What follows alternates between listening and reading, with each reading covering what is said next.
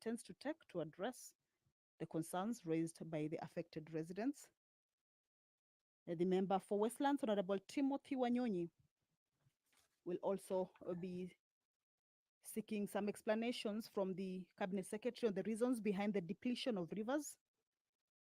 This includes the number of permanent rivers that have dried up in each county over the past 4 years, and the plans by the ministry to address and mitigate the situation. Also enumerate the entities and groups that discharge their effluent in rivers, along with the number of private dams constructed in the last 2 years, and the policy statement outlining the penalties imposed on such entities for negative environmental actions. The member for Nakuru County, Honorable Liza Chelule, also will be seeking some elaboration from the Cabinet Secretary on the initiatives undertaken by the ministry to preserve wetlands and catchment areas within the country, and further state the effectiveness of such institutions. That is the Speaker of the National Assembly, Honorable Dr. Moses Wetangula, making his way into the chamber already inside the chambers. Of course, he will be giving his communication with regards to the activities of Parliament going forward. Allow me to hand you over to this live broadcast brought to you by PBU in partnership with KBC. Good afternoon. Ewe Mwenyezi Mungu, ambaye kwa hekima na wema wako umetoa nyadhifa za viongozi na mabunge kwa ustawi wa jamii na utawala wa haki wa wanadamu. Tausihi utazame kwa neema nyingi sisi watumishi wako ambao wameridhika kutuita ili tutekeleze shughuli muhimu za jamhuri yetu. Kwa kuomba uteremshie baraka zako sisi tuliokutanika hapa, na utujalie tuyatende na kufikiria mambo yote tutakayofikishwa mbele yetu kwa njia ya haki na uaminifu, ili utukufu na sifa zako ziendelezwe, na ili kustawisha amani, ufanisi na heri ya nchi yetu na wale ambao haja zao wamezikabidhi mikononi mwetu. Amen.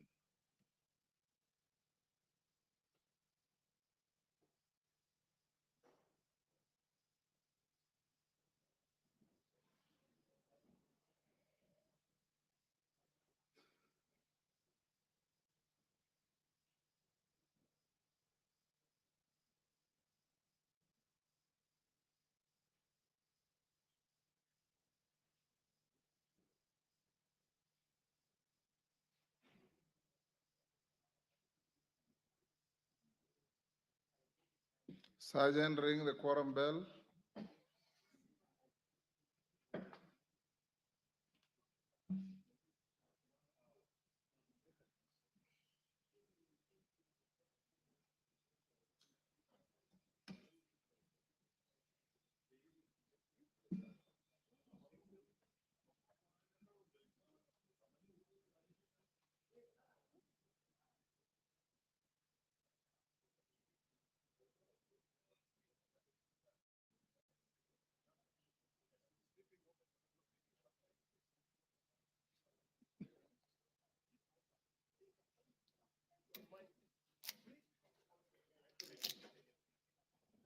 Ndio huyo Mlemba.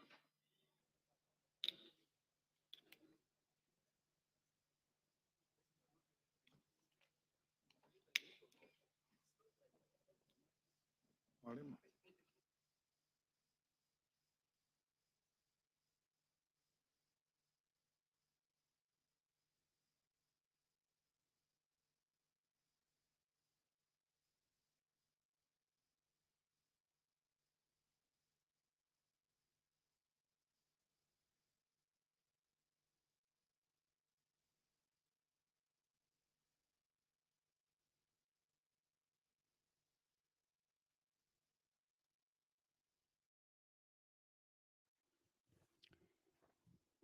The prayer has been said and the chair has been taken, but the House lacks the requisite quorum. This is unlike the Tuesday afternoon sitting, where after the prayer had been said and the chair taken, the House had attained its quorum, but it's a bit different on this afternoon sitting. This afternoon, remember the business that will be transacted is the cabinet secretaries responding to various questions that were forwarded to him by Parliament on concerns that were raised by various members. These are matters that relate to either county, inter-county, national, regional, or even international concerns that the cabinet secretaries appear before Parliament to respond to those concerns. And this afternoon, we expect the cabinet secretary for Environment, Climate Change and Forestry. That is the Sergeant at Arms, indicating that the quorum has been achieved, as is the tradition. So allow me to hand you over to the live broadcast. Good afternoon.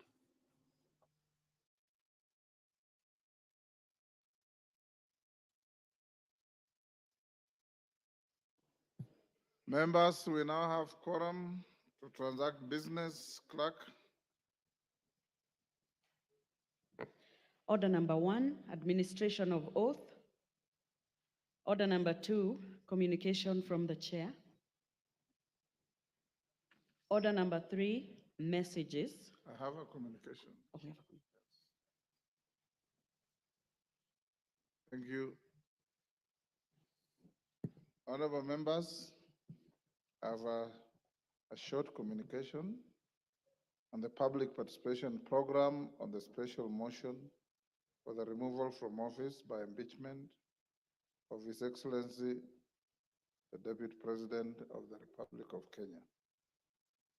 Honorable members, further to the communication issued yesterday on consideration of the special motion for the removal from office by impeachment of His Excellency Rigathi Gachagua as the Deputy President of the Republic of Kenya, and today's briefing on the public participation program relating to the consideration of the special motion, I wish to guide further in the matter. As members are aware, the advertisements published today inviting submission of views and notifying the public of hearings on the special motion list all 290 constituencies and indicate that the exercise is to be coordinated from 47 count venues or collection centers across the country. Arising from the members' briefing held earlier today, I wish to clarify that the public participation program additionally contemplates the collection of views at the constituency level. In this regard, I confirm that the officers of the clerk shall be present to assist the collection and compilation of views from onward transmission to the office of the clerk through the respective collection compilation centers specified in the public advertisements. The House is accordingly guided. Thank you.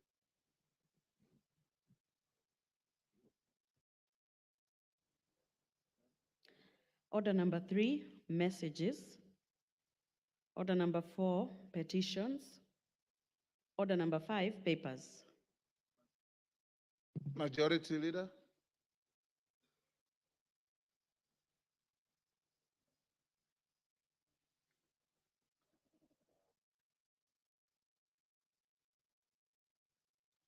Because you want to stand in for them? Yes, Honorable Speaker, on behalf of the Majority Leader, I beg to lay the following papers on the table of the House today, Wednesday, October 2nd, 2024 afternoon sitting. 1, the 2024 Annual Public Debt Management Report from the National Treasury and Economic Planning. And 2, the Independent Electoral and Boundaries Commission, IEBC, Annual Report for the period ended 30th June 2024. Thank you, Honorable Speaker. Thank you. Chairperson, Departmental Committee on Justice and Legal Affairs, Honorable Murugara, your report is on my desk. It's on my desk, yeah. I'm going through it and have some issues with it. I need to discuss with you. I've been informed. I was informed, Your Honor, I was informed. I have to come and see you. We have a discussion. Excellent. Thank you very much. Next order. Order number 6, notices of motion. Order number 7, questions and statements.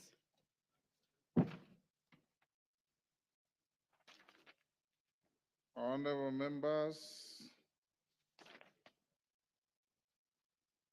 there is a request for statement by Peter Mbogo, MP Mwatate. Is he in the house? Peter Mbogo. Honorable Tindi Mwale, you may proceed. Thank you, Honorable Speaker.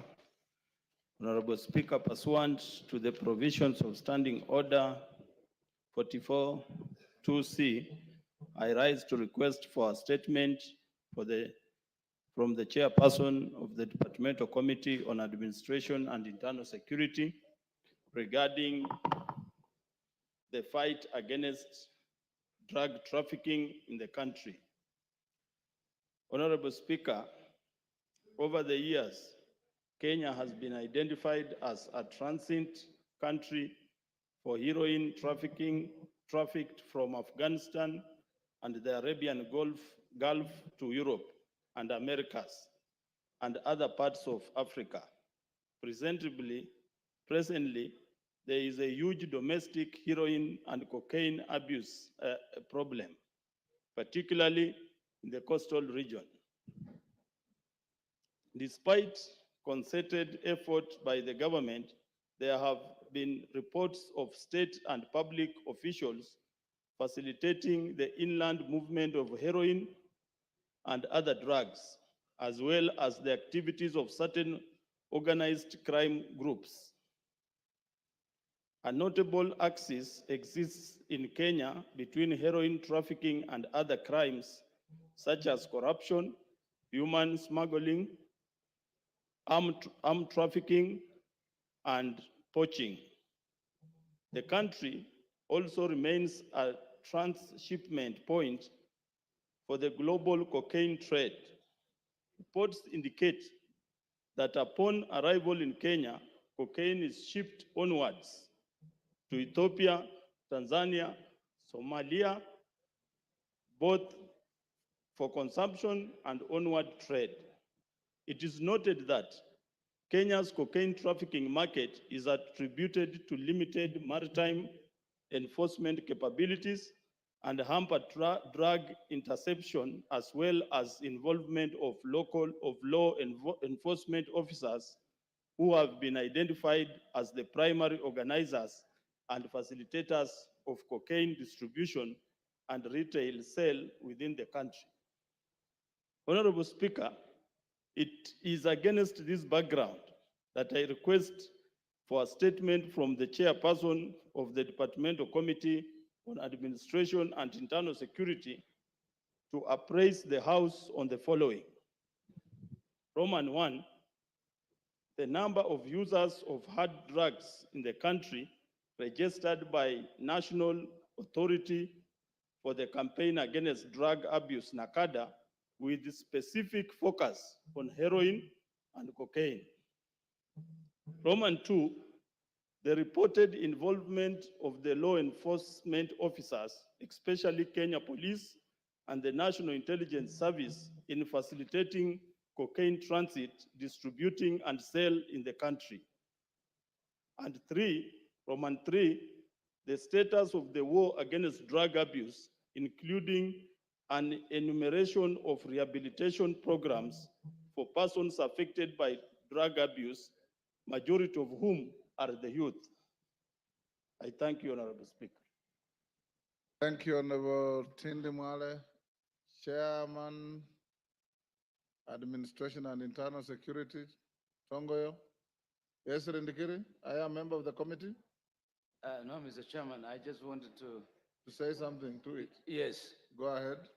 Mr. Speaker, this issue of drug and substance abuse is increasing day by day, particularly among our youth and in schools.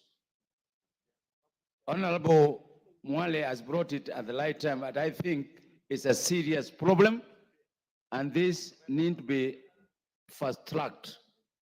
And I think we need more information from every region. I agree with the statement that there are some public officers who are conduits and the protectors of the drug traffickers. Mr. Speaker, if we have to save the generation of our youth, I think we need to have a deeper report, and I'm pleading with all the members in this house, including myself, that we avail information on what we know, not necessarily in one specific legend. We all come up together and join hands, providing information that we collect from the constituencies so that this report is properly enhanced. I ask that the committee should not latch on this. Thank you, Mr. Speaker. Yes, Rwanda. Asante Bwana Spika. Bwana Spika, nampongeza mwanzo mheshimiwa kwa kuleta swala hili la mihadharati hapa bungeni. Kusema la kweli, hili swala linatuathiri sana. Na kabla sijaendelea kuchangia, nataka mheshimiwa uchukue tahadhari sana. Mimi mwenyewe hapa nilikuja nikataja majina ya kwangu, na ilikuwa mwanzo wa maisha yangu kubadilika. Bunge la 12 nilikasirika, ilikuwa imezidi, nikaja nikataja jina. Maisha yangu ilibadilika, ikabidi sasa nitembee na askari kila pahali, na nikaongezewa na askari. Na nashukuru bunge hili walinisaidia sana. Hii shida iko na ilikuwa imeletwa mpaka kuzungumza, inakuwa ukizungumza wewe ndio unakuwa mbaya. Wale wanauza mihadharati si wabaya, wewe unayezungumza kama mbunge. Kuna siku mimi nilienda pahali kwa mkutano, nikazungumza, nilikaribishwa nikazungumza. Kuna mtu alikuja akanishika hivi akaniambia usizungumze maneno hayo. Yaani ukizungumza umewaletea wao shida. Wamekuwa wale wanayouza wana power zaidi kushinda hata wewe mbunge, unakatazwa hata usizungumze. Wakati experience yangu, wakati nikiomba kura, madrag dealer paka wa Lamu West wote walitoka wakaja Lamu East kunipinga nisipate, lakini Mwenyezi Mungu akawa na mimi na ndio nikarudi hapa. Hii tatizo kwangu Lamu East iko kubwa sana. Youth wetu ilikuwa percentage inaongezeka. Mwanzo ilikuwa ni nimesahau hizo numbers, lakini Red Cross wanazo. Vile inaongezeka ni maajabu. Watoto wameathirika, watoto ni vulnerable kwa sababu wako pale karibu na mpaka.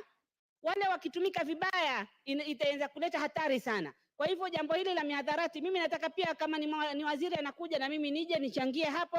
Sahihi, naomba permission kabisa niwe friend of that committee, niende pia. Kuna matatizo tunawajua paka majina tunawajua Speaker. Kama kwangu eneo bunge langu wote wanauza mihadharati. Ukichukua mtoto ukimwambia nipeleke nani anauza mihadharati, anaweza kuonesha ni huyu anauza mihadharati. Lakini ukitaja majina nitapata tena shida nyingine. Hiyo shida nimeipata mpaka naogopa sasa. Ni shida. Watoto utamuona ameumia, anatoka usaha, ukimpa 200 anakimbilia nipe 200 aende hospitali, anaenda kula mihadharati. Hili tatizo liko na linatuathiri sana. Na tukiliacha kuendelea zaidi itatuathiri zaidi. Asante. Sasa hii angalau mmeanza kusema huku, lakini cost ni zaidi. Lilikuwa ni janga la cost tu, sasa ile kwa limekuwa janga la Kenya nzima, cocaine. Asante. Na kwangu si cocaine peke yake. Kwangu kuna drugs zinatoka ni tembe. Zinaitwa karambela. Nimezungumza mpaka kwa security meeting, naambiwa zilete hizo karambela tuzione, hatuzijui. Lakini kisha wao wenyewe wameniambia wamezipata. Karambela inauzwa shilingi 20. Youth akikula hizo karambela anakuwa wild animal. Anaweza fanya chochote. Na ziko na hakuna kitu inachukuliwa. Na ziko Speaker, wewe mwenyewe ukitumana hapa mtu aende kanunue pahali, utapelekwa paka hapa ndio anauza. Hakuna ambaye hajui nani anauza. Ni hawachukui tu majukumu. Asante.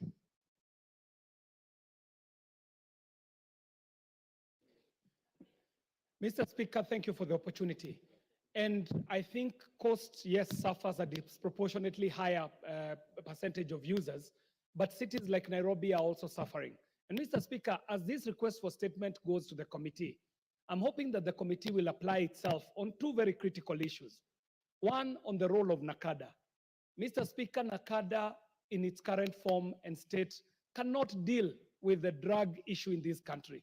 In fact, we might want to think as a parliament whether we want to make NACADA to be directly under the President's office or the Ministry of Interior, so that it gets the teeth that it needs to bite.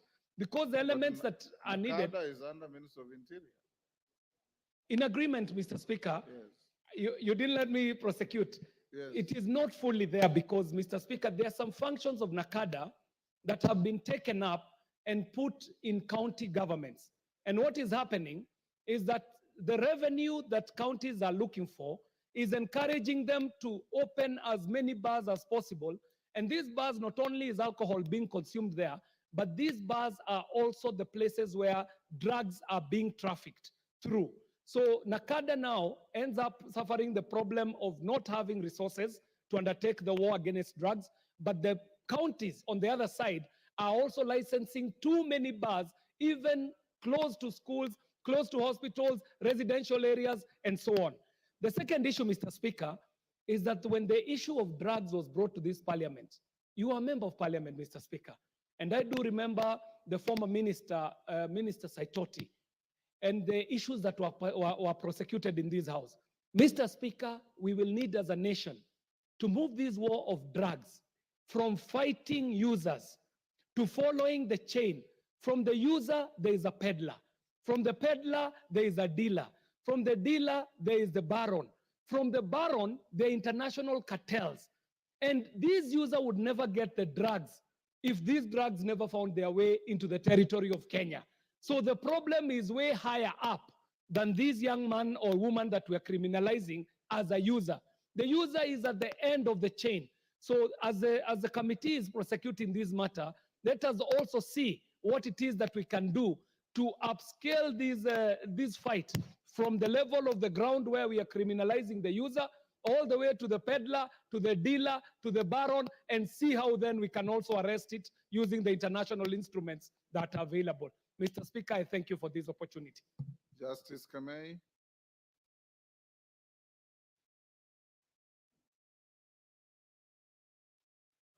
Thank you, Mr. Speaker, for this opportunity to add my voice to this very, very pertinent subject.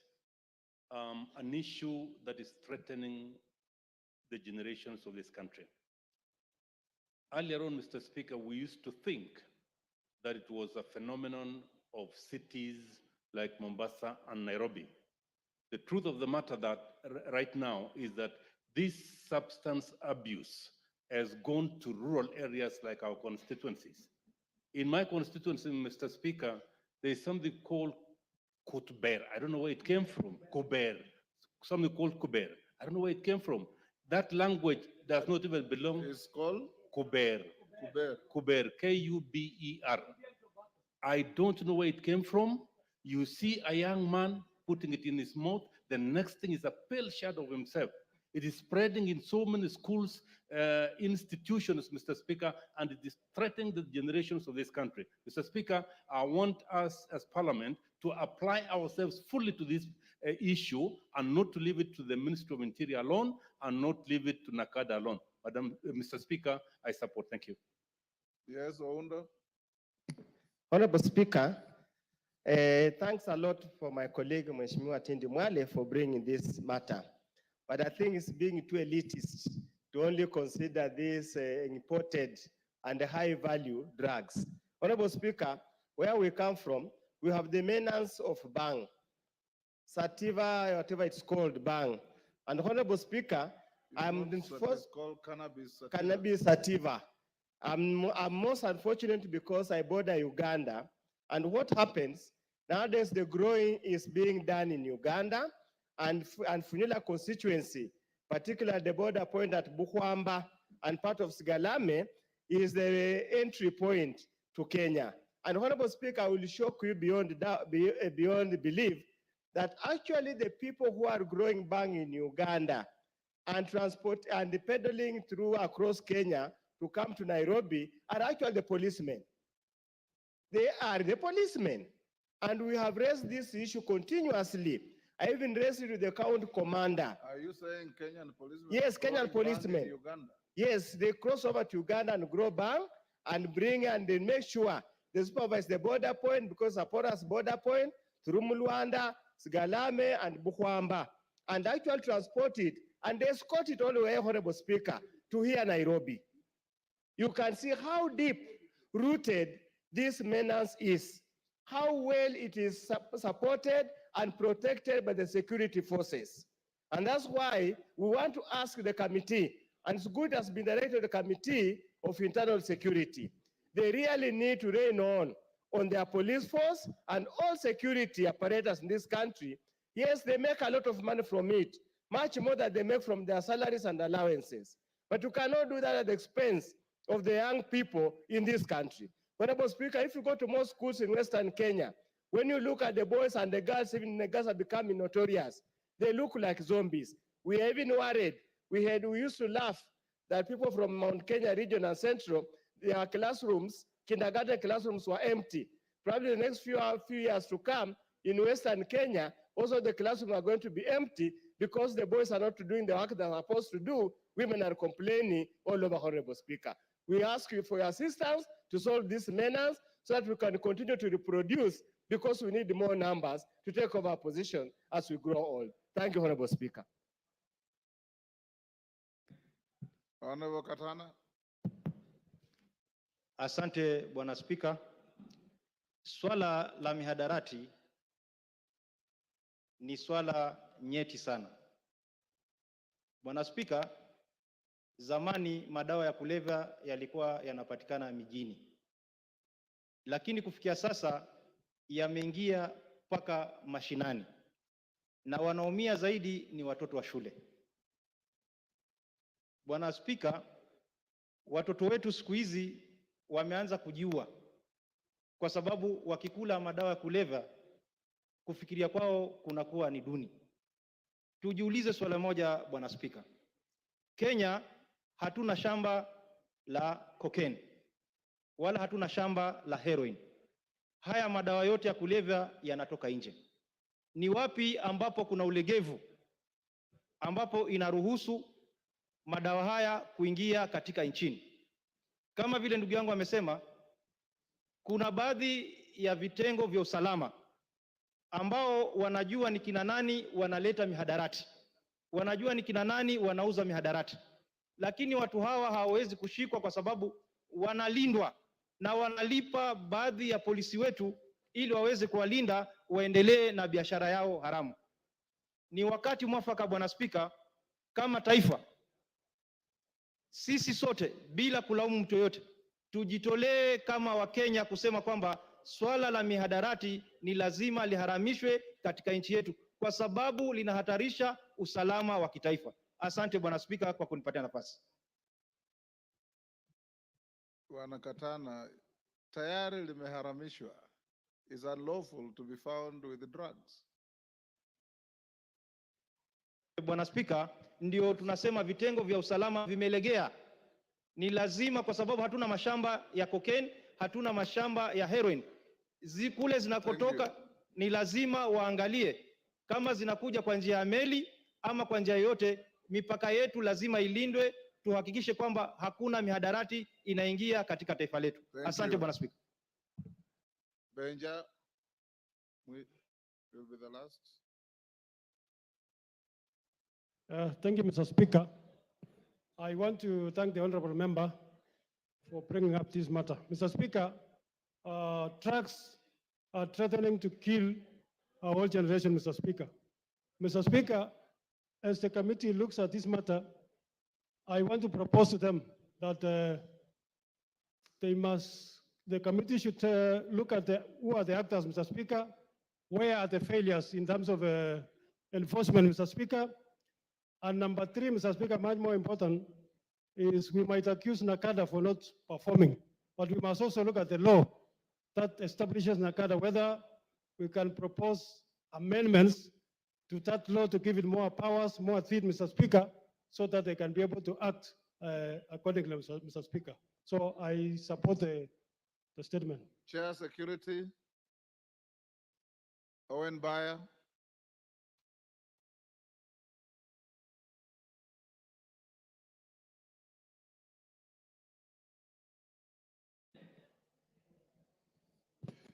Honorable Speaker, the Honorable Tongo is not here, neither is the Vice Chair Colonel is not Inform them to bring a report, an answer in the next 2 weeks. 2 weeks, Honorable Speaker. Member much for obliged. Taita Taveta. Member for Taita Taveta. Thank you, Mr. Speaker, for the opportunity. Member for Mwatate, sorry. It's Matat. Mwatate, Bwana Mbogo. Thank you, Mr. Speaker, for the opportunity you've given me to give my statement. My statement reads, You should tender an apology to the House for coming late. This is the second time I'm calling you. I'm sorry, Mr. Speaker, for coming late. Yes. I was tied up somewhere in the hospital. I'd gone to see a patient. Go I'm sorry ahead. for that. Go ahead. Request for statement regarding the rise of insecurity in Taita Taveta County. Honorable Speaker, pursuant to the provision of Standing Order 44-2C, I wish to request for a statement from the chairperson of the Departmental Committee on Administration and Internal Security regarding the recent rise of insecurity in Taita Taveta, particularly in Voi and Matate constituencies. Honorable Speaker, the rise of insecurity in Taita Taveta County has negatively impacted not only the safety but the well-being of the residents, particularly in Voi and Matate constituencies. The constituencies have experienced a number of insecurity incidences in the last 5 months, with people being killed and borders stolen. For instance, in May 2024, Mr. Marian Shali Chow of ID number 278-97833 was found dead at a satellite site around Rianchore hillside with multiple cut wounds. Additionally, a border rider, Mr. Dunningston Makio Mangombe of ID number 1382264, was found dead on 14th April 2024 in Voi Central Business District and his border stolen. On May 28, 2024, Mr. Silas Silomengo Machongo, a border rider in Ronge Ward, was found dead in Voi constituency and his border stolen, while Mr. Julius Mafuga of ID number 299-51391 was allegedly beaten to death by a police officer from Matate Police Station in May 2024. Further, Mr. Sylvans Manjala Mvoy of ID number 370-23429 was attacked and severely injured on 2nd September 2024 within Sagala Ward in Taita Taveta County, and his border stolen. He was rushed to Moi County Referral Hospital for treatment and later referred to Kilimanjaro Christian Medical Center in Moshi, Tanzania, where he succumbed to the injuries. The matter was reported to Voi Police Station under OB number 63/03/09/2024. Honorable Speaker, it is against this background that I request for a statement from the chairperson of Departmental Committee on Administration and Internal Security on the following. 1, provide a report on the status of investigation into the incidences, including the death and attacks reported to Voi Police Station. 2, the action being taken to ensure the perpetrators of the crimes are arrested and prosecuted without delay. And 3, the measures being put in place to curb insecurity in the region.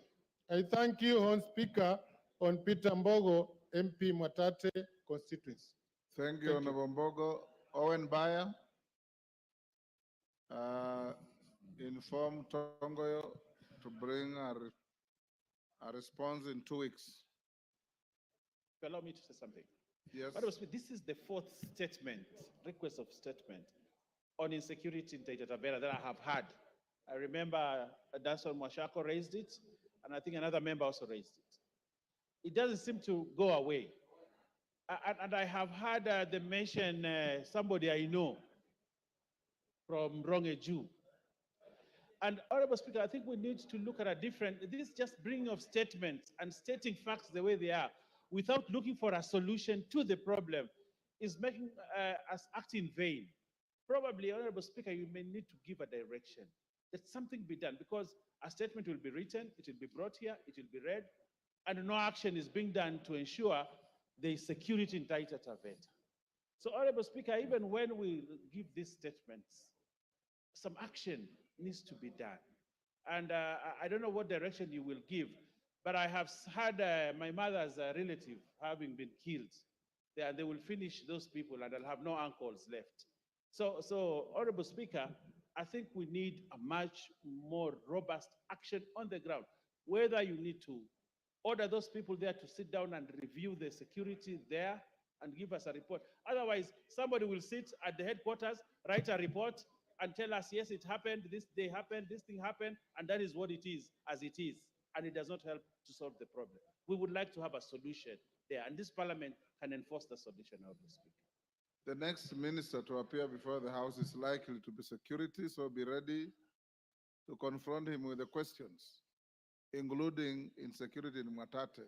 In the meantime, the members elected to come to the House to be answered by the committee, so the committee chair will bring a response in 2 weeks.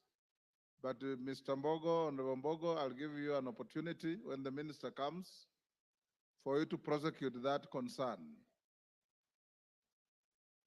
Next, Gonzirai, member for Kinango. Yes, sir. Honorable Speaker, pursuant to the Provincial Standing Order 44 into brackets 2 into brackets C, I rise to request for a statement from the chairperson of the Departmental Committee on Defense, Intelligence and Foreign Relations regarding the safety of Ms. Rigathi Luvuno Mambo, holder of passport number AK 325501, who went missing in Saudi Arabia in March 2024. Honorable Speaker, Madam Rigathi Luvuno Mambo has been residing in Saudi Arabia since July 2023, when she moved there for employment.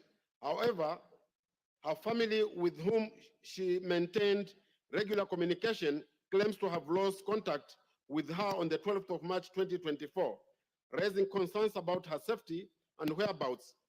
Following her lack of communication, the family received reports on 23rd of April 2024 that they said that she had been arrested and was being held at Jeddah Sawara police station in Saudi Arabia. It is alleged that she was found in a state of distress, wandering the streets, and appeared to be suffering from mental health condition. Efforts by the family to secure her repatriation to Kenya have not been successful. Honorable Speaker, it is against this background that I request for a statement from the chairperson of the Departmental Committee on Defense, Intelligence and Foreign Affairs on the following. 1, the circumstances surrounding the arrest of Madam Rigathi Luvuno Mambo by the Saudi Arabia police. 2, steps that the relevant government agencies have taken to ascertain her whereabouts and secure her expedition release from custody and repatriation to Kenya for proper physical and mental care. And 3, the measures that the government has taken to guarantee the safety of all Kenyans living and working abroad to ensure that they receive timely government assistance in case of distress. I thank you, Honorable Speaker. Thank you, Honorable Rai. Chairman, Defense, Intelligence and Foreign Relations. Thank you, Honorable Speaker. I will get the response in 2 weeks. 2 weeks.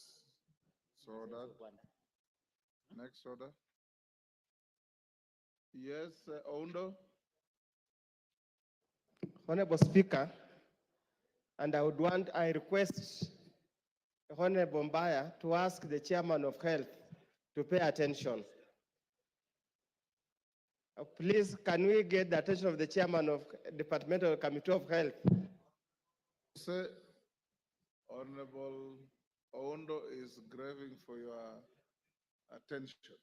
Honorable Speaker, yesterday afternoon, the Chairman, I read a statement from the Minister of Health concerning the rollover from NHIF this new animal called, I don't know, it's called sheaf or share or whatever it is called.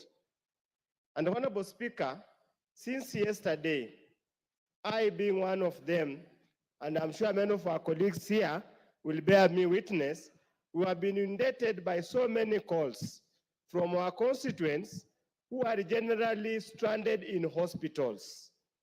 Because in many hospitals, be they private or public, many patients are being told that the NHIF card they have is not valid, is not acceptable at this particular moment. And that's why I want, with your indulgence, Honorable Speaker, the chairman, being the representative of the executive here, and me being a member of the government, to assure the Kenyans wherever they are, to give this assurance and give it to these members of parliament and all Kenyans wherever they are, that the transition from NHIF to SHIF is seamless. When if you just have the card for NHIF, you still receive the same services that you would have received under the new SHIF as we wait the transition process to be completed. Honorable Speaker, let me go on record. And let me go on record.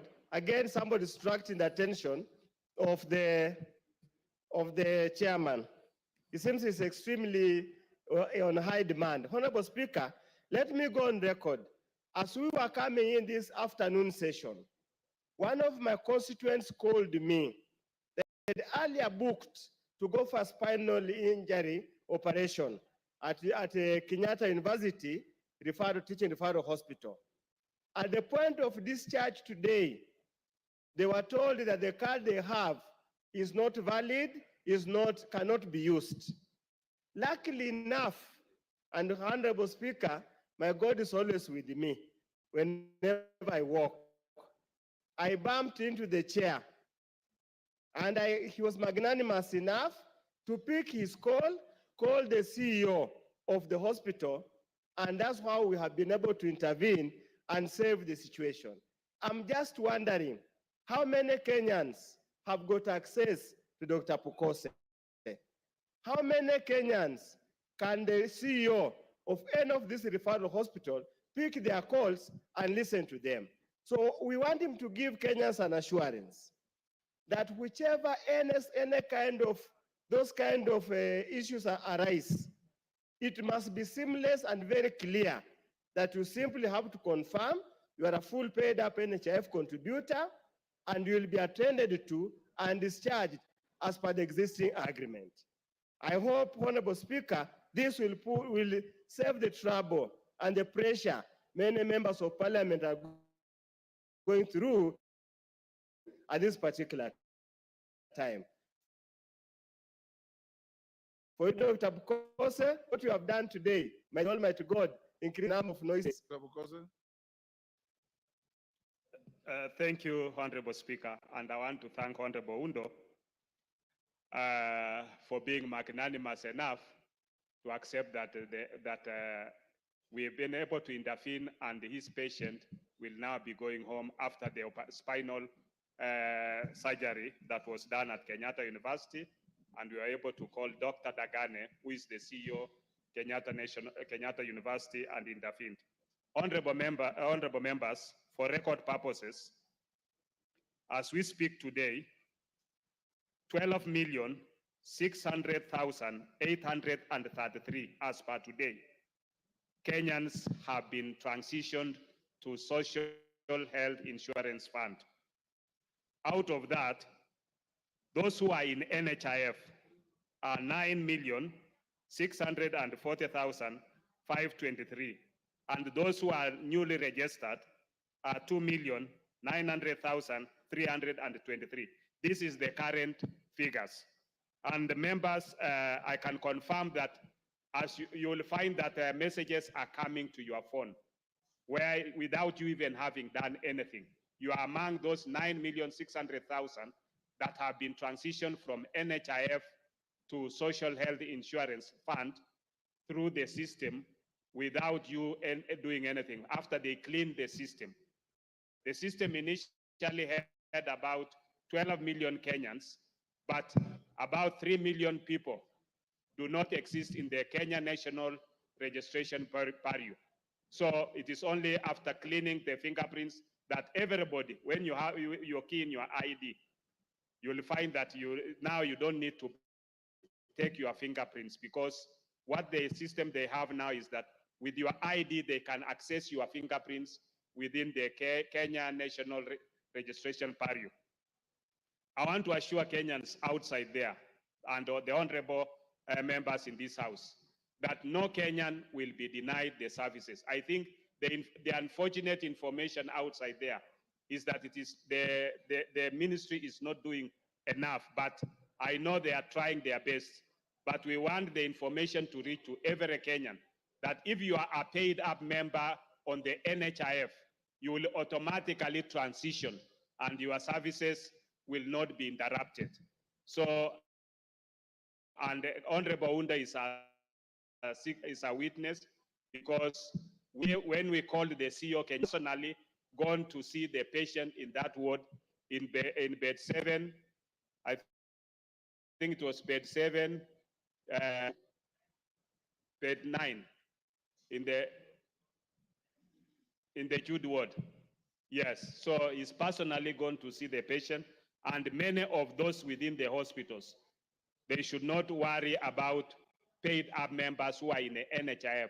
They have now been transitioned, and the Social Health Insurance Fund is doing its best to send messages so that you get messages to know that you are up to date.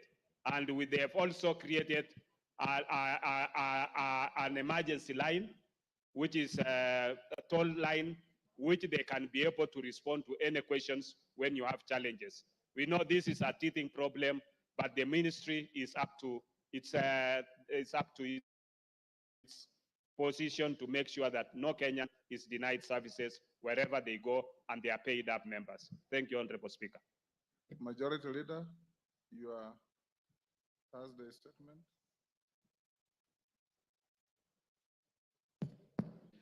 Thank you very much, Honorable Speaker. Honorable Speaker, pursuant to the provision Standing Order 44.2a, I rise to give the following statement on behalf of the House Business Committee, which met on Tuesday, 1st October 2024, to prioritize business for consideration during the week.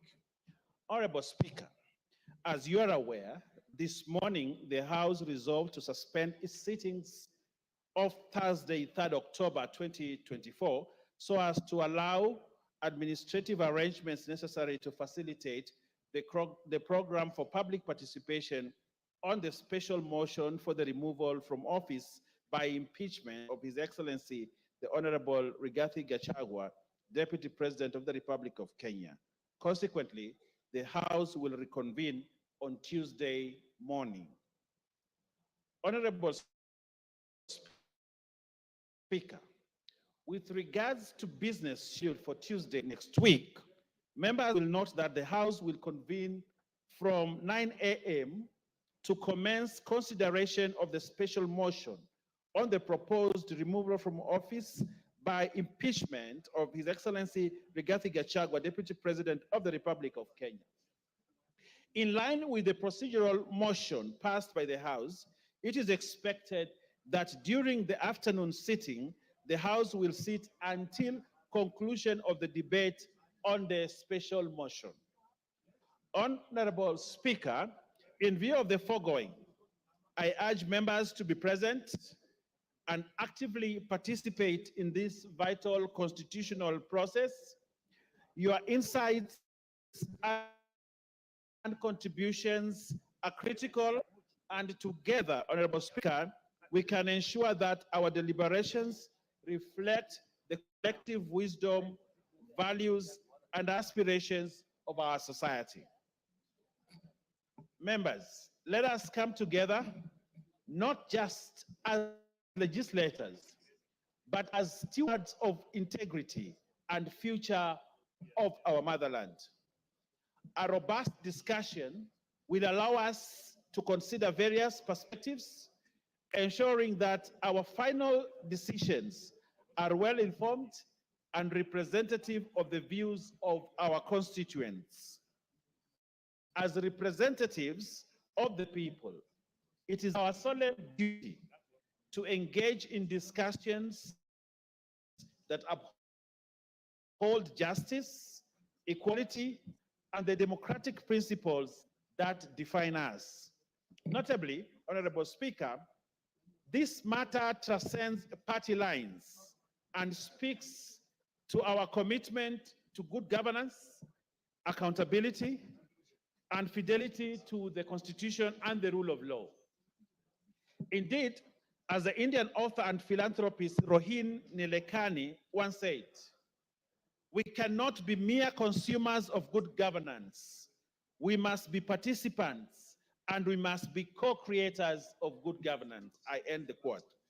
Honorable Speaker, having said that, in accordance with the provisions of Standing Order 42A, 5 and 6, I wish to convey that the Cabinet Secretary for Interior and National Administration is scheduled to appear before the House on the afternoon of Wednesday, 9th October 2024, to respond to the following questions. And just like the Honorable Speaker told the member for Mwatate, this is the time that probably he needs to bring those questions. And that day, on the Wednesday, 9th October 2024, the first question by private notice will be question number 008 of 2024 by the member for Lugari, the Honorable Nabwera Nabi, MP, regarding circumstances that led to the death of two brothers, Mr. Bonventure Ounza of ID number 380-63032 and Mr. Callistus Apwike of ID number 41-444-793 by police based at Santo Police Station. Secondly, Honorable Speaker, is the question by private notice number 11 of 2024 by the member for Moyale, the Honorable Professor Jaldesa Guyo Wako, the gynecologist, regarding the status of the investigations into the shooting of Ms. Kabale Galgalo Guyo of ID number 3976-3161 around Kangemi Mosque in Nairobi County. The next question is question number 200 and 2023.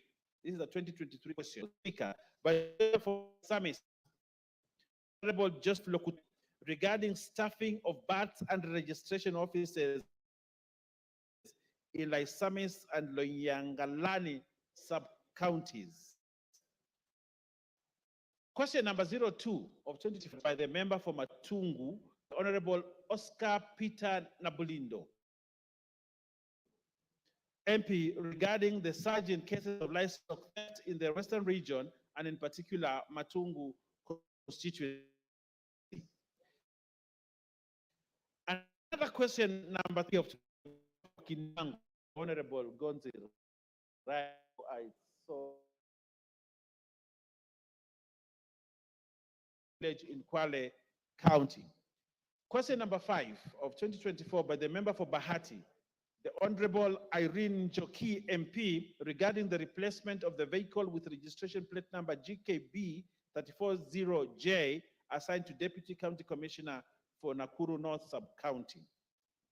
The other question, Honorable Speaker, is question number 37 of 2024 by the member for Isiolo South, the Honorable Tubi Budi MP, regarding the special vetting of ID cards applications carried out by the ministry for the residents from northeastern and other border regions of the country. The next question is question number 45 of 2024 by the member for Fafi, the Honorable Yakub Farah, MP, regarding actions taken by the government to enhance security in Fafi constituency. The next question, Honorable Speaker, is question number 48 of 2024 by the member for Emuhaya, the Honorable Omboko Milemba, MP, regarding the security of the non-local teachers in Mandera County and border northeastern regions.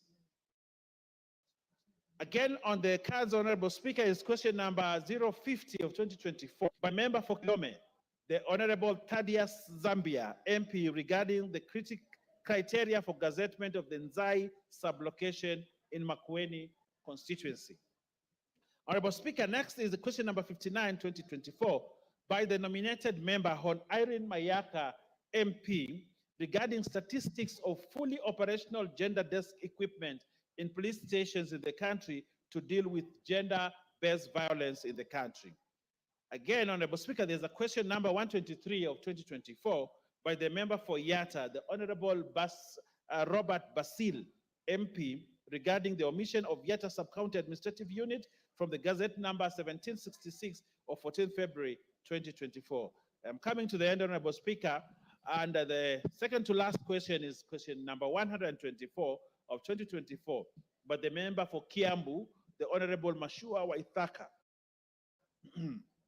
MP, regarding delay in issuing national ID cards within Kiambu constituency. And lastly, Honorable Speaker and members, is question number 126 of 2024 by the member for Sigor, the Honorable Peter Lochakapong, MP, regarding the number and contractual details of the employees recruited by the United Nations High Commission for Refugees, UNHCR, to the Department of Refugees. Honorable Speaker, Tuesday is the day we reconvene. Honorable Speaker, we have a long agenda, a big agenda for that day, and as members depart for public participation, I wish them journey masses and good public participation. And therefore, in conclusion, Honorable Speaker, the House Business Committee will reconvene on Monday, 7th October 2024 to schedule business for the rest of that week. This is Monday, not Tuesday, Monday 7th, Honorable Speaker. So members of the House Business Committee be notified so that we will schedule business for the rest of the week. I now wish to lay this statement on the table of the House today. Thank you very much, Honorable Speaker, and good luck. Thank you, Honorable Owen Bayer. Honorable members, will now go to questions. The Honorable Aden Bare Duale, Minister for Environment, Cabinet Secretary for Environment, Climate Change, and Forestry, is already in the House. Welcome, Waziri. We'll now go to questions. In the interest of time, try to be as precise and concise as you can. Members, I'll only allow one joyrider on each question. No more than that. We'll start with the member for Alego Usonga, Honorable Samuel Atandi. You look surprised, Atandi? No. I'm not surprised, Honorable Speaker. I'm aware that the Cabinet Secretary for Environment is supposed to come to He's respond to my already here. question. Yes. So go ahead and ask your question if you are ready, or we move to the next. Honorable Speaker, let me get the question. In the meantime, you can go to the next question. I don't have the question ready. Question 105 of 2024, member for Chepalungu. Oh, thank you. Victor Koech Mandazi. Thank you, Honorable Speaker. I have the question. Mandazi, you are go back to the bar and bow and come back.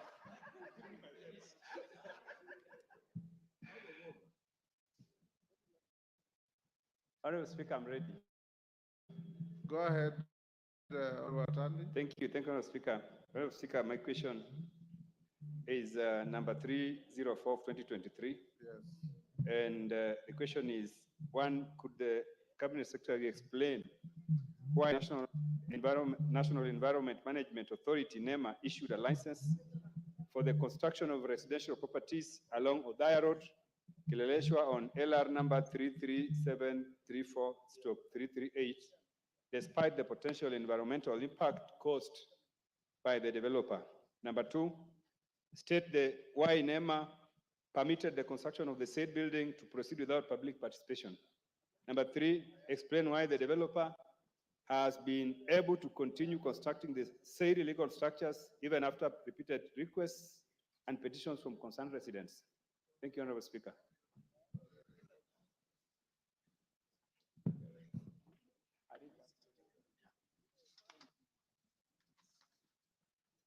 Thank you, Mr. Speaker. And Mr. Speaker, it's a privilege to come back to this house, which is my second home, a house that I have a lot of respect for and members that I have a lot of regard for. Mr. Speaker, the Honorable Atandi asked a number of questions. In the interest of time, Speaker, I want to state that my ministry and agencies that are under me, like NEMA, are fully committed to upholding the Environmental Management and Coordination Act, Cap 387, and all its regulations as passed by this House, with the primary objective of ensuring environmental protection and sustainable development. Mr. Speaker, let me say it for record, that environmental protection for this generation and the future generation is found in the preamble of the Kenyan Constitution. So it's not even an article of the Constitution. There are many articles, but the preamble of our Constitution talks about protecting our environment for this generation and the future. Coming to the specific question, in the case of the proposed residential development, LR number 3734/338 on Odaya Road, Kileleshwa, allow me to note that the following why NEMA issued a license for the construction. The said developer, named Detiland Company, sought to construct a 314-story building consisting of 224 residential units. Given the scale of this project, Mr. Speaker, it was classified as a high-risk undertaking as defined by Section 58(1) of MCA as passed by this House, and Legal Notice number 31 of 2019. As per the law, any high-risk project, Mr. Speaker, is required to undergo a thorough environmental impact assessment process to assess if there are any environmental impacts. An environmental impact assessment, Mr. Speaker, was conducted through a NEMA-registered EIA expert called Neolife Consultants Limited, and the report was submitted to NEMA for review and ultimate to give a license. The reference number of that environmental impact assessment, Mr. Speaker, is attached, and the member has. Same, Mr. Speaker, NEMA reviewed the report, found it adequately addressed all the potential environmental impacts, supported by a detailed environmental and social management plan.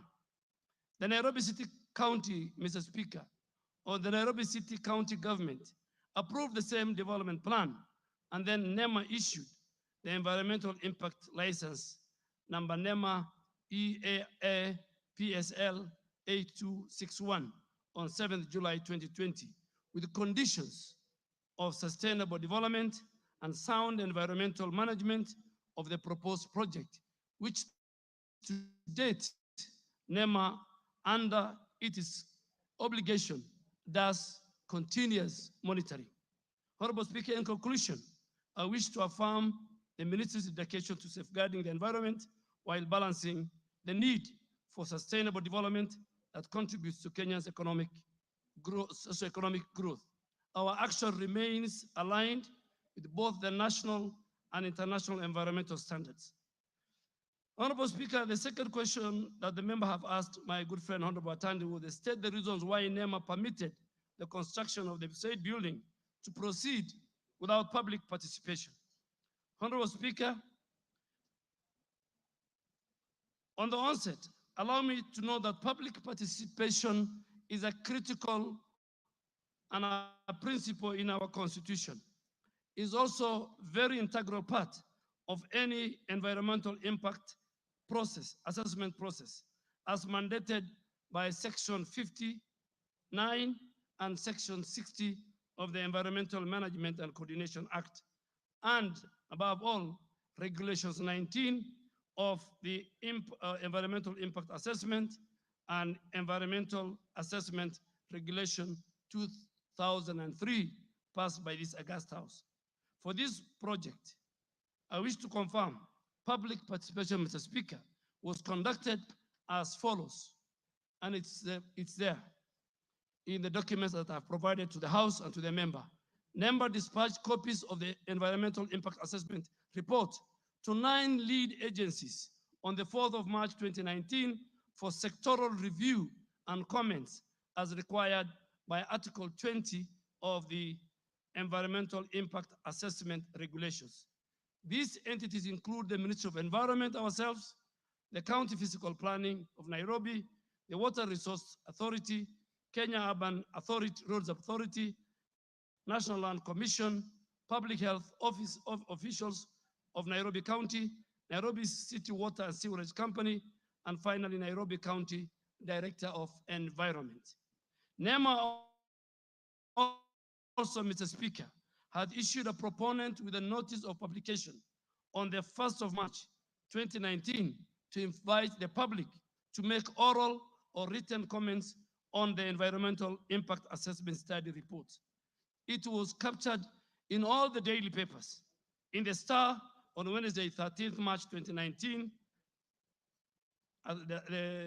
again on the Star on the 20th March 2019, on the Kenya Gazette Notice number 2531 of 15th March 2019, in nearly about 4 radios, 4 classified adverts per day.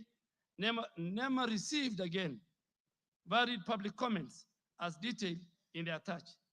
Consequently, a public consultation meeting was held on the proposed site on the 27th of June 2019 with the participation from 62 residents. The minutes of the public consultation, Mr. Speaker, are attached. And that's why this House is going on a recess tomorrow to do public participation. It is central to our Constitution. Nobody can avoid it. Neither can NEMA has the luxury to avoid it.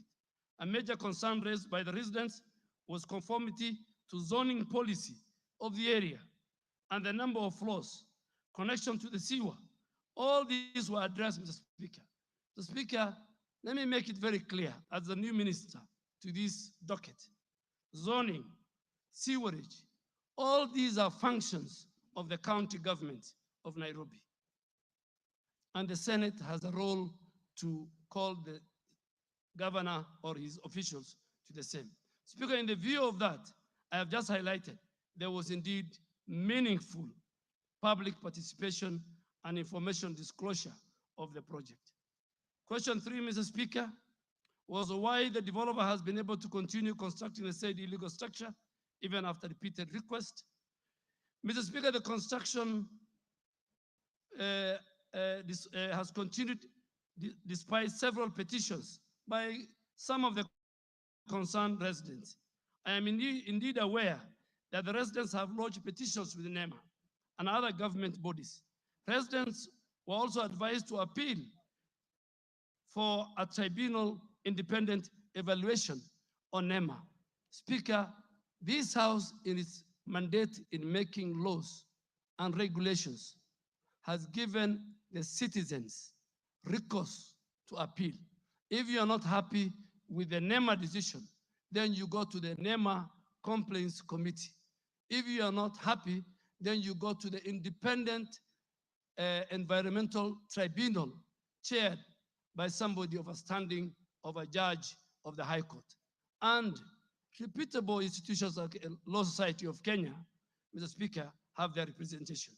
So the members were advised to go there, and the Speaker, since there was no court order, nobody has gone to the tribunal, nobody has gone for an independent evaluation of the NEMA decision. NEMA and the other agencies continue to monitor with the compliance with the environmental impact assessment. Mr. Speaker, finally, I wish to reiterate the following. The ministry through NEMA remains committed to ensuring all full compliance with the Environmental Management and Coordination Act and its regulations as passed by the House. Thank you, Mr. Speaker. Thank you. I think we're going to give one joyrider. See, the Honorable Tonga Murugara, member for Tharaka Nithi. Not on Oh, this. you're on the intervention button. The Honorable Zamzam, oh no, she's pulled it out. Yes, I was going to allow you after one joyrider. Then you can respond, but we can go to you directly if there are no people. Proceed. Thank you, Madam Speaker. Madam Speaker, let me say that the response by the Cabinet Secretary appears satisfactory. And given that also is new, I don't want to put a lot of pressure on him. The only observation that I want to make based on his response is that it appears these matters will be dealt more by the county government of Nairobi County Government is one that should take a lot of blame on this matter, because the initial concern was that that area is zoned and the buildings that are coming up are beyond the guidelines of the particular zoning. So it means that the Nairobi County Government has allowed these structures to go up beyond the guidelines of the zoning. But what I wanted to ask the minister is that these buildings are coming up and issues like drainage, the sewerage systems of the area have not been improved or expanded. Don't you think that as the minister in charge of environment, this is something that should concern you, that structures are going up even to 20th floor, yet these structures are also important. So are they not going to affect the environmental aspects of the county? And going forward, things like flooding, you saw what happened during the recent flooding. One of the issues that was raised is that we are not respecting the environmental orders. So I wanted to ask you, the minister, because you are new, and this is something that I know you are capable of addressing, can you tell us how you are going to address these concerns? Because that's the biggest problem. The other issues, as you have explained, we are going to see how they can be addressed by the county government of Nairobi. Because it appears that the county government of Nairobi is also supposed to ensure some of this compliance. Thank you, Madam Speaker. Thank you. I think we can go to the next question.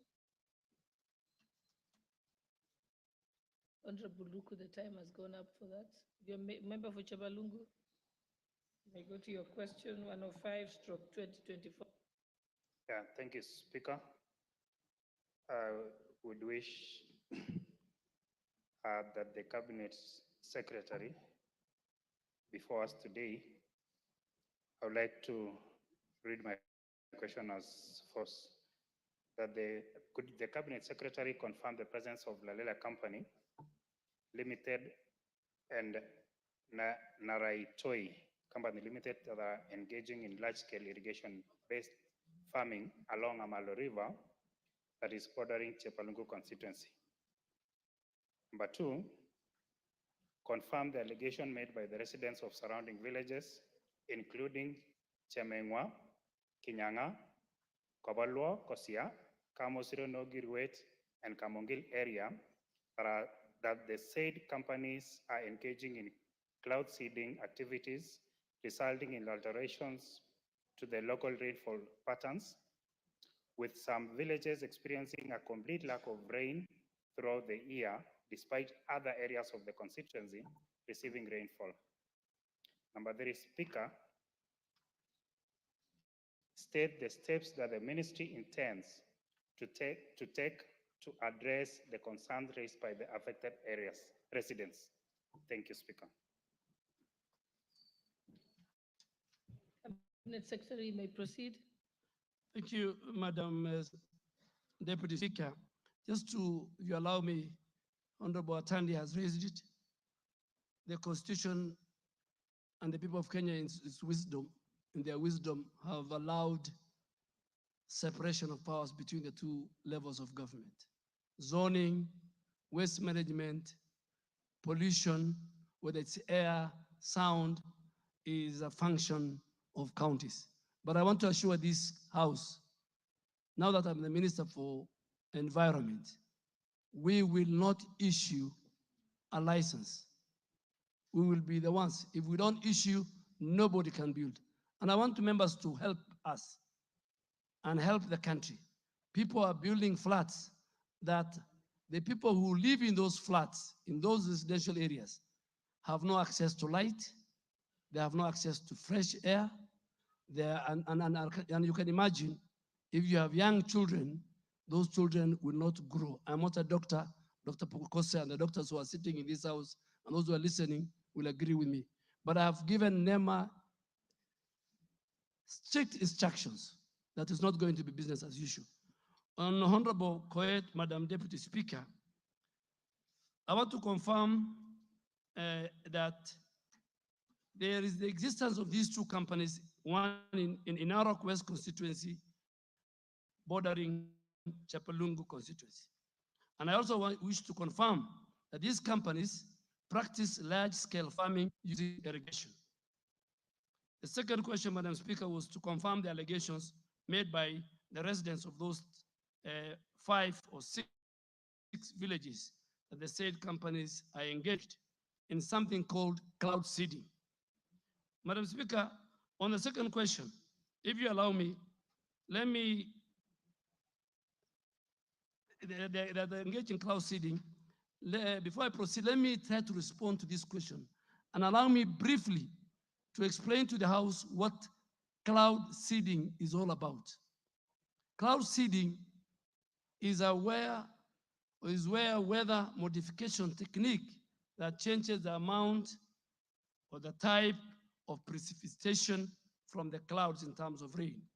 There has been research aimed at establishing whether this is viable, but all studies have shown that the input expenses are far more than the benefits.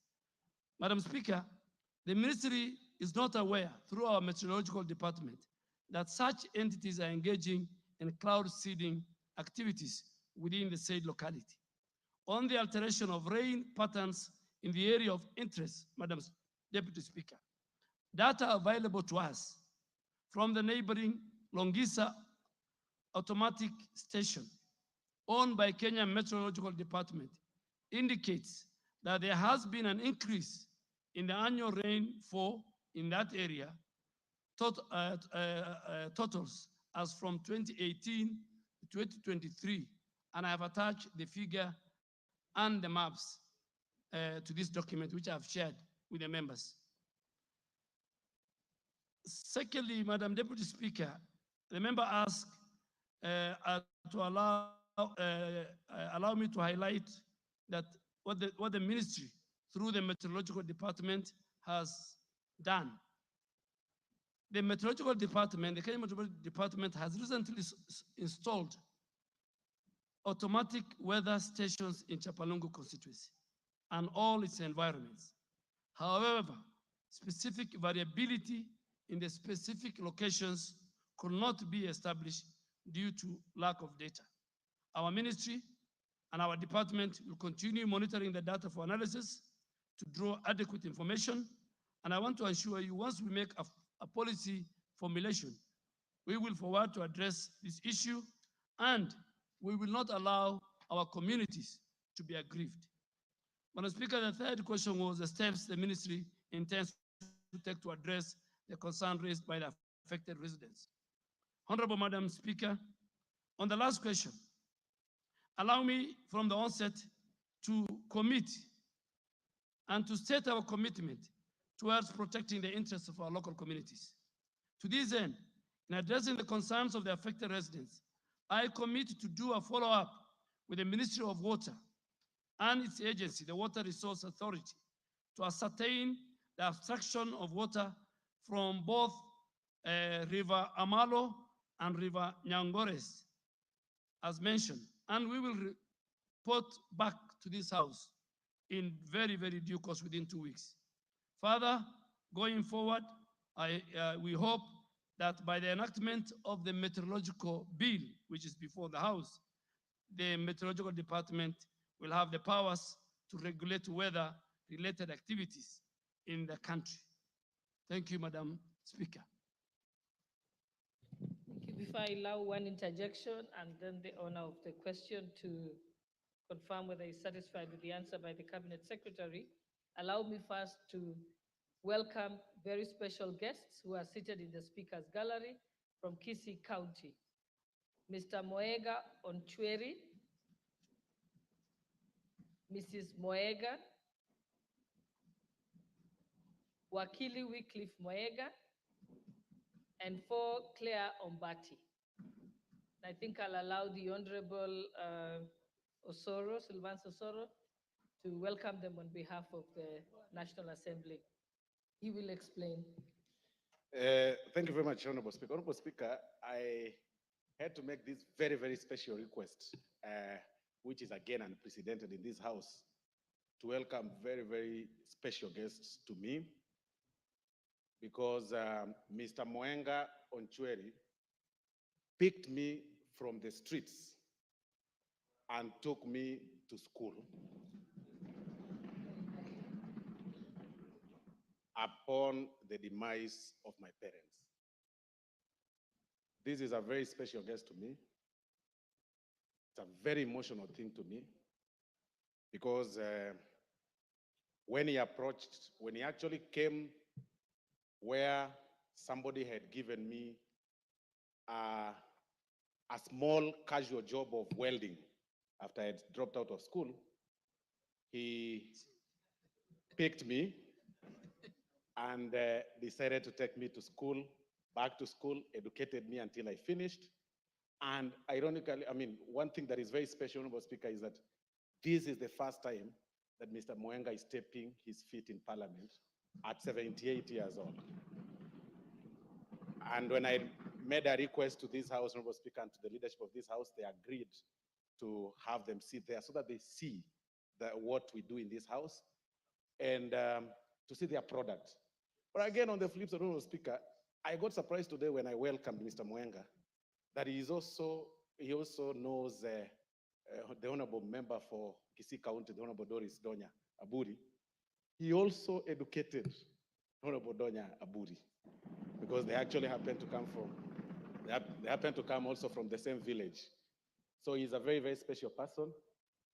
His dream to become a member of Parliament years back did not materialize for Nyaribari Church constituency, but I've just told him that by me being member of Parliament, and Honorable Aburi, a member of Parliament, is actually a double victory. So, and that is why I made this very special request. Thank you very much, Honorable Speaker.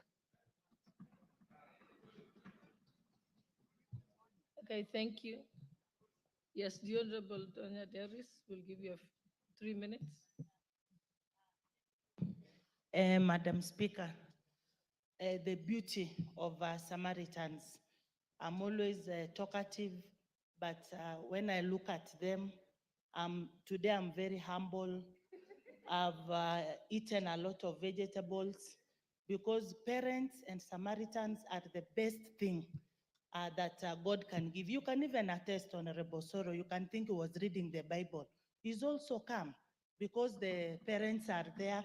See what the parents, Madam Speaker, have done to us. Today we can't even Gachagua anybody. We are just good. We are very obedient. And please, honorable members, M-Pesa your parents, please. Parents believe girls are the one who give them food, who send them M-Pesa, unlike the boys. Now we change it, honorable members, the male. Please, those who are here today, send your mom some M-Pesa and make it 10,000 and above. Even CS, Honorable Dwali, I will come for 100,000 from you. I send to my mother. Thank you, Madam Speaker. Okay, now thank you for the digression. I think we can proceed. I'll give one honorable member to add their question, Honorable Zamzam, member for Mombasa, and then we will go back to the member for Chebalungu to confirm if you're satisfied with the answer. Asante sana Mheshimiwa Spika, na mimi niweze kumshukuru mzee kwa kuweza, mzee Mwenga, kwa kuweza kulea hawa vijana wawili. Leo ni wabunge ambao sisi tunawacelebrate hapa ndani ya hili bunge. Na mimi imenikumbusha sana mzee marehemu Yusuf Haji, na yeye pia aliweza kunisomesha, na ndio maana mnaona jambo lolote likija hapa la Nurdin Haji, yule ni ndugu yangu, lazima nitampigia upatu. Na sisi ambao tumetoka katika familia maskini, Mheshimiwa Spika, tukasomeshwa tukanyanyuliwa na wale ambao wanatuonea huruma, siku zote sisi huwa na huruma, na ndio maana ona twarudi kwenye jamii na twazidisha upendo kwa wale ambao hawawezi kujimudu katika masomo, na sisi pia tuweze kuwasaidia. Mheshimiwa Spika, nafikiri vile nimepata fursa kabisa nimuulize waziri wa mazingara na niweze kwanza kumpongeza kuja katika bunge. Asante sana bwana waziri, tunakushukuru sana. Mimi nilikuwa nataka kuuliza, umesema kuwa kuna haya mambo ya mazingara ya sewage na nini ni mambo ya county, lakini hata tukiangalia Mombasa County, Mheshimiwa Waziri, ukiangalia pale Chuda, maji taka sewage inaingia ndani ya bahari na imekaa miaka mingi sana. Wale watoto ambao wanakaa kule katika sehemu zile za slums wanaenda wakiogelea kule. Mheshimiwa Spika, ni kwa sababu watu wamejenga majumba bila kuangalia njia zao za sewage zitakwenda vipi, zote wamezielekeza kwenye bahari. Mheshimiwa Waziri, kwa hiyo mimi nakuomba kama unaweza kulifuatilia. Umesema ni akaunti, lakini mimi nakusihi, maana yake wakati mwingine barua ikitoka kwa waziri, pengine jambo laweza likafuatiliwa likafanywa kwa wepesi. Mheshimiwa Waziri, kisha nauliza Mheshimiwa Waziri, unapanda miti ya matunda. Mimi kama mama Mombasa County nimezunguka nikaangalia, miti ya nazi imekuwa chache sana ndani ya pwani, na kuomba kama mama Mombasa utuletee miche ya nazi ili tuweze kupanda kama matunda, na miche ya maembe iwe ni chakula na pia itaweza kuleta mvua. Asante sana Mheshimiwa Waziri.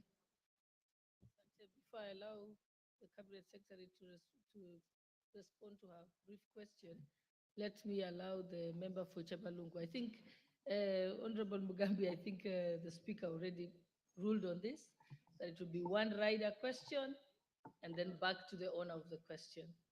It's okay. Thank you, Speaker. While I appreciate the response from the CS, I would like to make him aware that it's also nice for him and his team to visit these particular villages that I talked about, because I'm the member of parliament and I know what happens. In a particular situation, I was attending a funeral in a village called Kabalwa. It was raining at Sigor town, but upon reaching Kapalwa, it was dry, or it was dust everywhere. And one MC by the name Henry from Kabalwa village really challenged me that whenever there is rainfall, whenever they see signs of rain from these particular villages that I mentioned in this particular question, the person who does irrigation of farming from the neighboring village, these particular companies, he told me in black and white that he normally comes out, shoots the cloud. Those were his local words. He simply told me that he normally comes out, shoots the cloud, and the next moment, there is no rain in these particular villages. That's why, as a member, I took it upon myself to raise the question on their behalf. And equally, it is worrying to the effect that this particular data that you gave out, that these particular villages have seen an improvement in rainfall, it is totally wrong. I want to say this particular data is wrong as far as I am concerned, because I know these particular villages. The only time that these villages have received rainfall is when the entire country is receiving heavy rainfall. That is almost 1 year ago. But in normal situations where we see patterns of rain, these particular villages that I've mentioned here don't receive any volume or any rainfall at all. So while I appreciate you, I really want to encourage the ministry that you lead now to go back to these villages, get real information, and come back with proper data that will guide what you will do as a ministry, so that we see these particular villages benefiting from the rainfall, because it's dry. It's really dry when there is no heavy rainfall from the country. Thank you, Speaker. Thank you. Honorable Cabinet Secretary, do you have a rejoinder? Thank you, Madam Speaker. To the member for Chapalungu, Chapalungu is a very great constituency led by a great man called Isaac Ruto, who I have a lot of respect for. I want to assure you, after I leave here, please give me your number when you are ready. The Kenya Meteorological Director General and all our researchers will go with you, visit with you all the villages. We work for the people of Kenya, and they will come back to us. So you tell me when you are ready, because I want you to be there. So that, secondly, to my sister, Zamzam, Honorable Zamzam, I agree with you. I'll talk about this matter in a later question that Honorable TJ Kajuang has raised. How sewer in our counties are dysfunctional, how there's poor management of the sewer manholes, how there's illegal dumping on our water bodies, the seas, the rivers. So I think when I reach that question, Madam Speaker, I think I'll give a more comprehensive statement on the position countrywide. Thank you. Okay, thank you. Honorable members, let's move to our third question, number 106 of 2024, by the Honorable Timothy Wanyonyi, member for Westlands. Thank you, Madam Speaker. And I want to congratulate the Minister for his new assignment in the Ministry of Environment, because the Minister of Environment, Madam Speaker, all over the world is now the in thing. Everybody's talking about climate change. Everybody's looking how we can rescue our planet. And I'm sure Honorable Duale is up to the task. And we know he has passion for anything he does. So, Madam Speaker, allow me to ask my question. Question number 106 of 2024 to the Cabinet Secretary for Environment, Climate Change, and Forestry. Could the Cabinet Secretary explain the reasons behind the depletion of rivers, including the number of permanent rivers that have dried up in the country over the past 4 years, and the plans by the ministry to address and mitigate the situations? Question 2, enumerate the entities and groups that discharge their affluent in the rivers, along with the number of private dams constructed in the last 2 years, and the policy statement outlining the penalties imposed on such entities for negative environmental actions.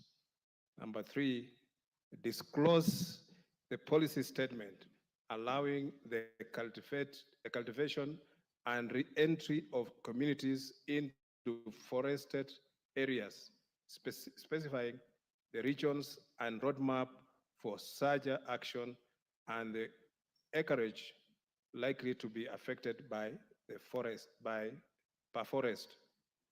Question 4, outline the measures put in place to reclaim, safeguard, and sustain all riparian areas and vulnerable ecosystems within the country. Thank you, Madam Speaker. Secretary, you may proceed. Honorable Madam Speaker, before Honorable Zamzam walks out, there's a question that she asked, I have forgotten, on the coconut trees. I want to confirm that I am here with the CEO of Kefri. Kefri and Carlo have developed a hybrid that is shorter and faster growing coconut trees. They are available in Mutwapa, they are available in Gede, in Kilifi, and we are ready. And also, Madam Deputy Speaker, the 15 billion tree growing initiative of President William Ruto in his strategy to restore our ecosystem, 30% of those seedlings are fruit trees.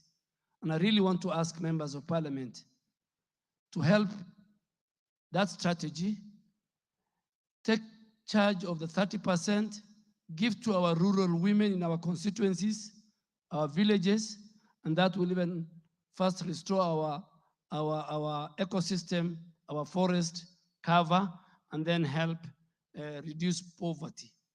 Madam Speaker, coming back to the question by Honorable Tim Wanyonyi, a man I have respect for and has represented the people with disability in this house for a number of parliaments, is that it was the issue of river depletion is a critical concern that is on this government's agenda. Under the leadership of His Excellency the President, the government has made a concerted effort to address the causes, recognizing their far-reaching impacts on water resources, on the livelihoods of our people, and the future of our nation. Allow me to elaborate the main causes of this challenge, highlighting very few because the document I have provided to Honorable Wanyonyi and to the Office of the Clerk. One of it is deforestation and degradation of water catchment areas in very critical water catchment areas like the Mao Forest Complex, the Aberdare Ranges, Mount Kenya Forest, and all this has led to a significant reduction in the ability of these forests to regulate our river flow. For instance, rivers such as the Mara, the Sondu, and Njoro, which originate from the Mao Forest, have experienced decreased water levels due to deforestation, which I will again later address in another subsequent question. Two, the other thing that has affected our rivers is prolonged drought and erratic rainfall patterns due to climate change. Climate change is the current currency in the world. It is there, we must face it. You have seen the floods in Nairobi, you have seen the drought, you have seen the landslides. Climate change is a reality. And this has reduced river recharge and flow. Rivers like Athi River, Wasonyiro North River, which support a very critical ecosystem, support our communities, pastoralists, for water, their livestock, and for people, are among those which have been affected by this erratic and prolonged drought. And these changes have significantly led to significant reduction in water availability across the country. There is a third one is of over-abstraction and unsustainable water use for agriculture, for domestic use, and for industrial use is another big challenge. I want to give the example of Wasonyiro River, which flows through the arid and semi-arid areas. It has seen its water levels drop drastically due to excessive irrigation in the upstream areas. Similarly, Athi River is heavily tapped for irrigation and industrial use, contributing to what the member is saying, reduced flow downstream. Encroachment and human activity within our riparian areas is another factor that reduces the flow of our rivers. This has contributed to the degradation of the river ecosystem. The construction, agriculture, and urban development along the rivers like Nairobi River and Athi River have not only reduced their flow, but have also increased the pollution level. Madam Speaker, there is no Nairobi River. What we have in Nairobi River is sewage, is raw sewage, is polluted. And I want to assure you, speaking on behalf of President William Ruto, Nairobi River and all other urban rivers will not be the same again. The same river of London, Madam Speaker, at one time was a sludge. I am ready as a minister to take the prize. The president has given me all the powers. And I want the leadership of Nairobi County to work with us. We've started yesterday with the climate works. We will change Nairobi River. It will become blue, and the people around Nairobi River and all of us will walk there. Pollution is another issue that's affecting our rivers. Pollution from industrial, from agriculture, from domestic sources. All these have degraded our rivers. The Nairobi River is a perfect example of high pollution due to untreated industrial waste, sewage, and plastic pollution, further straining its ability to sustain constant flow of water, Mr. Speaker. Lastly, Honorable Speaker, poor agricultural practices such as monocropping and overgrazing have led to soil erosion and siltation in many of the rivers. The Tana River, for example, the Kenyan largest river, is affected by siltation caused by deforestation and land degradation in its upper catchment. This reduces the river's capacity to hold water, leading to flooding during heavy rains. Go to Garissa County, go to Tana River, go to Lamu. As the river is entering the sea, the kind of siltation that you'll find on Sabaki Bridge. Honorable Speaker, allow me now also to highlight what mitigation measures is the ministry putting. One, we want to restore our water towers at the onset. The ministry is implementing the ambitious 15 billion tree growing presidential initiative to restore all our degraded ecosystem, including the water catchment areas, including the Mau Forest Complex, Mount Kenya Forest, Mount Elgon, Charangani, Aberdares. Restoration and forest protection will enhance water infiltration and will reduce service runoff, thus contributing to river restoration, in which Honorable team has asked. Mr. Speaker, to address climate change, the ministry has developed the third National Climate Change Action Plan 3, which was launched during the inaugural First African Climate Summit held in Nairobi in September 2023 by President William Ruto. And he today is the chair of African Climate Heads of State and Government. That coordinating of that national plan into a sectoral sectors plans into many ministries and counties for implementation.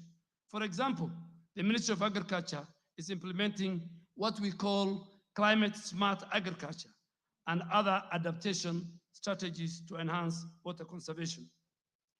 Mr. Speaker, finally, the ministry, through the National Environmental Management Authority, NEMA, we have enforced the protection of the riparian zones by removing illegal structures and settlements.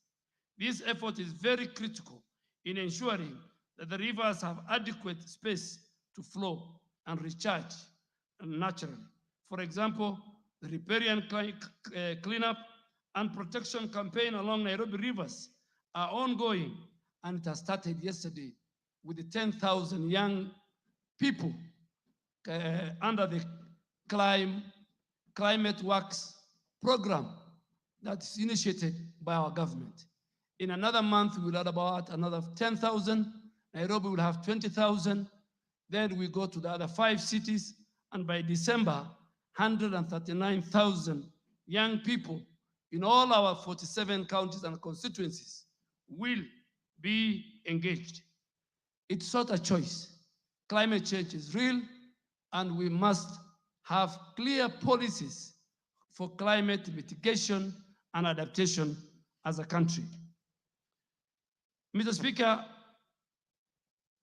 Honorable Tim Wanyonyi also sought our indulgence to enumerate the entities that discharge effluent in the rivers and the policy statement outlining.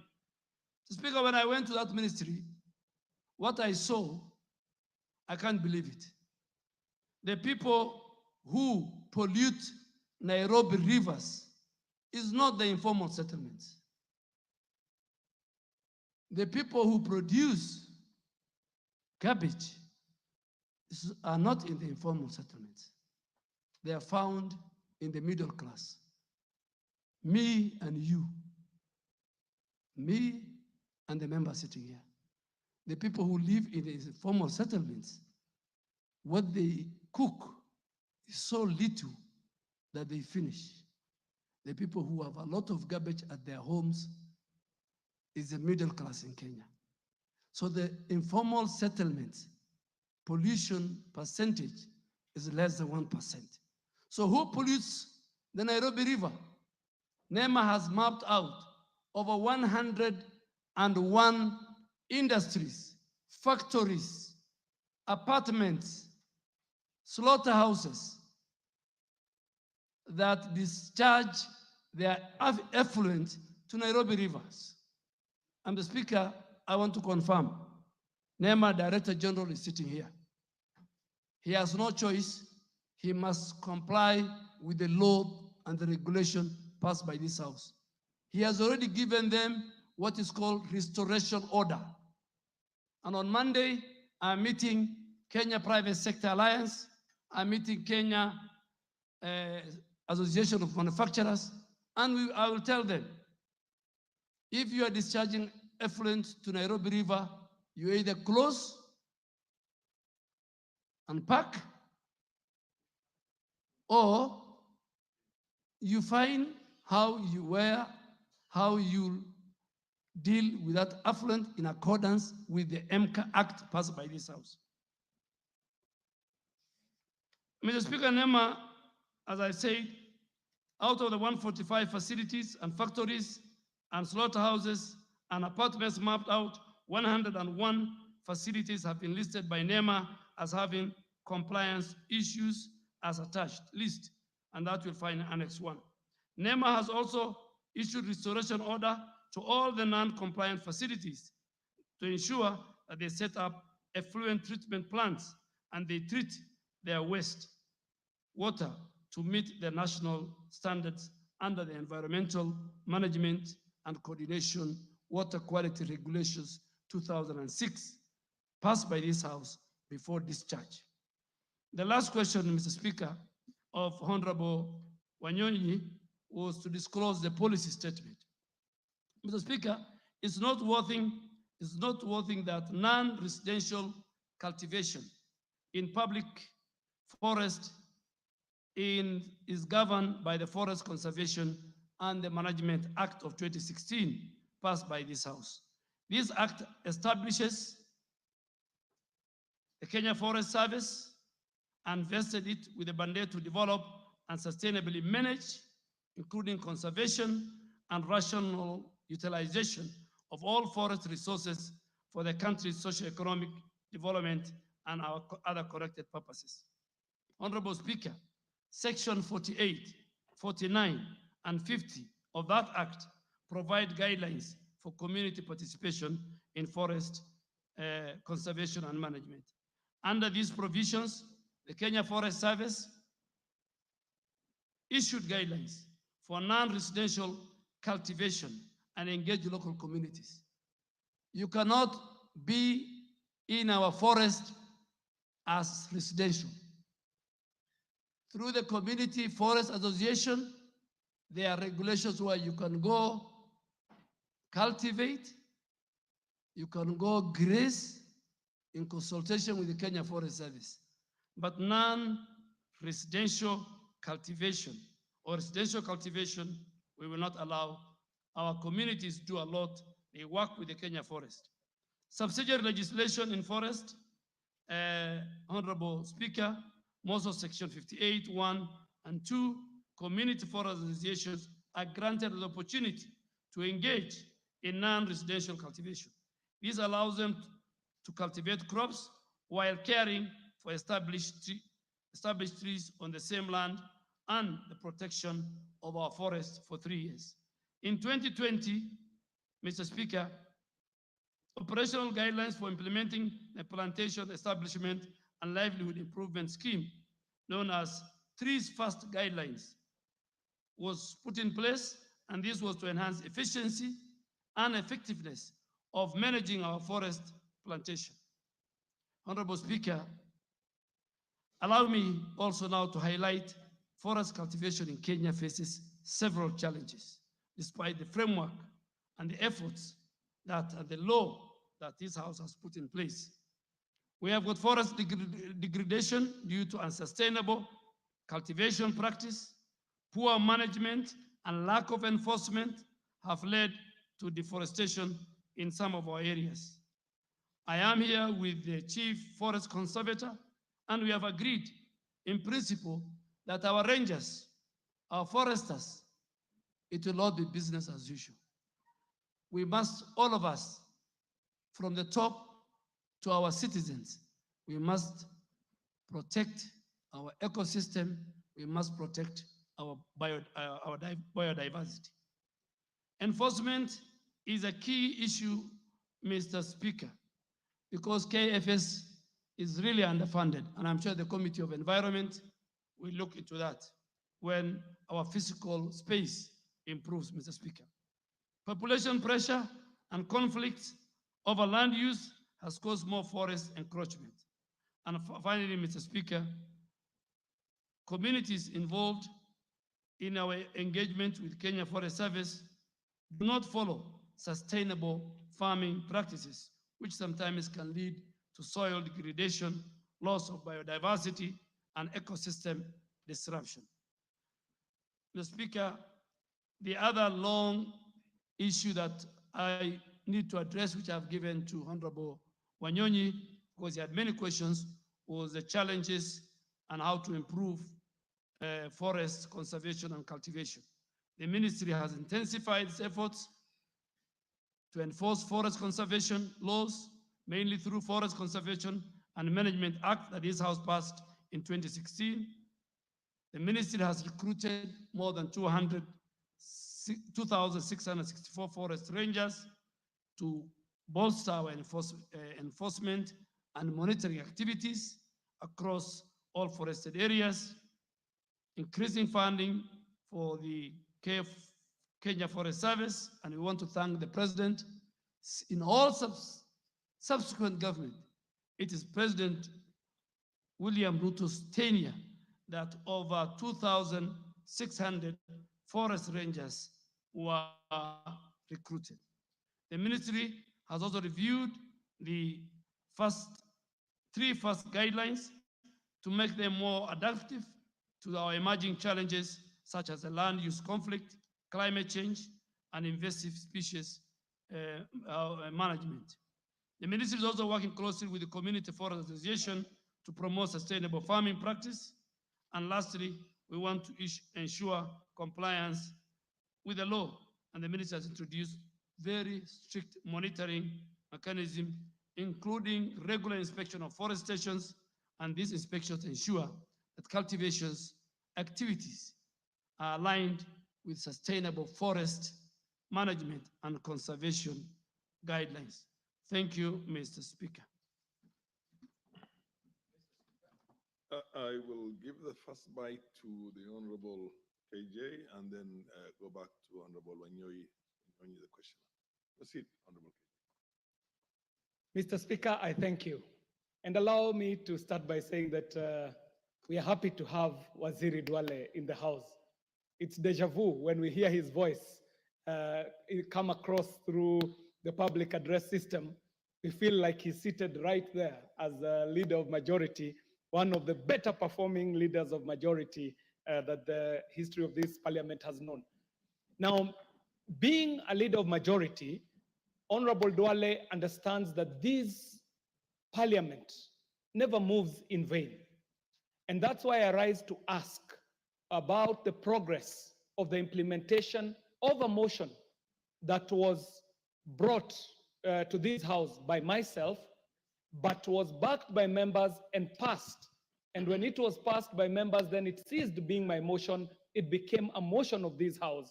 And because this House never legislates in vain, I would like to know, in connection to the reply that he's giving my neighbor, Honorable Tim Wanyonyi, in Nairobi City, we do not have space to plant trees. We do not have shambas. We do not have forests. So the motion was seeking to have the ministry implement tree planting along roadsides and along road reserves. This country constructs in excess of 600 kilometers of road per annum. These roadsides, if they became sites for tree planting, then Nairobi will get its fair share of the bite at the cherry in populating trees in this country. And so the target that the ministry has, Nairobi will be assisting in that target by planting trees along roadsides and road reserves. And this is not uncommon, Mr. Speaker, because previously, the Honorable Beatrice Elachi neighbors me. She will tell you that some roads that we share, when we were growing up, a road like James Gishuru, all the way from Wayakiwe to Dagoretti Corner, used to have a canopy of trees on both sides of the road. And during bloom season, during the jacaranda tree bloom season, it would be the most beautiful boulevard with purple flowers along that tree. Because, Mr. Speaker, when a road gets a tree canopy, it stops being a road, it becomes a boulevard. KJ, it's a question time. The question is... The chair has given you some leeway so that you can build on your question, but please ask the question. Yes, sir. Mr. Speaker, I do oblige, and the question is, what is the state of implementation on the motion that was passed by this House on the tree planting along roadsides and along road reserves in this republic? I thank you, Mr. Speaker. Fair enough. Timanyonyi, you can ask your question, and then the minister the cabinet secretary will answer them together. Proceed, the Honorable Wanyonyi. Can you give him the mic, please? Thank you, Mr. Speaker. First, I want to appreciate the answer that the minister has given, very elaborate, and I know he means the things he has said, especially, Mr. Speaker, about the Nairobi River that is so polluted, and looking forward, Honorable Tuale, that we as leadership of Nairobi, we are ready to join you, to work with you, to reclaim these rivers. Nairobi River never dries up. It runs throughout the year. And if it is saved, Mr. Speaker, it will even be giving people who live along that river fresh water and many other things to use it. So we look forward to Honorable Tuale for that implementation.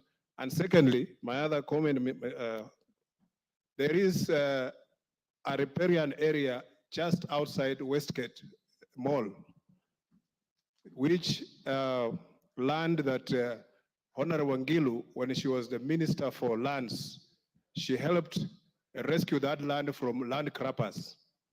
And it's a riparian area, and we wanted to preserve that area to remain as it was. It was a very beautiful environment, vegetation, and all like that. But now, there are people who have come and encroached that land and have occupied it. So I would like to ask whether the Honorable Minister will be in a position to come and help reclaim that land along with his colleague, the Minister of Lands, so that it remains a riparian area and will preserve our ecosystem within that area. Thank you, Mr. Speaker. Thank you, Mr. Speaker. Mr. Speaker, Honorable Honorable KJ asked a very good question. I will look for the motion, and I'm sure the Committee on Implementation need to invite me and the rest who are concerned. But I want to assure him that there are many places to plant. We have started with City Park. City Park now is under KFS. The title belongs to the Ministry of National Treasury. It belongs to us. So City Park, because Karura now is over congested. In one weekend, there are over between 5,000 to 10,000 people. So we want to plant, fence, and make City Park forests be like Karura. But yes, but on the roadside, under the key restoration program of the president of the 15 billion, the Ministry of Roads is under obligations. There are many things in that strategy that the contractors were given to build roads they are under obligation to plant trees and grow trees, not even planting, grow trees. The way you see in Europe, if you drive from here to Thika, from here to Nairobi, to Nakuru, to Kisumu, you must drive in the middle of a row of a forest, that road. That is part of what the Ministry of Roads is going to do in the larger restoration, 15 billion. Secondly, we are having an engagement with Kenya Power and Lighting Company and even the road agency. There is no way they can come to your residence, to your estate, and in making sure the electricity lines are in order, they just cut trees. It's not allowed. The law even allows. The problem in this country is people don't want to follow the law. There's a lot of impunity. Even when you want to construct your residential home on a half an acre, the law allows that you must leave certain percentage for growing trees and grass and all that. But because of greed, people want to build apartments next to each other. And this must come to an end. Honorable team, I am happy today that as a ranking member of the Nairobi Members of Parliament, you and KJ, you have stood firm and you have gone on record that you stood with us. The Nairobi River Commission was not under my ministry, but now it's coming to my ministry. Yet you stood with us, the multi-agency team, you stood with the president and all of us, and Beatrice Elachi is also here. We will help us clean Nairobi River. More, I'll talk about it, Mr. Speaker, when we reach the question of Honorable TJ Kajwang on Nairobi River. Next question, honorable members, let's go to the next question by the Honorable TJ Kajwang. Eh? No, it's, sorry, it's the Honorable Member of Parliament for Nakuru, Madam Lisa Chelule. Proceed.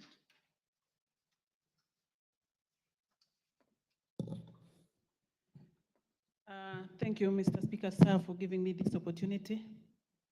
Waziri, welcome, and we congratulate you for your new position of CS for Environment. My question, Mr. Speaker, sir, is 107 of 2024, and it is as follows. Could the Cabinet Secretary elaborate on the initiative undertaken by the ministry to preserve wetlands and water catchment areas within the country and further state the effectiveness of such institution? My number 2 question, Mr. Speaker, sir, could the Cabinet Secretary explain the measures of the ministry, the ministry has put in place to safeguard indigenous trees planted in Kenya forests, considering the significant threat posed by charcoal burning activities? My question number 3, Mr. Speaker, sir, could the Cabinet Secretary provide the status of the community forest associations nationwide and further state the steps taken by the ministry to ensure those associations are adequately equipped and trained to actively engage in seed propagation, particularly in light of the government's plan to plant 15 billion trees within the next decade? Thank you, Mr. Speaker, sir. Minister. Thank you, Mr. Speaker. Mr. Speaker, the Honorable Member for Nakuru County, my sister, seeks to know the initiative that the ministry has undertaken to preserve our heritage, our wetlands, and catchment areas. Mr. Speaker, at the policy level, the ministry has put in place National Wetland Conservation and Management Policy 2009 to ensure how we use and the sustainable management of our wetlands in the country and to ensure sustained ecological and socio-economic functions for the wetlands for both the present and for future generations. The Speaker, the ministry is now implementing that policy jointly with other stakeholders in order to protect and safeguard wetlands. Two, Mr. Speaker, the ministry has developed and is enforcing the Wetlands Regulations 2009, which was passed under the Environmental Management and Coordination Act, CAP 387 laws of Kenya. These regulations, Mr. Speaker, provides a framework that will ensure all wetland resources in our country are utilized in a very sustainable manner, compatible with the continued presence of wetlands and their ecological goods and services. The Speaker, the Minister has also designated 6 wetlands in the country as far as the Ramsar sites. Ramsar is a convention that Kenya has signed internationally in 1992.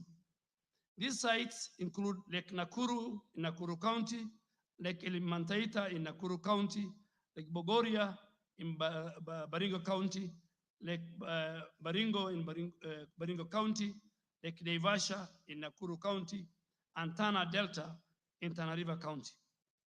Thirdly, to promote wise use and conservation of our wetlands and all the associated resources, my ministry is implementing the management plans for several wetlands in our country. Mr. Speaker, I don't want to read, it's a long list.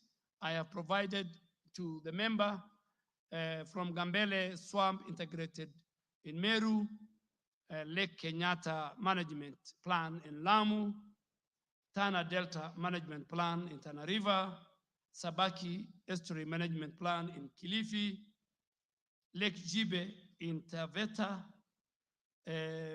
Munungu Swamp in Embu, Saiwa Swamp in Trans Nzoia, Kibiroing Wetland Management Plan in Nandi, which are all ongoing, and Lake Bogoria Management Plan, which is under review.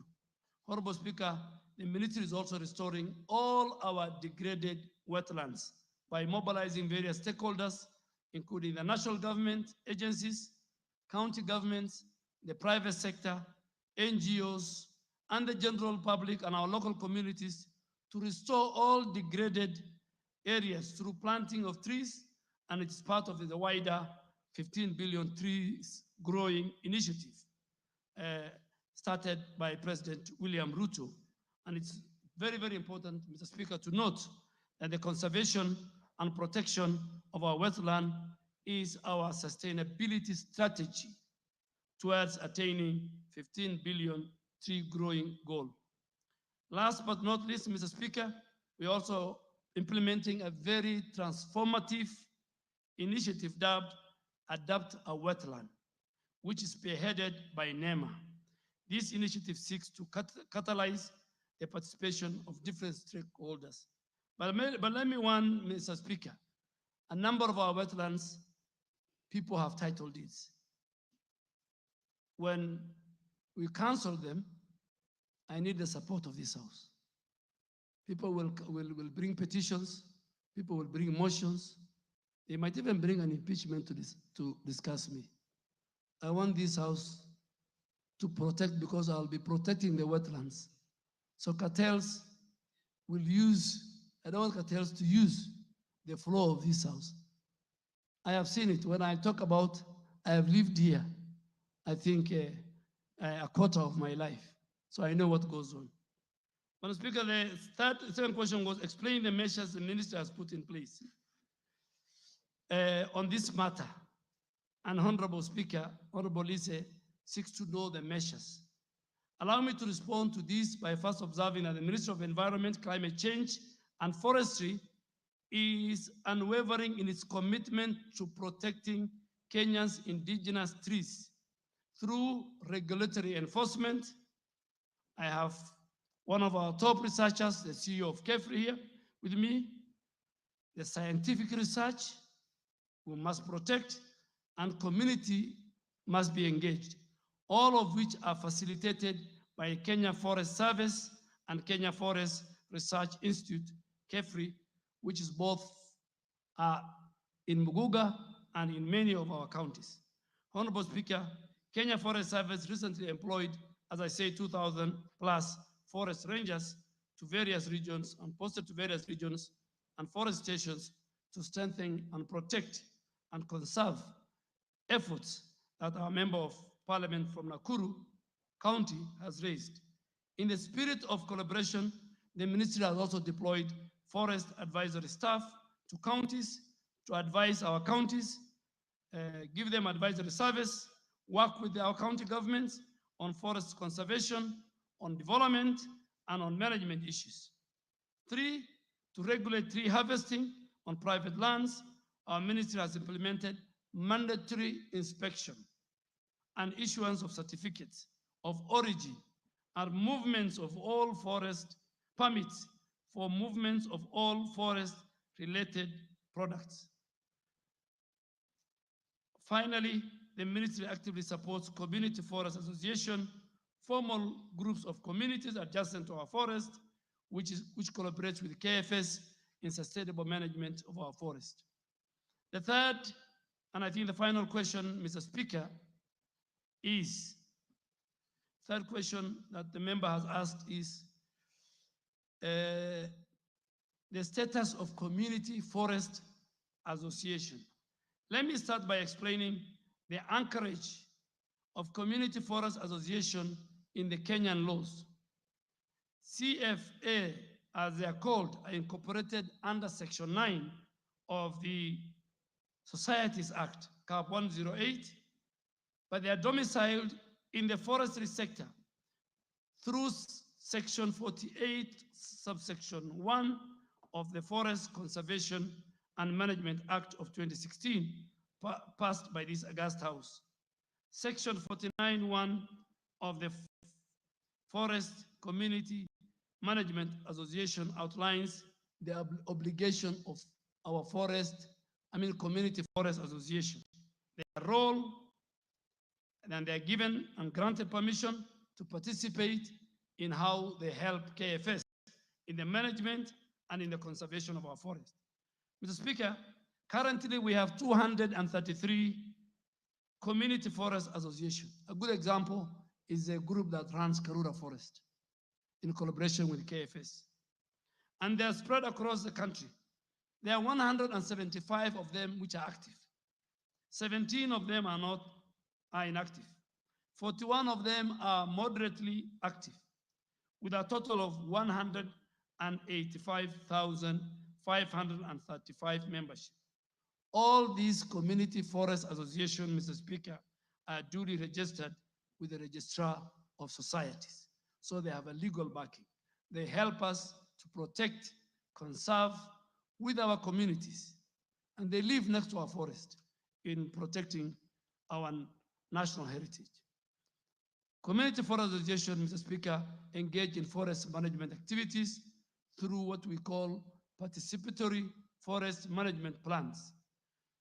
Mr. Speaker, our ministry has taken the following steps to ensure community forest associations are equipped and trained to support the 15 billion growing trees strategy of the Kenya Kwanza government. The ministry through KFS supports this group by doing what? In developing, in training them, in helping them with good governance, and giving them good guidance on what to do, on how to sustainably manage the use of our forest resources and how our forest restoration activities can take place. Speaker, the ministry provides through KFS and KEFRI. It offers them training in forest governance. It offers them training in monitoring and compliance with the forest regulations, while KEFRI provides specialized training in seed propagation, nursery management, agroforestry production. Mr. Speaker, before I became a minister, I didn't know what is KEFRI and where they are. I really want to ask that one day, members, when you're free, you visit KEFRI in Miguga. It's a very cold place. You'll find 10s, 20 top researchers. They will tell you what you want. They will tell you the type of tree. They spend hours and years, Mr. Speaker. Very, very great institution. Mr. Speaker, the community forest district are playing an increasingly significant role in helping us in creating awareness in tree growing campaigns. In this 15 billion, you'll find them on site. Seedling production, they have been given that role. They help us in producing those seeds. They help us in running nurseries, in planting and growing of trees in gazetted and outside gazetted forest. They protect planted trees from destruction and damage. So they are very, very important. And that's why this August House gave them a role when they were doing the Forest Conservation and Management Act of 2016. Mr. Speaker, I think I have answered all that to the member for Nakuru County, the Honorable Liza Chelule. The Honorable Wilberforce Oundo. Thank you, Honorable Speaker. It's good to see my friend in the House today. He was the majority leader, and he left me seated here, and you'll always find me here, regardless what Sir George thinks. I'll always sit here. Honorable Speaker, I like his passion for the new assignment. I did not know he'll transit from a Fande to a forestman that seamlessly. Honorable Speaker, I want, probably it might not have an answer now, but I want you to engage your team to look at a series of hills in Funyula constituency, starting from Odiado Hills all the way to Busia Hill. For many years, during the times of Professor Julio Jambo, when she was the MP, the place was populated by trees, indigenous trees. Over time, as was clearly said, bad farming practices, deforestation, and tree cutting for construction sites, charcoal burning, has decimated those trees, and generally those hills are now bare. Is there a program within the ministry that private owners of land can collaborate with the ministry to ensure afforestation with the indigenous trees so that we preserve the environment and return the hills to the status they were in the 1970s and early 1980s? Thank you, Honorable Speaker. The Honorable Member of Women Rep for Wajir County.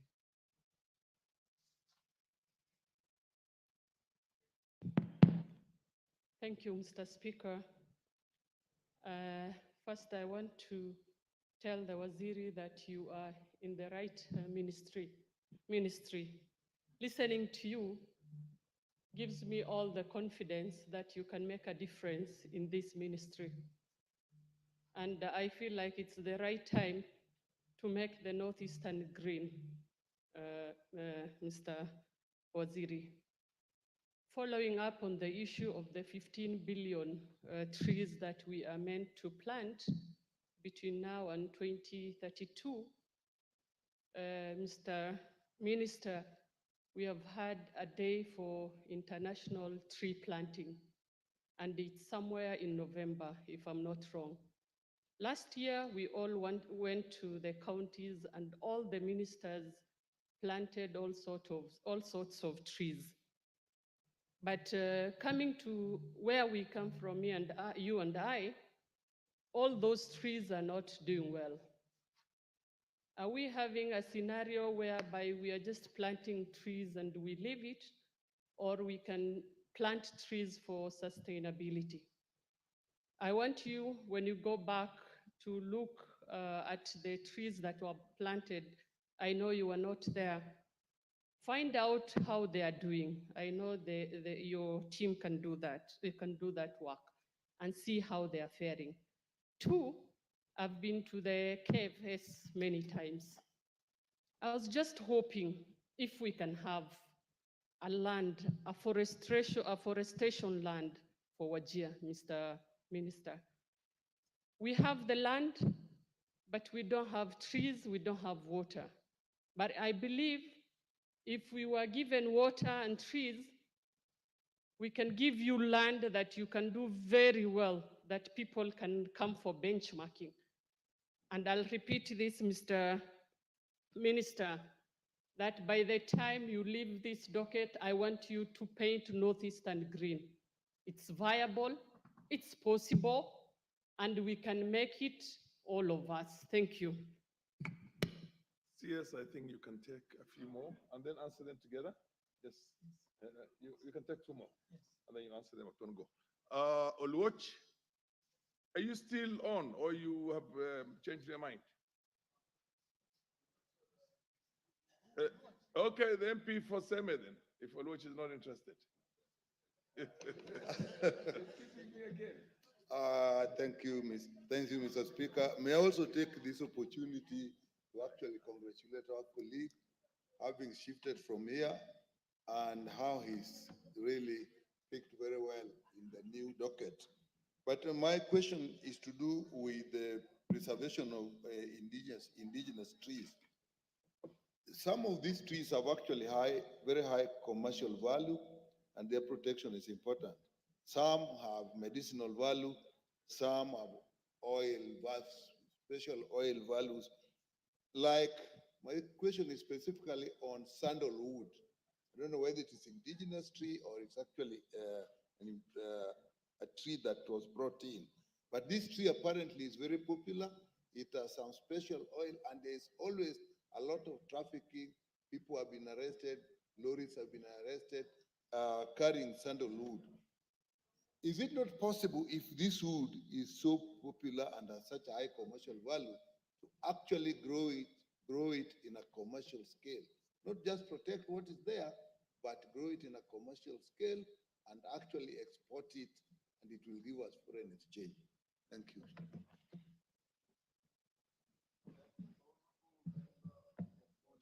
Bonnie.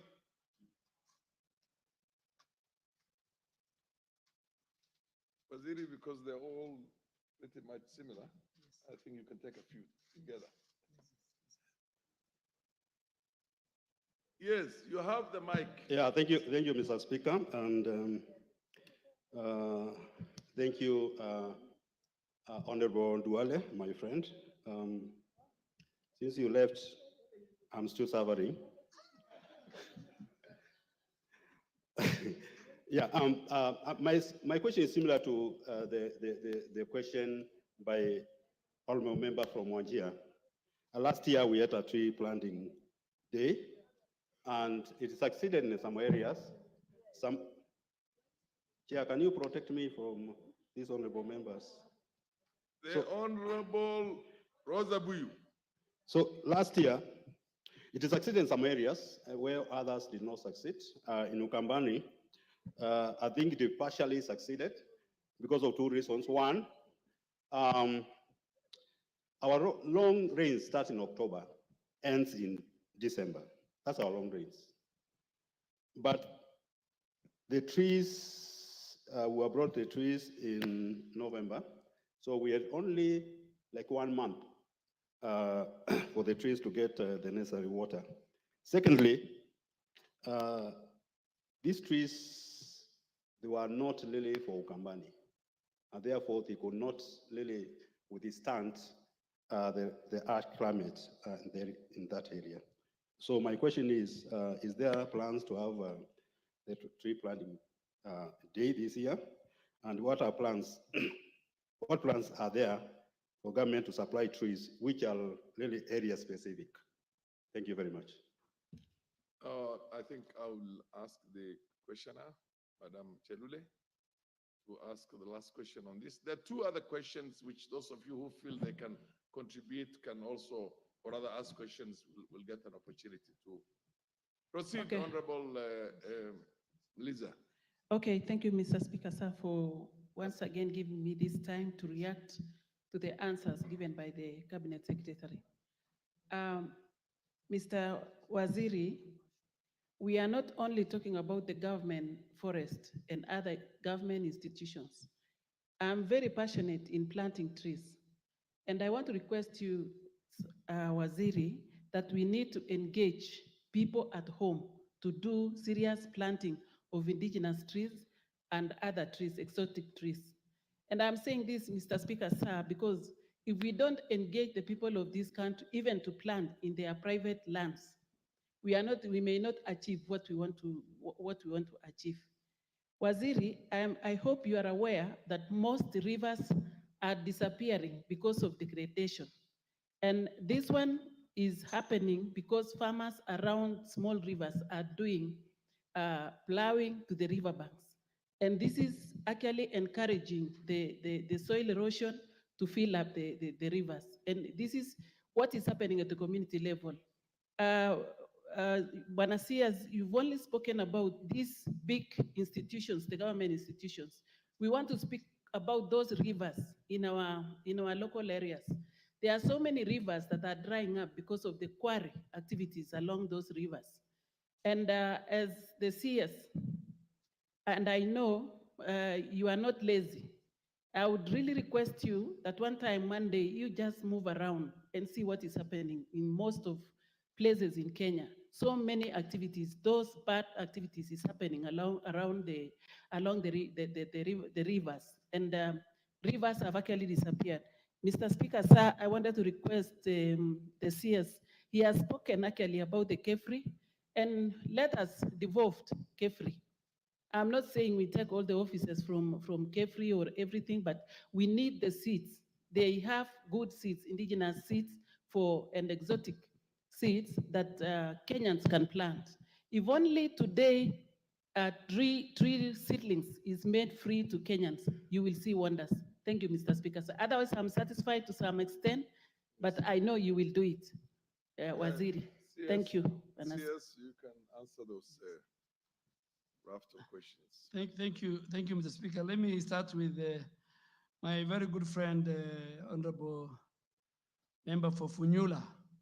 I also miss you. I mean, he was my colleague in Public Accounts Committee. I hope you are still there.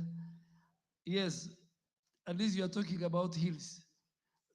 We have had many about mountains. So today, today is about hills.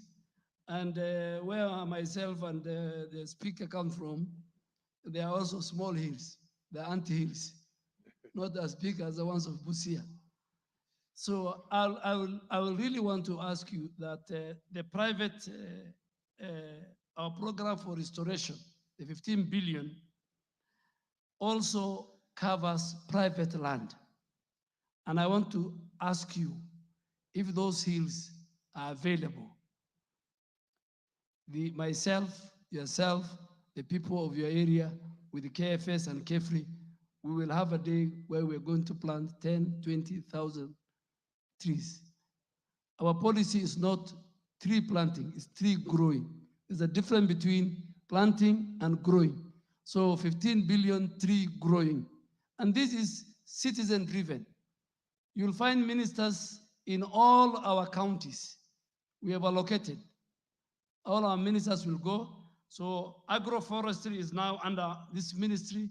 It's very, very key. Farm, forestry, the 15 billion strategy, all these will go in hand. To Honorable Fatuma, I first want to assure you that KEFRI is going to Wajir. They are in Garissa, and they are going to open the first seedling center in Wajir. And please work with our governor and our county government. 60% of the 15 billion tree growing strategy are going to happen in the dryland part of our country. That is in the Assam. And coming to the question of Honorable Nyekal, I have missed you, and I have missed your many amendments. You know, when it was a committee of the whole house, I look at the order paper, I missed your many amendments. But still I read the order paper. I agree with you, and if you go to KEFRI, they will show you how some of the species in our country are more valuable commercially. The perfumes you buy in Dubai, duty free, the products are found the raw material is found in our forest, in our country. So if you just go to if you go to Dr. Jane, our acting CEO of KEFRI, she will tell you which trees are good for which area of our country. So we don't even plant trees anywhere. Every area our scientists have identified. And I have a very long list, particularly for colleagues in the ASAL. There are many trees that grow in our areas, but we don't know the value. But I have asked the speaker to arrange for me a Kamkunji, maybe later in the month, so that we talk to our members on this 15 billion presidential tree growing area, so that under the environment aspect of your NGCDF, we can even pick, even if you pick a 30% which is fruit treat, and you take it to our rural constituencies, and you give to our rural women, that will change. Not only it will help us in the reforestation of our country, but it will help us reduce poverty within our communities. So please, I really want us to work on that. I think Honorable Boni, the speaker, I'm not seeing him here. He's there. Oh, he's there. Oh, he has come.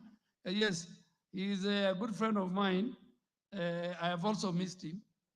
But Speaker, if you allow me, the problem is I cannot come to the bar. But I will come, and once I'm around here, you allow me to come and have tea at the lobby, like General Kaiseri, the late General Kaiseri used to do. And I agree with you. In our areas, Kitui, Garissa, the dryland areas, Dr. Jane and KFS have the solution of which trees that don't require a lot of water, that will grow and even will help the community in terms of commercial activity. And the fruit trees we can give to our rural women in your constituency. Well, we'll have a meeting. I think, Mr. Speaker, Honorable Chelule gave very fair comments. We will take her comments. And on the quarries, we will deal with it. The man in charge of quarries, just text me which quarry is affecting our rivers. The NEMA person in Nakuru will either do his job or he'll work for the quarry owner. There's no choice between. So you either work for government or you work for the people who are doing business in various sectors. Thank you, Mr. Speaker. The next question, I think you will get a bite in the next question because all these questions are pretty much similar. The Honorable TJ, I notice you have just walked into the house and you have a question. Could you ask your question? Give him the order paper, please. Yes, Mr. Speaker, I can confirm to you that Ruaraka is in the house.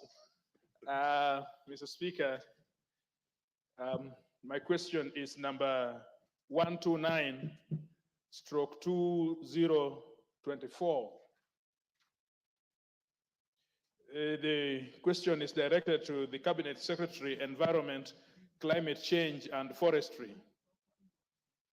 I want to ask questions about Nairobi River pollution and noise pollution. Number one. Ask the question verbatim. State the root cause or root causes of the Nairobi River pollution and why the river continues to be contaminated despite the many interventions made over the years by various institutions. Outline the number of facilities along the Nairobi River that are discharging effluent into the river and the steps the ministry has taken to address the situation. What measures, Mr. Speaker, are there to address the discharge of effluent into rivers and water sources in the country? And the last one on this, clarify whether illegal dumping or dump sites, including the infamous Dandora dump site located along the Nairobi River, are contributing to the Nairobi River pollution, and what measures are in place to remove illegal dump sites and dumping along rivers, including management of waste in urban areas. Mr. Speaker, state the steps taken by the ministry to address the increasing cases of noise pollution in the country, especially in residential areas within urban centers. Mr. Speaker, I ask. Cabinet Secretary. Thank you, Mr. Speaker. Speaker, let me start, and I really want to thank Honorable TJ Kajwang. This is a current question because Nairobi rivers is a currency, an important and a priority for this government and for the president. Mr. Speaker, as you may be aware, the president recently launched a groundbreaking and ambitious climate resilience service program called Climate Works, aimed at ecological restoration of our urban rivers, mainly and starting with the Nairobi rivers, while we still maintain public infrastructure, housing through labor-intensive and sustainable public works. So, the Speaker, I will have another day to talk about this climate works. It contains a lot. It's about Nairobi River regeneration, restoration, the pavements, the riparian area, how the labor intensive in terms of the settlements, making sure that some roads are done, lightening is done. So it's a huge program of the government under the able leadership of the president. So the initial phase of this climate works started yesterday, Mr. Speaker, here in Nairobi County, along the Nairobi River. In its first phase, 20,000 young people of Nairobi from 42 villages have been onboarded. The first 10,000 cohort started work yesterday.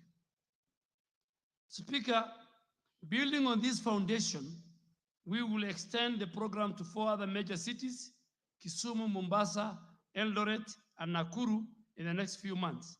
And another additional 40,000 youth will be engaged, with the 10,000 of them allocated in other areas of Nairobi starting early November. In December, Mr. Speaker, because of equity, this climate works will be rolled out across all the remaining 47 counties, embodying close to about 139,909 young people to ensure full national participation and impact. Honorable Speaker, my ministry is implementing other initiatives to deal with the pollution issues in our main urban rivers.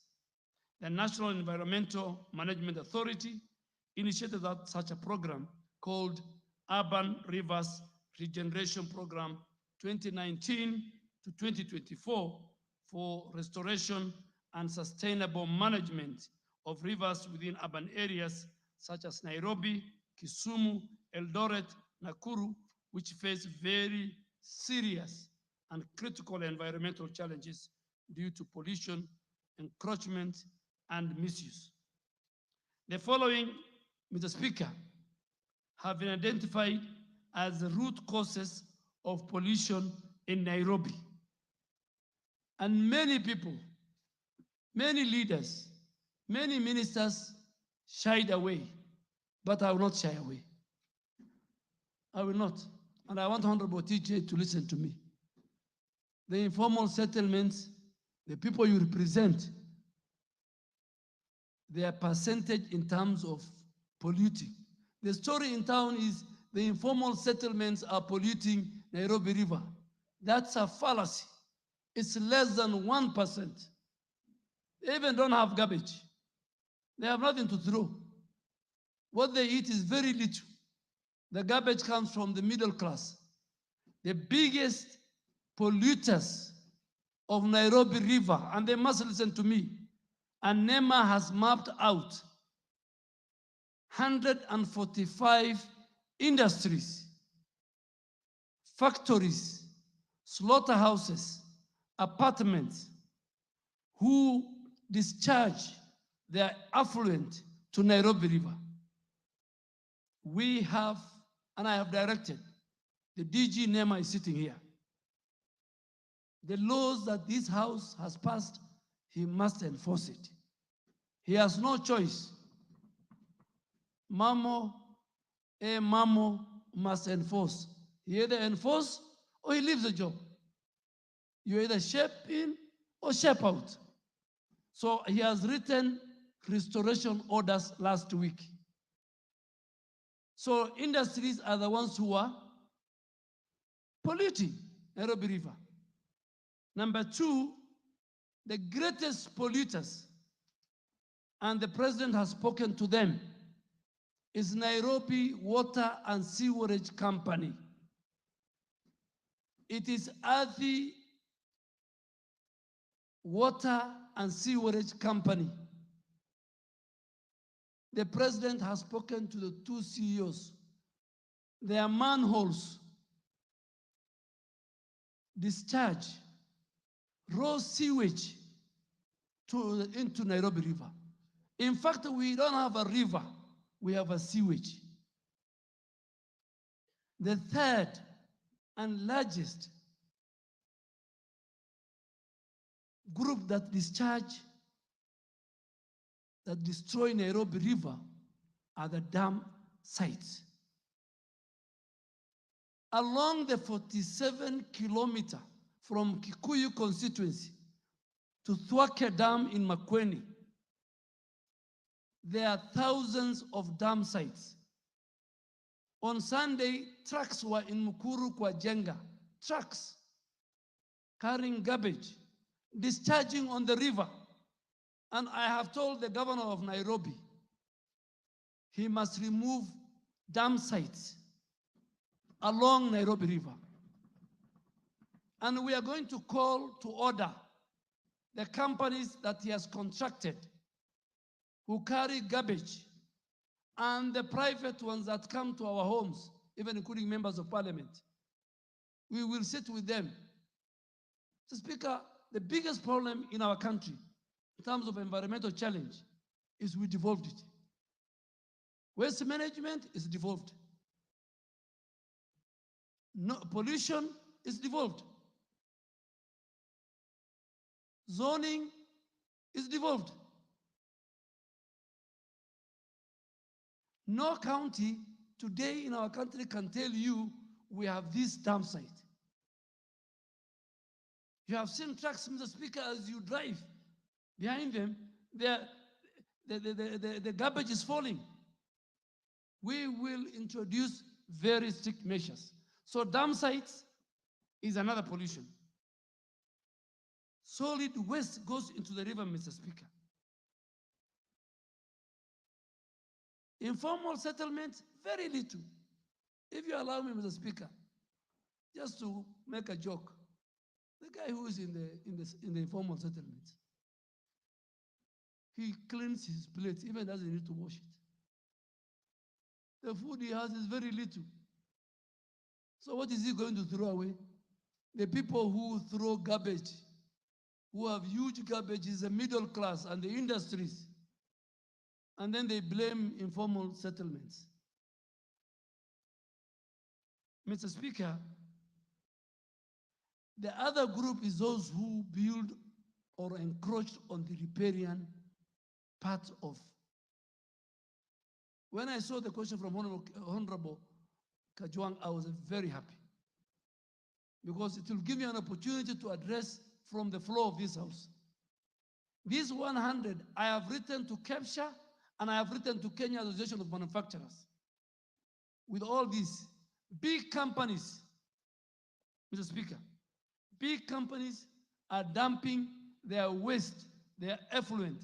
The law allows them, MCA law allows them that they must provide how their effluent is discharged.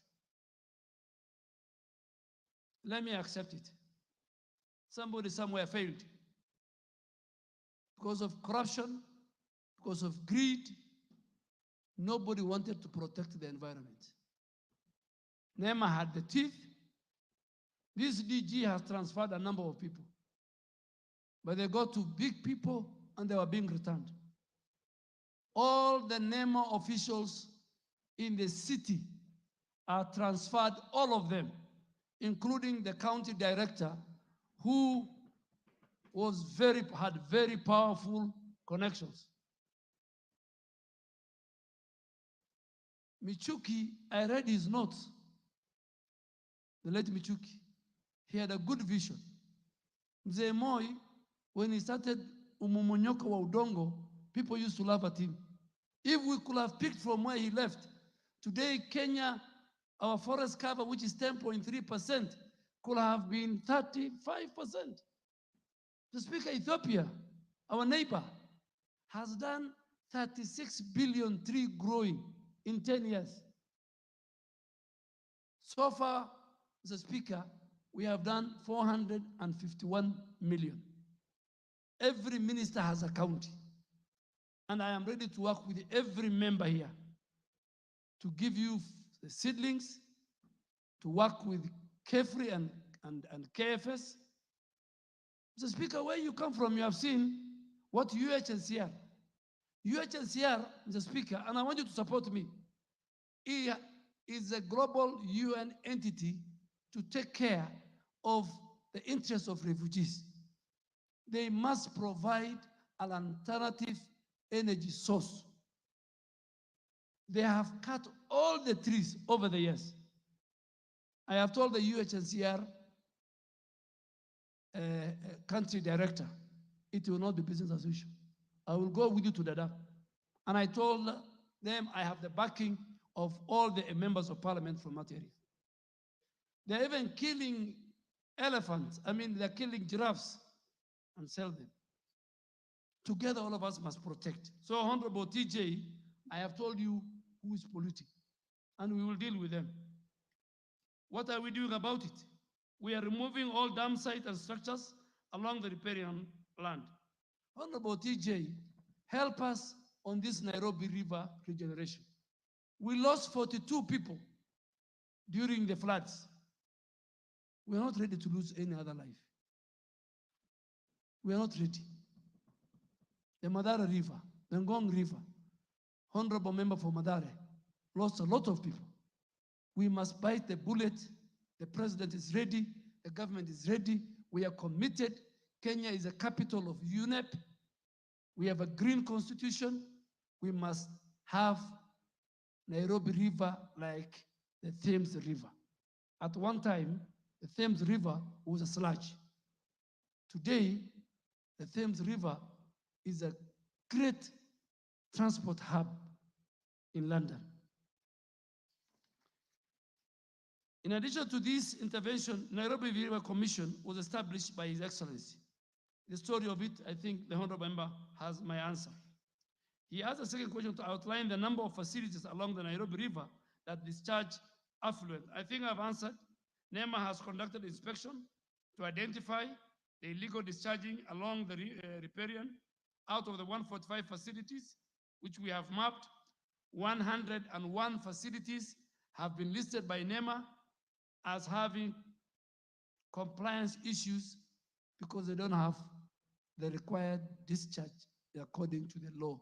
I have attached the list. I have nothing to hide. Yes, even the banks, I have searched with the banks, they have a sustainability obligation, KCB, equity. If they are giving credit to a company, to a factory that is destroying the environment, even that sustainability of that company will be in question. So about 101. We have slaughterhouses who are discharging raw affluent to Nairobi River. NEMA will undertake compliance evaluation through inspection. Question 3, Mr. Speaker, was Honorable TJ has asked. our indulgence to state the measures that we have put in place. And I think I've already put it. But let me come to what are we doing about pollution control and water management. The Speaker,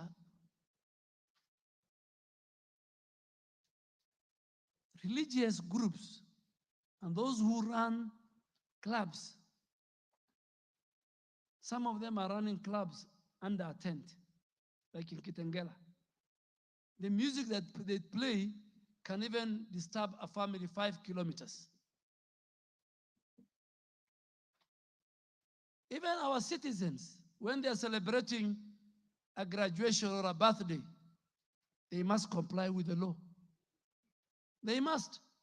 You can't bring all your friends because your son is graduating and then you play music the whole night. Some people have sick people. Some have young children. Some people are tired, they want to sleep early. So Speaker, I am a victim this weekend in my own estate. But because I didn't want to be accused of using my powers, I wrote a small note to the chairman of our estate and I told him, this is against the law. Please, by 10 o'clock, reduce noise pollution. NEMA partnered. NEMA has the powers. They have a police, Mr. Speaker. Mr. Speaker, there's something this House has given us under regulation. It's called Extended Producer Responsibility Enforcement. That if, for example, a bottle of Coca-Cola or a packet of Brookside is found along Nairobi River, that company, under extended producer responsibility, they must come and clean that river. NEMA must issue that restoration order. And that's why, Mr. Speaker, during the finance bill, one of the biggest multinational companies was against the eco levy. Why was that company against the eco levy? Because their franchise in Kenya, when their packets or their bottles are found along Nairobi River and NEMA uses the extended producer responsibility, that responsibility goes to the owner of the brand, who is a multinational. And they came, I was watching, they come before the finance committee. They don't want to take responsibility. So, Mr. Speaker, when the restoration support bill come next month or next year, that will be used to protect the environment, our ecosystem, I really want to ask colleagues here to support that bill and to make it even more punitive. Honorable Speaker, I think on noise pollution, it's becoming a very, very serious issue. So restoration order, sustainable waste management, the law is there of 2022. This House has enacted it. It aims to promote a circular economy in waste management, such as segregation of waste at source. In your homes, in the next few months, I will gazette the coded, where in your homes, you must have a waste bin for the waste, for the wet waste, for the organic, and for the dry. The vehicles that will carry must carry separately. And when they take it to Dandora dam site, there must be different areas for different waste. For the dry one, the young people can use it for recycling. For the organic can be used even for manure. Our public transport system must have waste bins, Mr. Speaker. That when, if you eat a banana, you don't throw it from the window. So public transport owners must provide. And so, Mr. Speaker, all these, we will enforce the noise pollution, we will enforce those who are dumping effluent to Nairobi River. when we deal with them, please don't call me. Because you will call me, it is my friend, it is somebody who supported me. Let us, all of us together, and I really want to indulge this house. I really want to indulge the leadership of Kenya is sitting here. Please, let us be remembered for conserving our environment. Let us be remembered for the fourth preamble of our constitution that says we must protect, preserve the environment for the current generation and the future generations. The framers of the Honorable Speaker was part of the constitution making. The framers of our constitution, I had a chat with the judges of the Environment and Land Courts. They totally agree with me. They said, up to the Chief Justice, let us, all of us, citizens, make sure. But Nairobi members of parliament, majority are sitting here. My final shot. Please help me and the president and the multi-agency team. There was a question why I think Honorable, why KDF? I think that's the questions that that's the question that you want to deal with me when I appear before the Environment Committee. And I was ready tomorrow, but I am told tomorrow members have other important business. Mine is not important anymore. So they have given me a date of 15th. And as a ranking member, Mr. Speaker, this one is very important. So you better go do it. I have no vote, but it is important. So tomorrow, Honorable TJ, I got a letter from the committee. We meet on the 15th. Thank you, Mr. Speaker. Yes, I'm sure that the House is seriously excited that we have a new sheriff on environmental matters in town. And I wish I was not on the chair and I was on the other side when you were talking about the UNHCR and what needs to be done. But in any case, I know me and you come from the same county, so we'll talk about it. It's a serious work, and you're cut for the job, and you're doing a fantastic job. Now, the honorable members, Martin Owino, followed by Anthony Lodge. Order.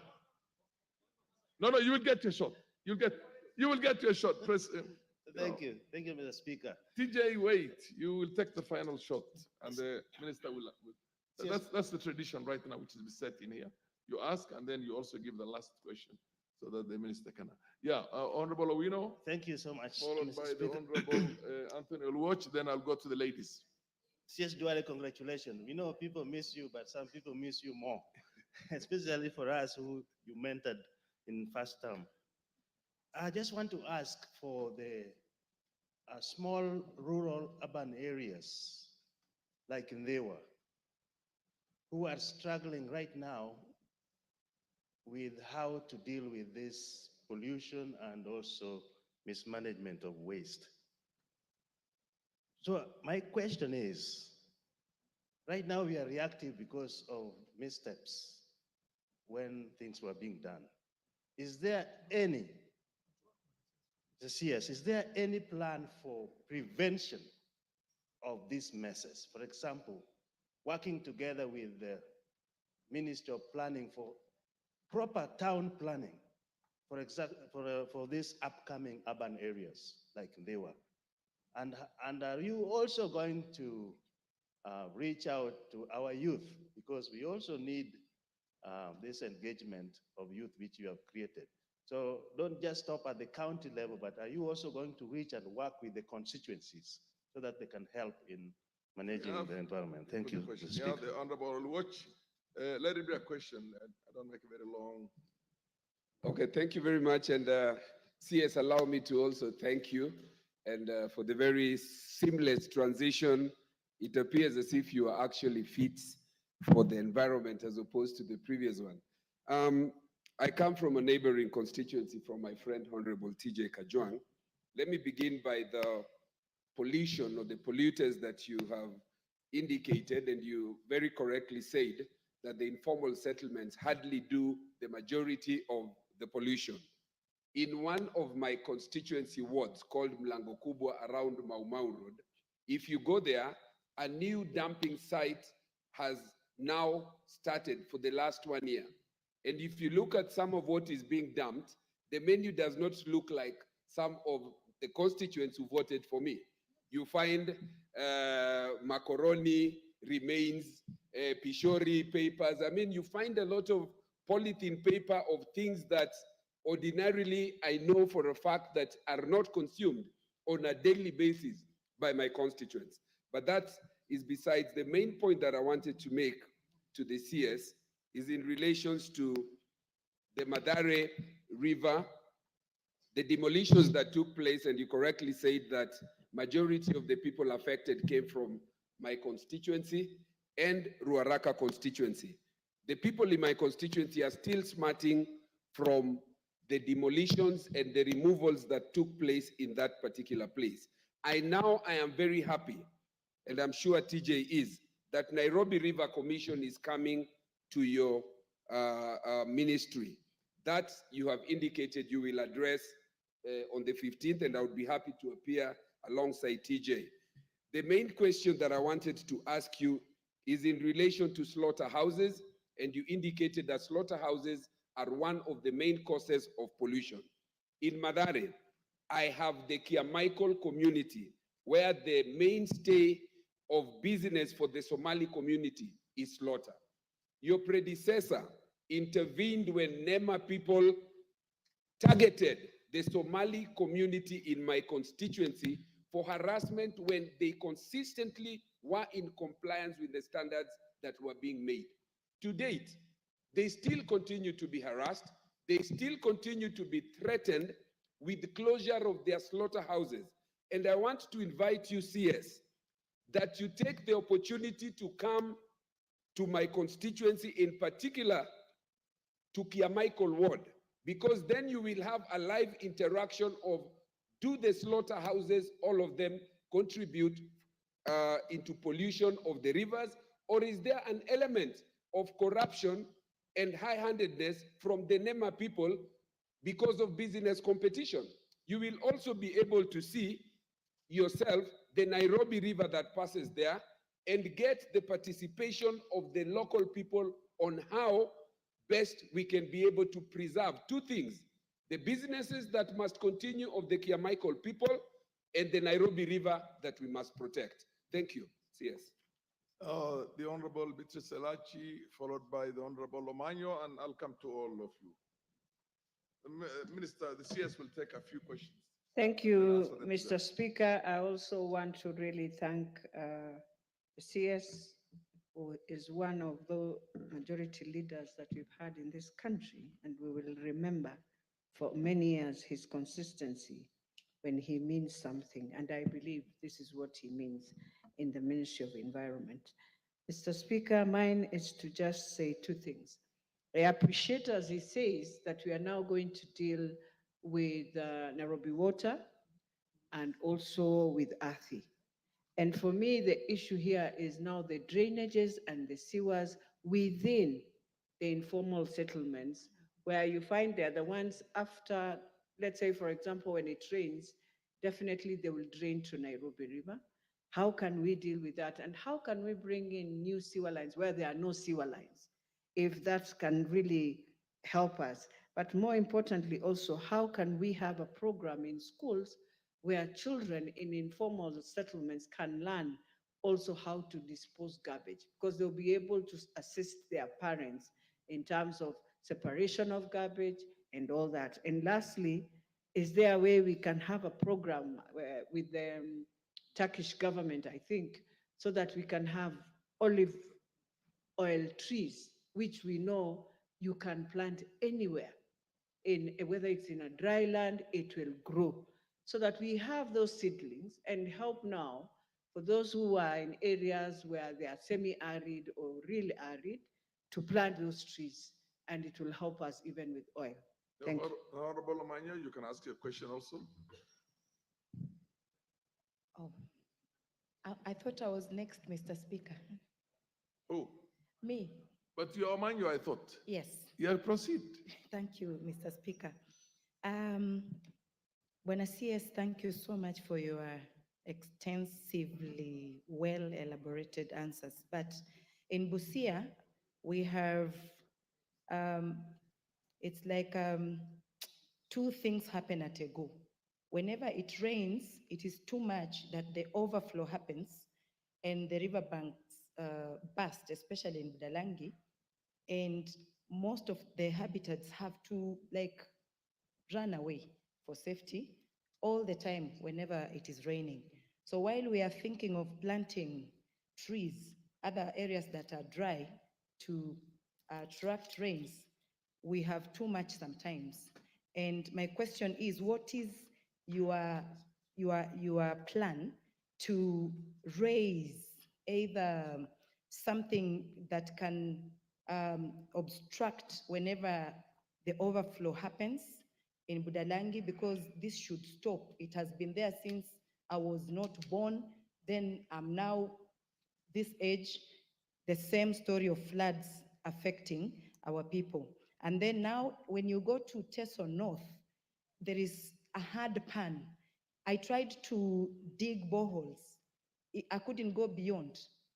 And that the areas, the few areas that have boreholes, they are seasonal. So there is a problem in that area in Teso North. I'm asking, is there a way we can have piped water to go across the sub-county, or a dam that can feed all the area, because that area, women are raped at night and girls going across the other county in Bungoma to queue for 6 to 8 hours. I meet men whenever I'm doing my own crisscrossing, and they make it as a joke and say, at night you wake up, you are touching left and right, your wife is not there. She has gone to look for this important basic need, water. So we can save a lot. When you come to Budalangi, food insecurity is now high. Poverty levels have gone too high as well. And no one anywhere in the world is likes to be put or called as poor. There are situations that happens and they find themselves like that. Now that you have been sounding so knowledgeable, I am begging as the women representative there that we put it pragmatically so that it doesn't just look very well done theoretically. Fair enough. Thank you. The Honorable Murugara, and then Cherorot, and then the Honorable Kajuang, and the rest of you will take a serious bite on the next question. Thank you. There's another question also, which is very similar to this, and you can ask anything on environment, because the minister is there for the Minister for Environment. So thank you. Thank you. basically, yeah. Thank you. And he will take note of all these things, and he'll answer them. Whatever he can't answer them, he'll answer them next time. Thank you. Proceed. Thank you very much, Mr. Speaker. So, Speaker, allow me also to voice my delight this afternoon to have our former leader of majority being with us here. Even when he became a ranking member, I remember we used to do many, many long hours in the House, and as he can witness, we are still doing it with vigor. So we are carrying on, we are holding fort in respect of the House. Mr. Speaker, allow me to ask him regarding the pollution that Honorable TJ Kajuan has actually asked about. We know very well Nairobi River is murky. In fact, as we live within the precincts of Nairobi, you cannot, unless where it is absolutely necessary, you cannot drink that water. But as the river goes down, it gets into Machakos and then into Makwedi. And residents there actually use that water when it is not treated. It's a very big health hazard. What measures is the government putting in place to ensure that even as we clean the river here in Nairobi, the water is also treated so that the health and safety measures that would apply in Machakos and Makwedi are applicable and those people are safe? Similarly, but in the contrast, the Tana River has very clean water. As it traverses the Raka, we actually use that water without any treatment, and hardly, seldomly, can it be said that it's a health hazard. And I know you do it in Garissa, because I come to Garissa quite often and I see as it flows under the bridge. But as we speak today, there is a very serious threat to that river because of the water towers, which are ordinarily Mount Kenya, Nyambene Regis, and those ones. The tributaries that drain into Tana River are now dry, and therefore the river has very little water. When you combine that with harvesting or harnessing of electricity, then you have a dry river as it meanders past Garissa into the Indian Ocean. What measures is the government putting in place to ensure that, first and foremost, we save the water towers of Mount Kenya and Nyambene Regis? Number two, that we plant trees that are actually friendly to the riverine condition, special trees that will help in preserving water along the Tana River and its tributaries.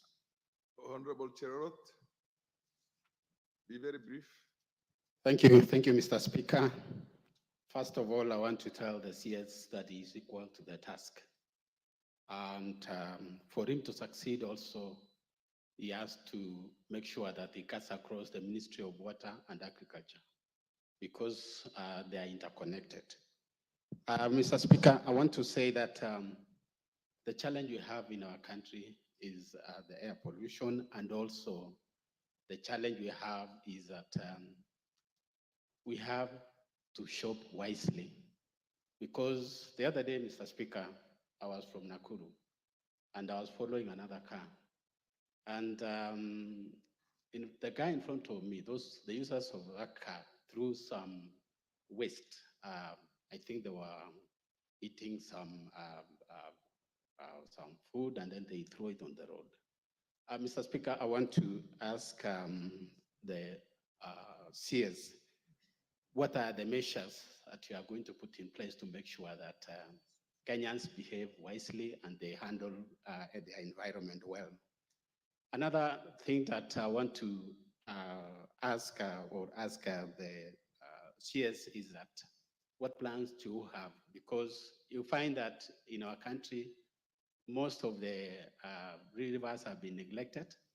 And I want to ask him what measures is he putting in place to make sure that Kenyans themselves own it and participate, especially by taking care of their environment. Lastly, Mr. Speaker, I want also to say that I'll ask what also measures is he going to make sure that they put in place so that we employ the use of recycle, because there is a problem, reuse and recycle, so that we can be able to manage well our waste, Mr. Speaker. Thank you so much, Mr. Speaker. The Honorable TJ, so that the minister, we can dispose of that question. We'll go to the next question and you'll take a bite of that. Mr. Speaker, many members have... You will have an opportunity on the next one. The minister has taken already too many members. Order. Proceed. Mr. Speaker, many members have complimented, congratulated, and expressed a lot of faith in the cabinet secretary. So I wouldn't go there. I will just take it where it belongs. But I have to give him worth the distinction that he has in relevance. I think he has attended to this question with a lot of relevance. But so that these questions are not shrouded, I have a lot of respect for members, but they have asked a lot of carry-through questions, which may lose the gist of the question that this minister came here to respond to. I want to pick only 4 aspects of it very quickly, so that the minister is brought back to the questions which are direct to this issue. In question Roman 3 says, what measures are there to address the discharge of effluent into rivers and water sources in the country? And the minister has responded, well so, that one of the things that they have in place is this animal called Nairobi River Commission. I want to take that. Now, Mr. Speaker, the minister aware, of course, I'm sure he is, being a ranking member of this house, who knows legislation making and so on. he knows of Gazette notice, special issue number 258 of 2nd of December 2022, which created this Nairobi Rivers Commission. And in this notice, the Gazette especially is 14891, which quotes the Climate Change Act and quotes the Environmental Management and Coordination Act. Of course, the issue of the rivers is in the Act of Environmental Management Act. In fact, at that time, the Climate Change Act, you read it all, there is no function at all that is given to Nairobi Rivers Commission. And yet, that is the act upon which this is predicated. But worse, over the page, it is signed by a man that I'm coming to respect, called Honorable the President, William Samoei Ruto. Now, under that act, it is this CS who has the authority to appoint a commission, not the president at all, and it is not delegated function. And number two, this Gazette notice must be laid before this House under delegated powers and jurisdiction of this House. And nobody has the power to make law other than this House. I'm sure the minister knows this. And so they create a commission, and yet it is this commission which is driving the policy of cleaning the Nairobi River. I am going to meet him on 15th, but in that 15th, I've asked him to consider disbanding this commission and creating it afresh in a legislative process that is viable. But in this case, he would have to respond and say, if in this question I have asked, that if this commission were to drive this process, that it is dead as dodo, ab initio.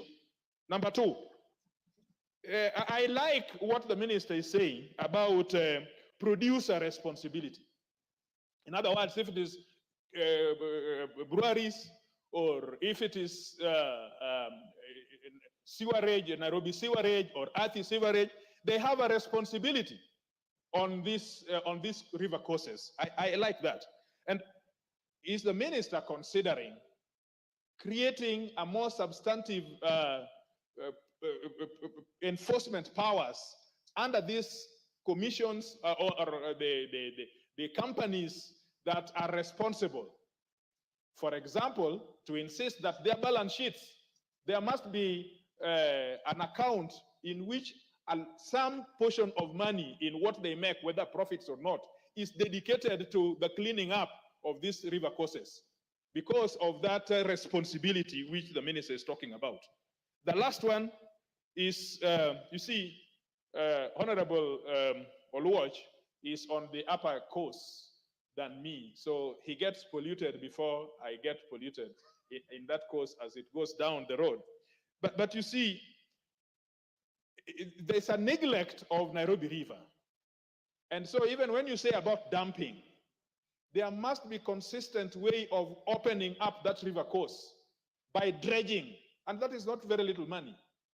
Dredging the course to keep it open so that the substances as they pass through, including medical affluents, Mr. Speaker, there are a lot of things that Oluoch and we see in that river coming from the myriads of clinics. There are more clinics than there are people. I don't know whom they are treating, but there is more clinics than there are people. And all that effluence is coming down the river.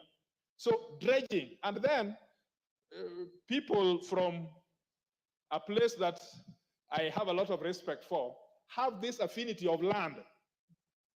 When they see land, their body changes. So what they do is that they dump sand. They dump quarry sand on the course of the river so that as much as it is getting constricted, Mr. Speaker, this is very important. The chair has given you an inordinately long leeway for you to make your case, but don't turn this into a very long speech. I'm most obliged. I'm most obliged. And you know, you and I are now the remaining ranking members in this house. So, Mr. Speaker, but the point is this, that these people are dumping quarry sand in packets so that the river creates some more land. This is what we learned, him and I. These people from those places, they have an affinity for land. So Mr. Speaker, the CS must know how to dredge this river course and remove all those this dump material so that the river gets back to its course wide and sure, and as it goes down, the water becomes a little loose and more liquid so that there is a velocity that it flows down the river. Thank you, Mr. Speaker. CS, one serious takeaway, just to add on, is that if I got him right, he's saying, what regulatory, is it going to be a new piece of legislation that's going to give you more teeth than you've had before for you to be able to perform all this raft of very ambitious things, or you can do it through like regulations? Is that right, Mr.? Okay, fair enough. Thank you, Mr. Speaker. Mr. Speaker, and you are a ranking member. Maybe TJ follows you, and the Honorable Kamket has not had, because he's not very far from Honorable TJ, but the senior senior ranking member is the Speaker. Mr. Speaker, this House, and Honorable TJ, and you know, the laws are there. The problem in our country is enforcement.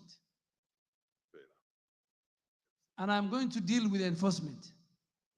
And the man in charge of enforcement, whether it is noise pollution, whether it's waste management, whether it is environmental degradation, Nairobi River, dam sites, if all of us, the leadership, we work together, I want to assure you that the people who have been given the mandate, why does NEMA has police officers and other agencies don't have? It's because how important environment is. So Honorable TJ, I agree with you in creating the Nairobi River legal notice 14891, there are issues. But we are very lucky. I don't want to be accused, but now we have an Attorney General, one of the most brilliant women, I think, in Kenya. I will sit with her when the executive order is signed. Nairobi River comes to my ministry. We'll sit with her. We want to work within a legal framework. Secondly, all that you're asking about Nairobi River, the 30-meter riparian size. We will drench Nairobi River. We will build embankments so the river comes back to its course and carry the water. But what I will do, because that presentation was done to His Excellency the President on Monday by our team, I will look for a day. I invite the Nairobi leaders, and we will show you the plan we have. I will not succeed in this ministry without the leaders, without the members of parliament. Honorable Oluoch, Honorable TJ, Honorable Beatrice Alachi, Honorable KJ, I need your support. But I want to assure through the Speaker, Nairobi River will not be the same again. And this is not me saying, it's President William Ruto and the Commander-in-Chief who is saying he has only given me delegated authority. But it's him who said it on Monday, and we have a serious, and that's why we have started with Nairobi River. So we'll fix that. And I agree, you know, the members now have put me in many, many other issues. Let me speak to my good sister from Busia. The flooding control, please, and we have done research, work with KFS and KEFRI, plant more bamboo trees. Bamboo trees have become successful in the control of floodings. We will provide with you, we will go there, let us plant as many bamboo trees as possible. And you will count on me. That's success. The other issue which government did was the same problem we are facing with Tana River when it floods. As we go, get more money, but I think that we can do it because it's an intervention also for restoration of the ecosystem. If you mix it with the indigenous tree species, our honorable women rep, and even planting in the riparian areas, I can tell you that is a quick solution we can start with. On the challenge, Mr. Speaker, on Tana River by the Honorable Mulugara, I've missed you. There are times, Mr. Speaker, during our days, it was difficult, if you allow me, during our days it was difficult to impeach a deputy president. And the reason was we had the numbers. We had 145. And you know, if you have 117, you survive. So as we were aligned to William Ruto, we had 145, and Murugara was our lead counsel. So the problem of the challenge of siltation in Tana River is that we need to protect the water catchment areas through planting the right species. Tell the people not to plant eucalyptus. Eucalyptus trees will finish. Secondly, there are too many horticulture and farming, and people are diverting the water at the top of the abadeas and the other areas. So by the time it's coming to Garissa, Tharaka, Tana River, it meanders and it migrates like the nomads. So even farmers, palms, this month is here, the next month it's in a dry area. And I agree with you, but let's help. Honorable Wino, very good point. I have talked to NEMA, we'll work with the county. We must ensure working with the Department of Physical Planning, and we'll come up with a holistic land use for even our rural part. But the NEMA person on the ground Order, must... Honorable Watch. You are supposed to be listening to the minister because he's answering the things you ask. Proceed, Minister. Thank you, Mr. Thank you, Mr. Speaker. So, Mr. Honorable Wino, your point is very valid. I will prepare it conclusively, but we will deal with it. There was the issue of the solid waste management. The problem I have, and let me be very frank to the House, most of the challenges we are facing with waste management, noise pollution, environmental issues, all these are devolved. All these are devolved. And nobody in the counties wants to take care. I mean, we must face it. We must face it. And as I talk to you, let me start with Nairobi. And the president has really helped the county government of Nairobi. We will help him in terms of resources because we will not deal with Nairobi River if we don't fix the old debilitated sewer system in Nairobi. So the president has committed that he will first fix the sewer. Because the sewer line is in the river. Even when we want to drench, we will meet the sewer lines. But yesterday, the president has committed, and please, when it comes to the House, the budget, support it. Because we want to fix that sewer line and maintain it properly. Yeah, I think we shall use what you call the expanded responsibility. Honorable TJ, I can tell you, today I want to forgive them. But if I give you the names of the corporations that pollute Nairobi River with their products, some of them, they make billions of profits. So when we bring a restoration fee order that will be domiciled in NEMA, that will be only used to not go to the National Treasury to go and use it to pay debt. It will only be used, and you must amend that, you are good in amendments. It will only be used for environmental restoration and protection. Please support me.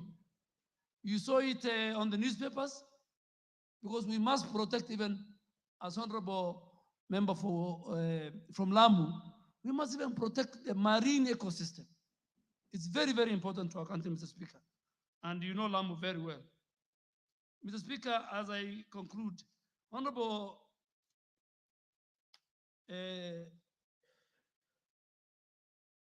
Olwoch, you are a very good man, but please, I am not a Somali minister.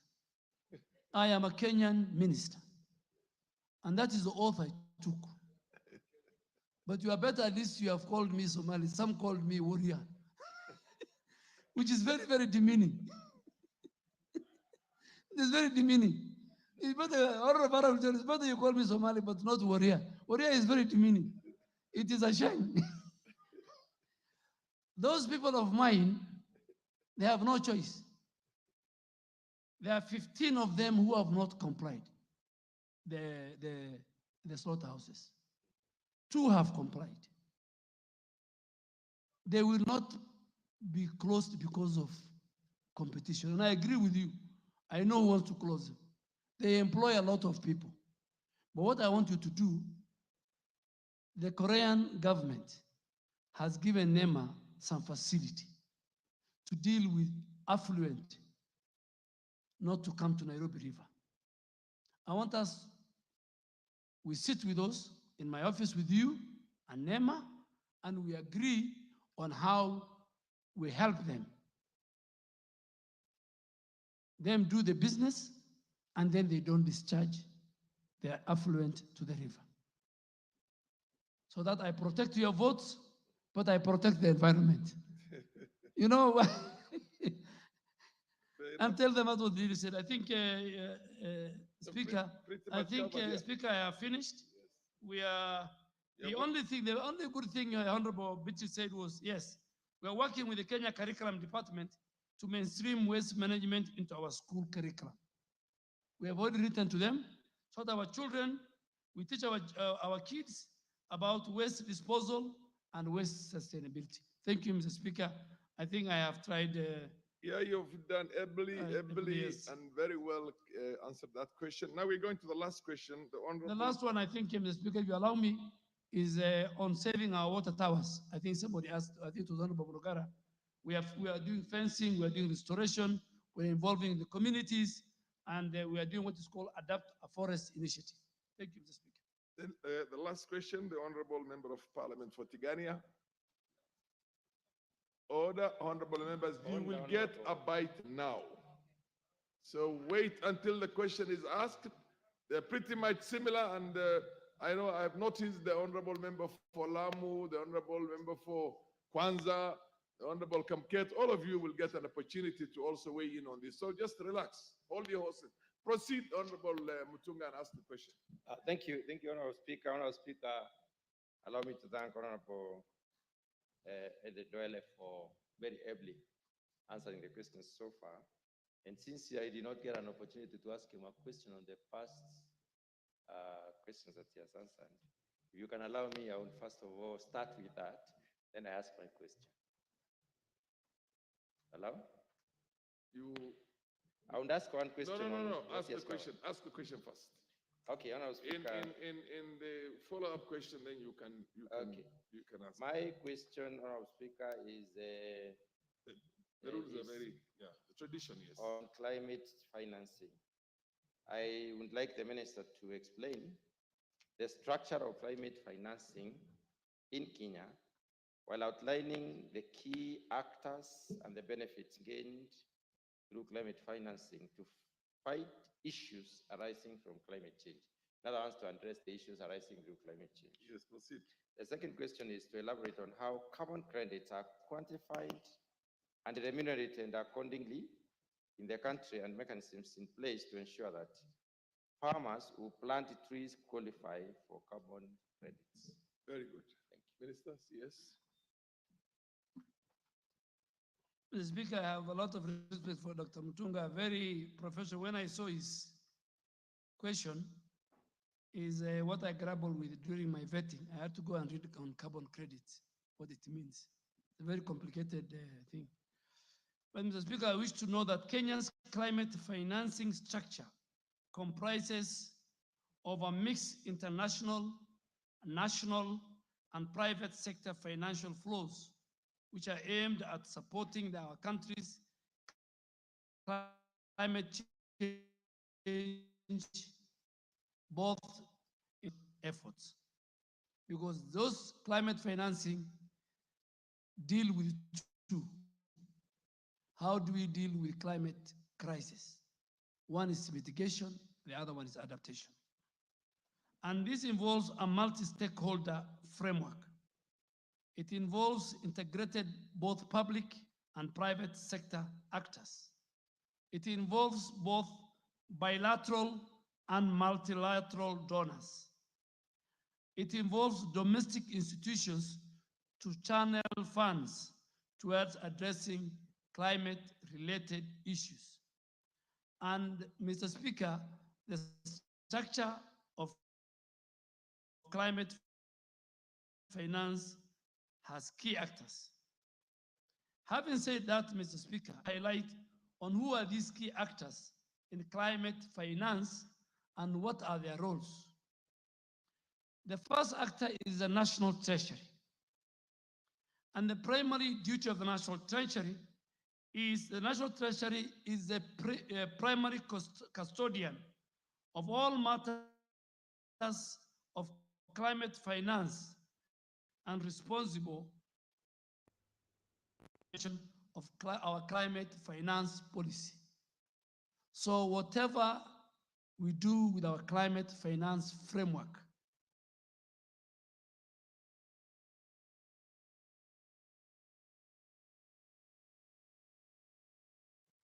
number two, the National Treasury role is overall mobilization of climate funds, and they lead.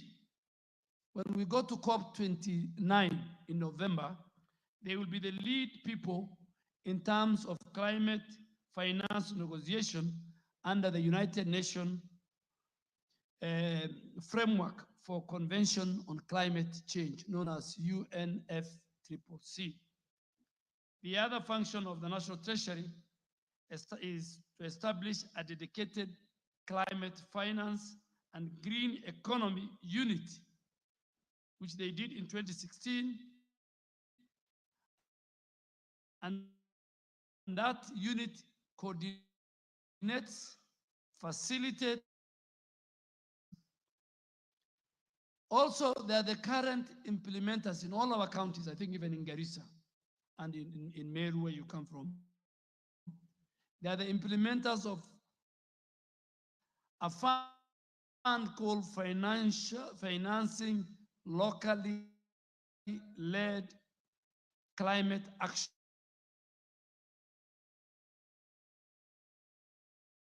Finally, Mr. Speaker, the National Treasury as an actor is the Kenya National Designated, the DNA, for Green Climate Fund. The DNA is in my ministry. It is domiciled in NEMA. That's where the register is for carbon market. But in terms of Green Climate Fund, the National Treasury holds the pen. The next group is the National Climate Change Council, ACTA. This is chaired by the President, and myself as the Minister for Environment is the Secretary. We have the Minister for Energy, we have somebody from the academia, we have somebody from the civil society, we have somebody from the marginalized communities, we have somebody representing. 2 months ago, this house, I am at the stage of establishing that council. So what does this council do as an actor? This council's mandate is to provide legislative and policy direction. So whatever that comes to the house, whether it's a policy or legislative, it emanates. They do supervision, they do oversight, they do guidance on climate change across all levels of government, including even the climate finance mechanism that I've just talked about. It's called the Climate Change Fund. The third ACTA is the Interministerial Committee on Climate Finance, which was established in 2015 to provide leadership. Their function is to provide leadership on the climate finance activities in Kenya, including the GCF. The Interministerial Committee on Climate Finance is composed of senior technical officers handling climate change, climate finance matters from various ministries, from various departments, from various agencies, and even from the Council of Governors. The fourth actor is my ministry, Ministry of Environment, Climate Change and Forestry country, and we are the focal point for this UNFCCC. We chair this Interministerial Committee on Climate Finance, and we operationalize the entity for Global Environmental Facility, which supports a number of our programs. The fifth actor is NEMA. What does NEMA do? As I said earlier, NEMA is the designated national authority for carbon markets in Kenya. The register is there. They do assessment when there is a carbon market project in your constituency. They analyze, they look at the law, and Mr. Speaker, I want to thank this House. The regulations for carbon market was passed last week. And for the first time, if, for example, there is a carbon offset project in Dr. Mutunga or the deputy speaker's, the speaker's constituency, the community by law will get 40% of the proceeds. And the project will not continue. Agreement is signed. Before, nobody was paying. There were many companies who were getting billions from even our soil carbon, and they were not paying anything. So NEMA is now mandated as a focal point. They co-chair the interministerial and the direct access entity. Then we have the line ministries and state departments, and then we have the line ministries they must mainstream climate action in planning and budgeting. Then we have the county governments, the establishment of the county climate change funds. Many funds going to our counties, and I think those funds. In our counties, the mainstreaming of climate action in the counties, planning and budgeting process. Two partners. What do different partners do? They have the provision of the climate finance and technical assistance. They include the multilateral, the World Bank, the African Development Bank. We have the bilateral actors, the European Union, the NIDA, USAID, CEDA, AFD, many of them JICA. Then lastly, we have the private sector. And what is their role as an actor in the climate financing? Their investment in low carbon climate resilience. Kenya by the Global Climate Fund. Equity Bank, Cooperative Bank, they have been nominated for accreditation. Kenya Private Sector Alliance, KEPSA, and Kenya Association of Manufacturers are members of the Interministerial Technical Committee. Speaker, the second, he asked what is the benefits of financing received? Honorable Speaker, Kenya is mobilizing an average of 300 billion every year on climate finance and climate-related. The IMF Resilient Sustainability Facility of $544 million. The FLOCA program, which I said it is domiciled mainly in our counties, of $295 US. The Climate Investment Fund, USD 70 million. The climate finance, Mr. Speaker, received by Kenya brings several significant benefits that contribute to the country's climate change. These benefits are many and they span across environmental, social, economic dimensions. They enhance resilience, they support sustainability, and they contribute to our development. Honorable Speaker, allow me to bring to the attention of the House that as a country, we have a significant climate financing gap, which hinders our ability to fully implement our climate goals, including those outlined in our country's national determined contribution. The full implementation of NDC requires the country to mobilize USD 62 billion. Despite the influx of international and domestic funding, the available financial resources fall short of estimated needs for climate financing.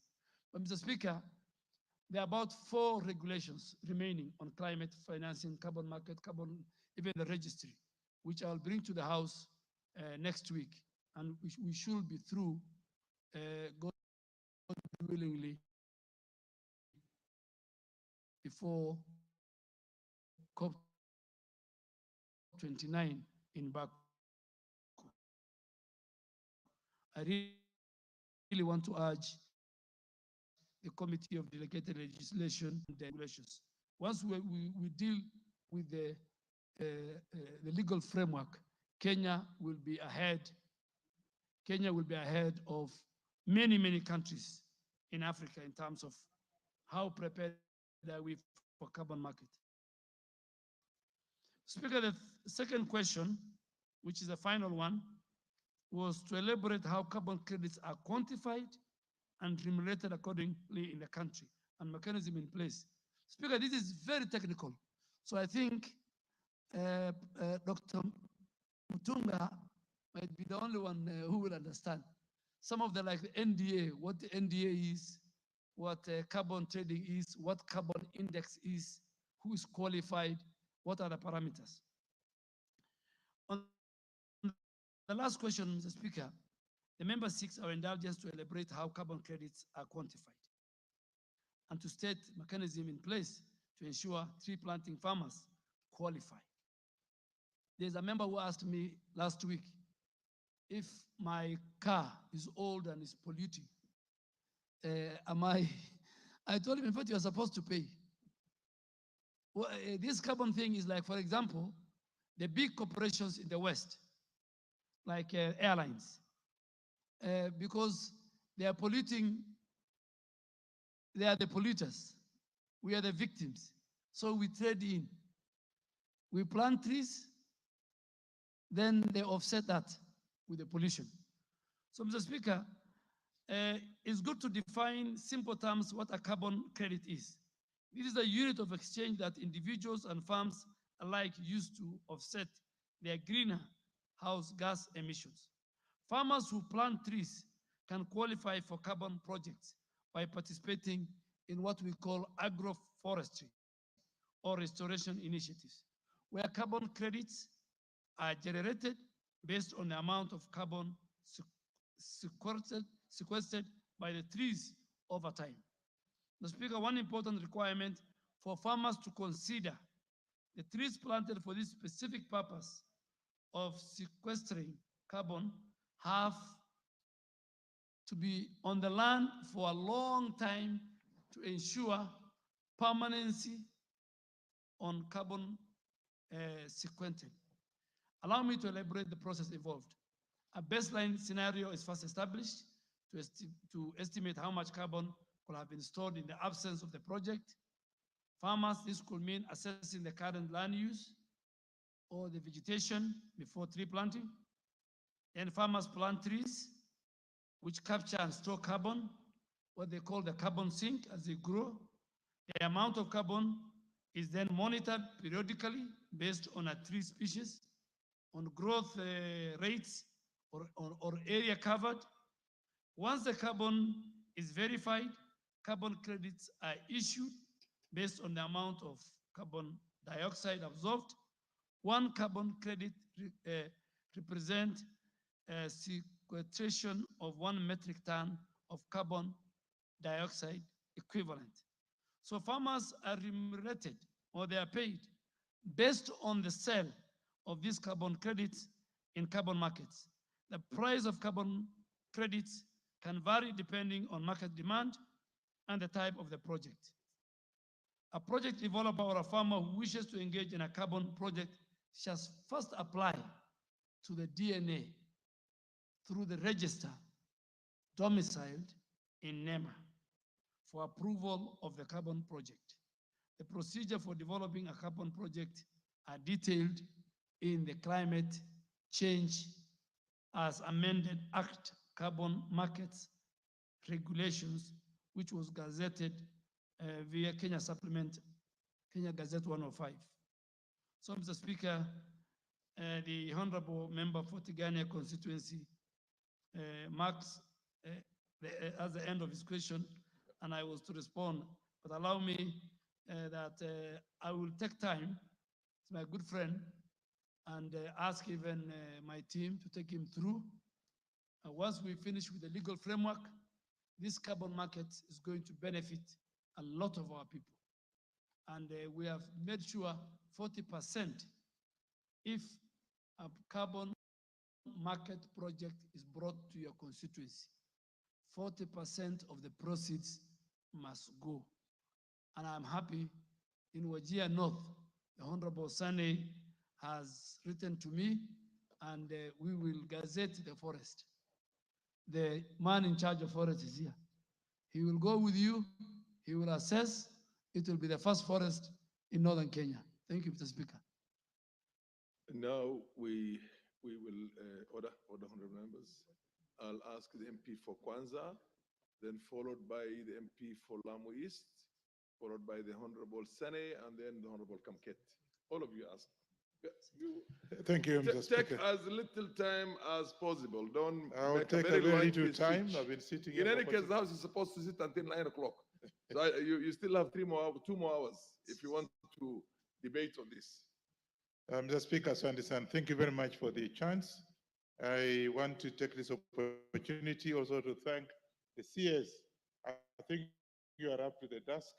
I know you because we've worked together in this house. You are very detailed, and I think you are very exposed. I want to thank you, and please continue. My question has been asked, but I think I want to make 2 comments, Mr. Speaker, which are very, very important. One, on this affluent and the drainage wastage, in particularly in Nairobi. I had a chance to go to Israel, and I think page marking is not a problem. Mr. Speaker, I was impressed because the drainage system in Israel, and I was there, I was explained there's a system that actually trains the wastage, particularly solid wastage. Actually, it goes almost 6 kilometers away, and about 6 stages along the pipeline. And at the end of the day, at the end of the 6th stage, which is about 6 kilometers away, the water is very clean, and it's actually used for irrigation. So I think, when I see us half the time, I don't want to say that you have to go to Israel, but if you have the time to get one of the officers to go there to benchmark on that, this sewage problem in Nairobi and urban areas will be actually be solved. There's a system that actually cleans the water. At the end of it, you can't believe it, it's a clean water for irrigation. Secondly, I think on the wastage, on the afforestation. MP for Kwanza. Yes. You have an opportunity to ask a supplementary question. What? can I just finish? The opportunity Yes. is to ask a question. Well, But if you're going to make, you get a leeway, but don't make a long speech of all your I am not experiences in making a Israel and speech. everywhere. Proceed. I will proceed, and I also, because I said my question was asked, I also want to find out whether there's any plan, because of the frustration, which is an issue, whether you have some plans, particularly on highway. And again, I want to say this, go to Denmark, you will see. There's the government, I think on the environmental, because I've got to one of my family members there, I saw along the highway, they have planted a lot of trees. And therefore, I also want you to take time to be able to even benchmark in Denmark and see along the way, because you have, I think, 6 meters from the main stage and there's nothing. You can plant trees there. I also want to see if you have also the time to be able to do that benchmarking in Denmark. Fair enough. Thank you, because my question was asked. I just You've want done. to Okay, share fair this enough. experience The with honorable, my former colleague. Okay. The honorable member for This Lamu man East. has no manners. Lamu East, the honorable Raphael Wanjala. You're not on the chair. Don't tell the honorable MP for Kwanza to sit down or to rise up. Proceed, honorable. Asante Bwana Spika. Nami kunipa hii nafasi nipate kumuuliza waziri maswali yangu. Mwanzo nichukue nafasi hii kumpongeza waziri. Kusema la kweli hapa bunge tumekumisi. Tulikuwa sauti tunaisikia sana hapa. So sasa hii umekuja tumekumbuka ile sauti yako. Mimi ulipopata hii nafasi nilifikiri huyo mfugaji na mazingira ni vipi, lakini sasa hii nimeona umekuwa bingwa wa kuhifadhi mazingira. Ukizungumza inatoka rohoni kabisa, ukishughulikia mazingira inakufanya upende. So naona ushaingiliana uko vizuri na pongezi kwa hilo. Swali langu la kwanza ni, kuna wakati niuliza swali ya juu ya siu. Kuna kampuni inaitwa Zarara ilienda ikachimba kule gas, hawakupata, wakafunga, lakini kile kisima hakikufungwa vizuri. Kuna fumes zinatoka, moshi unatoka hapo, watu wakaogopa, na hiyo maeneo pia yamebadilika rangi, na kuna mtu yule alikuwa kilinda hapo alifariki. Sasa watu wameanza kuwa na wasiwasi. Nilipouliza swali hilo hapa bungeni nikajibiwa kwa maandishi. Wakati huo ni mabadiliko yalikuwa yametokea. So swali langu likawa halikujibika vizuri, nikasema nijibiwe tena, sijatosheka, lakini mambo ikapotelea hapo. Kwa hivyo naomba ile swali langu kama leo unaweza kunijibu sawa, kama hamwezi mhakikishe nimejibiwa, manake ile iliyozungumzwa haikuwa sawa. Si vile kulivyo huko mashinani. Fair enough. Swali la pili, waziri, nimekusikia ukisema mambo ya hizi takataka iko kwa county. Ni kweli iko kwa county, lakini mimi hapa sina uwezo wa kwenda kumuuliza county, niko kwa bunge hili. Mimi nitakuuliza wewe. Kuna maeneo kama Lamu Mashariki, eneo ambalo Lamu Kenya nzima kwa kupanda miti tuko 42%, namba 2 Kenya nzima. Lakini utaona eneo bunge langu, eneo bunge la Lamu Mashariki, tuna vijiji 23. Tuna upande wa msitu na tuna upande wa bahari. Na watu wangu wanang'ang'ana kuhifadhi. Lakini hakuna mpangilio yoyote, hakuna alama yoyote ya kuonesha kutoka kwa national government au kwa county government kama kuna kitu inafanywa. Mnatupatia morali vipi? Na naona waziri ukizungumza ukataja angalau upande wa marine, wa bahari. Na kuomba uliingize kwa fikra, kwa sababu hapa bunge nikikaa, waziri yoyote akija hakuna mtu anataja Lamu Mashariki. Kwa hivyo wewe umeikumbuka Lamu Mashariki, naomba utufikirie, maana kule kwetu hakuna hata pahali birika imetengezwa ya kuweka takataka. Hizo takataka zote zinaikwa kwa bahari. Kwa hivyo nataka ulifikirie hilo, kama kuna mpangilio yote na sisi utufanyie. Asante. Au kama huko umefanywa uniambie ni gani, na mimi niko ground sana, sijaona pahali. Asante. Mheshimiwa wa Wajir North. Thank you, Mr. Speaker. Before I ask my supplementary questions, I want to correct. I thought you were going to ask in Kiswahili the way that was.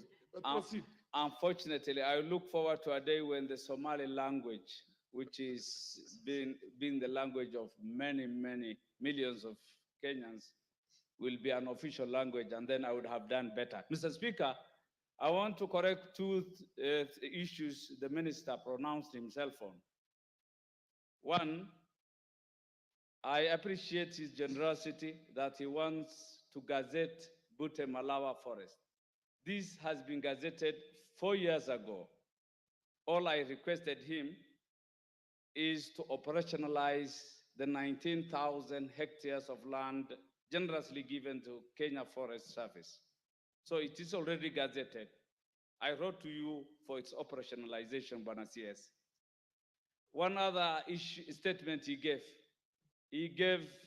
made remarks in regard to one scientist around, an environmentalist.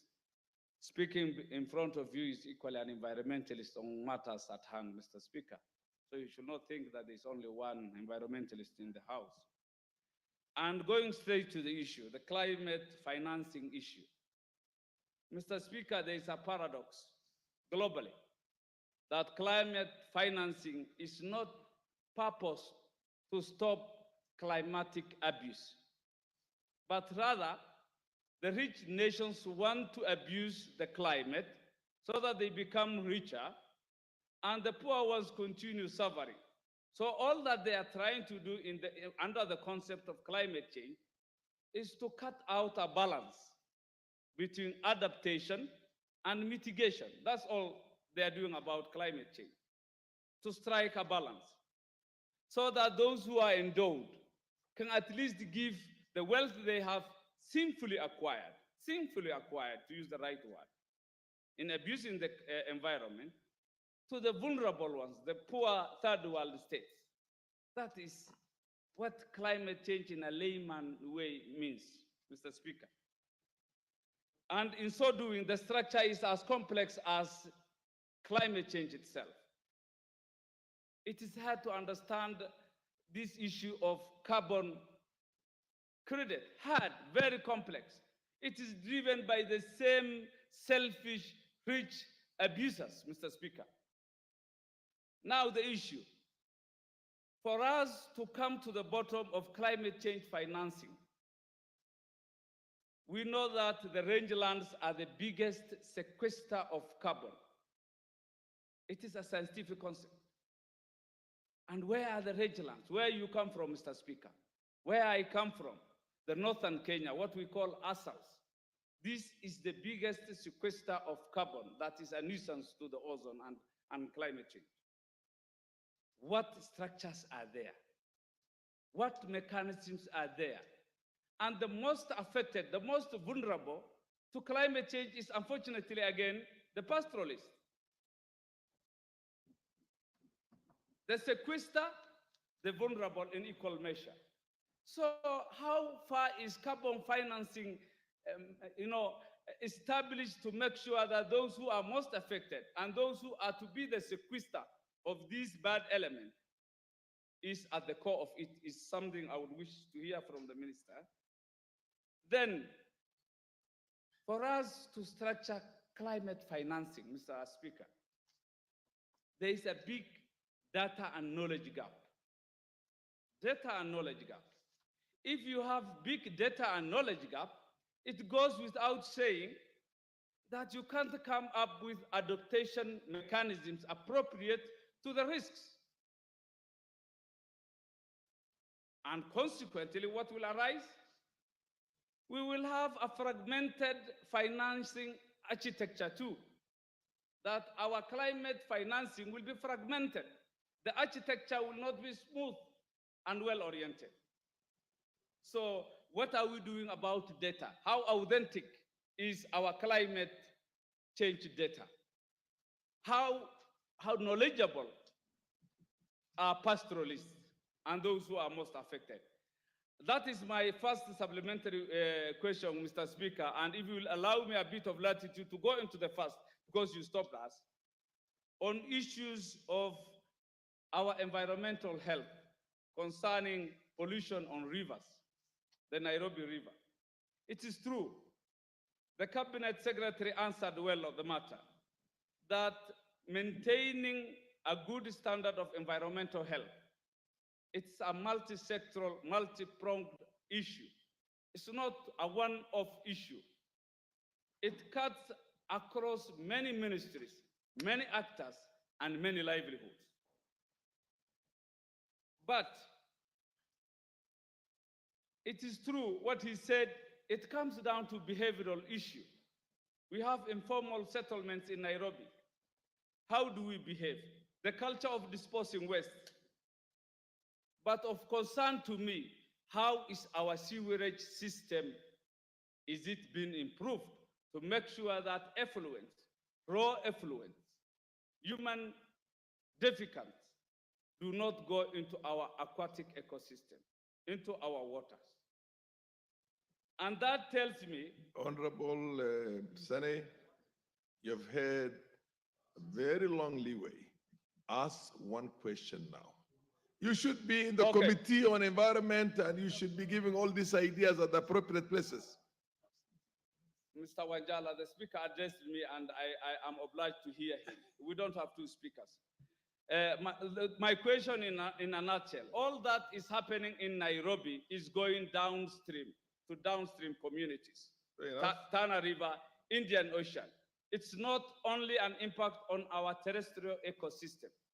What are we doing on these effects on our aquatic ecosystem? The minister will be at liberty to say that he was prepared for this question, or maybe give another day to answer some of these questions. They're very technical, and ample prior preparations is always important.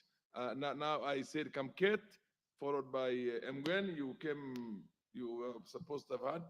And Mutunga, you will get the final bite because you're the questioner. Order, Honorable Wanjala. Order. No, he's been here much earlier than you. And then the MP Oyula, Butula, and then Wanjala, you're the last. And then, of course, the questioner. And then be very brief. Thank you, Mr. Speaker. I'll be very brief. Mr. Speaker, while I want to appreciate the Cabinet Secretary for his very articulate replies to our questions, and I want to state, Honorable Speaker, that the Honorable Duale is a seasoned politician. And in fact, Mr. Speaker, in terms of seniority, in terms of loyalty, he has a proven record in serving with the Excellency the President. In fact, Honorable Speaker, in the current circumstances, if there is anyone who deserves, should our motion go through, to become the Deputy President of Kenya, is the Honorable Duale.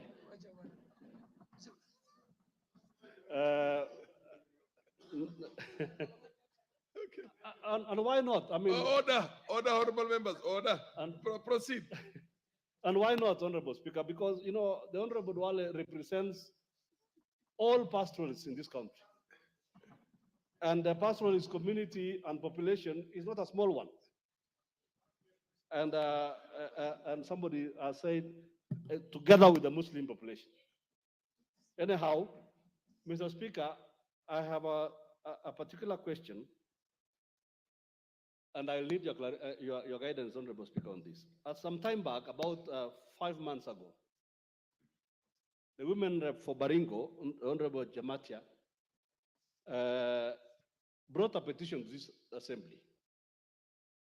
And that petition was correctly directed to the Committee on Public Petitions on the matter of an imaginary forest called Mukutani.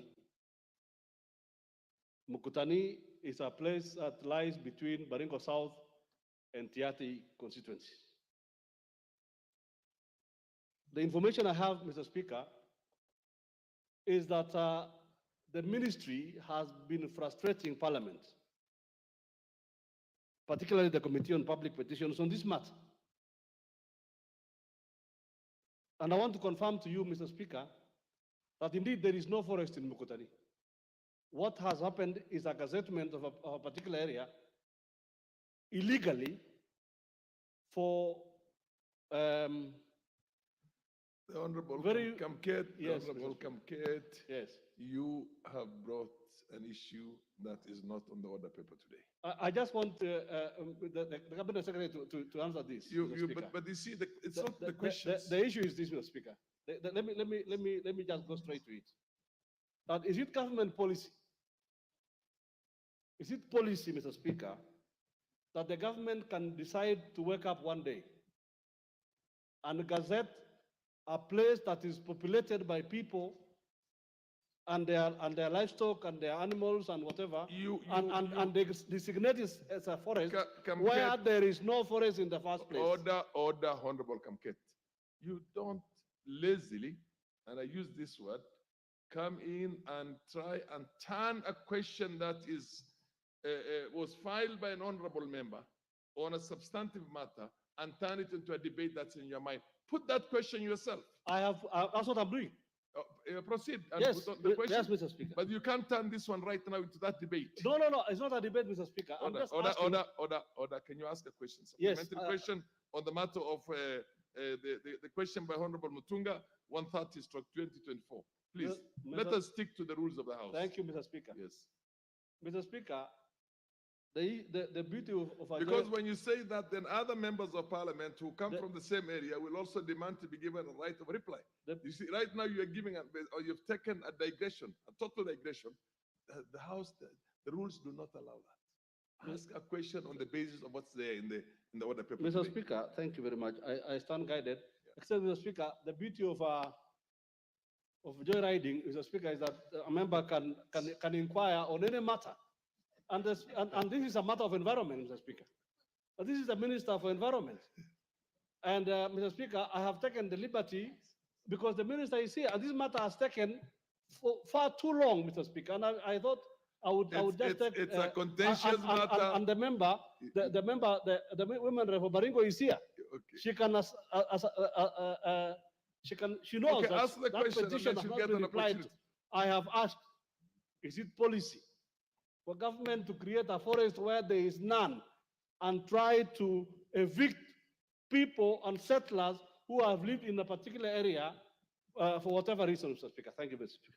The MP for Mgwen, and then the MP for Butula, the MP for Budalangi, and the honorable member for Wajir South. Then, of course, we come back to Mutunga.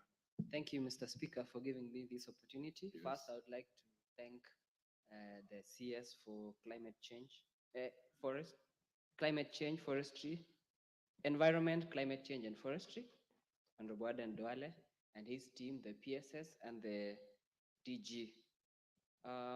My question goes on a case of land exchange, forest land exchange program in Nandi County, in my constituency, Mgwen constituency, a scheme called Chepkumia, Kapkangani area. And you expect the minister Yes, to I would prepare, like- to I would prepare like- himself as you sit or stand on your feet Yes. and ask a completely different question from what is on the order paper. Okay. The rules are very clear. Okay. You Now, ask let me- a let me- question, a supplementary question on the matter that's on the order paper. Okay. But if you want something else, file it. Okay. File Now, it. the question that is related to what is on the supplementary paper today, Honorable Speaker, is on, we have a good program that the President has put in place on planting 15,000 trees across the 15 country. billion. 15 billion trees. Now, however, this matter has not had a substantial or a sustainable program. For example, a number of members here have raised that most of the trees have not been attended to. We plant and we leave it there. So we get a lot of them dying. So what is the minister having in place so that you can have that? Secondly, Mr. Speaker, and lastly, is many youth in my constituency were enthusiastic on this, and they came out in large numbers to prepare tree nursery beds, and they have a lot of trees, seedlings that are matured, yet the government have not absorbed those or purchased these tree seedlings.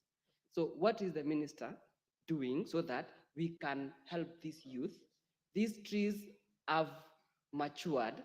Nandi County, for example, is raining almost throughout the year. Very Is valid. it possible that we can purchase all these tree seedlings and plant them, even if we don't have budget now? The minister can organize for this budget allocation. You have rested your case. Thank Let you. him do that bit. Let Okay. him do the thinking for that purpose. And the next one is the Honorable MP for Butula.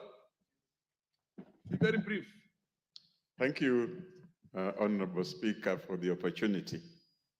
May I start by appreciating Waziri Duale for the explanation he has given to us in this House. It has been very clear, and a lot of us have learned a few things that we didn't know. Honorable Speaker, my question is on carbon credits and how the ordinary farmer in Kenya who has endured to come up with a forest, protect that forest, how can that farmer be compensated? Just to encourage the farmers also to protect their forests so that the environment is improved. If there is any way You made your point. the farmer can be advised Motivated, and helped yeah. and motivated. Done deal. Thank you, Speaker. The Honorable Wanjala Rafael. Thank you, Mr. Speaker. Mr. Speaker, the Minister for Environment said here that bamboos are used to stop flooding. I don't want to Mitigate flooding. sorry, There's a mitigate difference flooding. between stopping and mitigation. No problem, mitigate flooding. Proceed. I don't want to challenge him, but I want to tell him that flooding is a different thing and mitigating flooding is a different thing.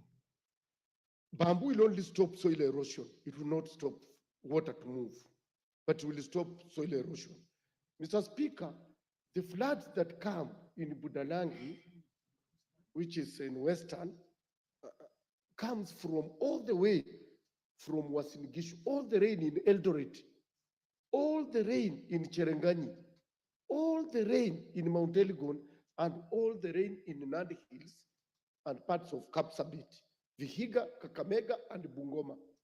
There are several rivers within those areas, but these rivers collapse into two. These small rivers collapse into two big rivers. That is River Yala and River Zoya. And they come with a very big force moving into the lake. In the process, they have carried a lot of silt. Now at the deltas of the rivers, Zoya and Yala, and possibly Nyandu, because it's the same, they are silted at the delta, so the water is not able. We have put embankments, those dikes, but because the water cannot move into the lake, it goes behind it, and the lake is also full. And this water now runs back into people's home. Like this year, Mr. Speaker, it was 10 kilometers from the lake. And why I'm asking this question, the minister, because it is about environment that affects those people. The good thing that minister has been Minister for Defense. Like I said from the beginning. Yeah, let me just complete. The minister has been in defense. Yes. And they did a good job at Kisumu when they were deserted Kisumu, where the ship are landing. They have equipments. We have equipments in the dams. Minister for Environment can help us bring these equipment, even from National Youth Service. They have dredgers to come and desilt these rivers so that we don't have backflow from the lake that is causing problems. It goes even up to 15, 10 kilometers. All homes are collapsed, crops are collapsed. Even the trees they are talking of planting, they dry up when there is too much water.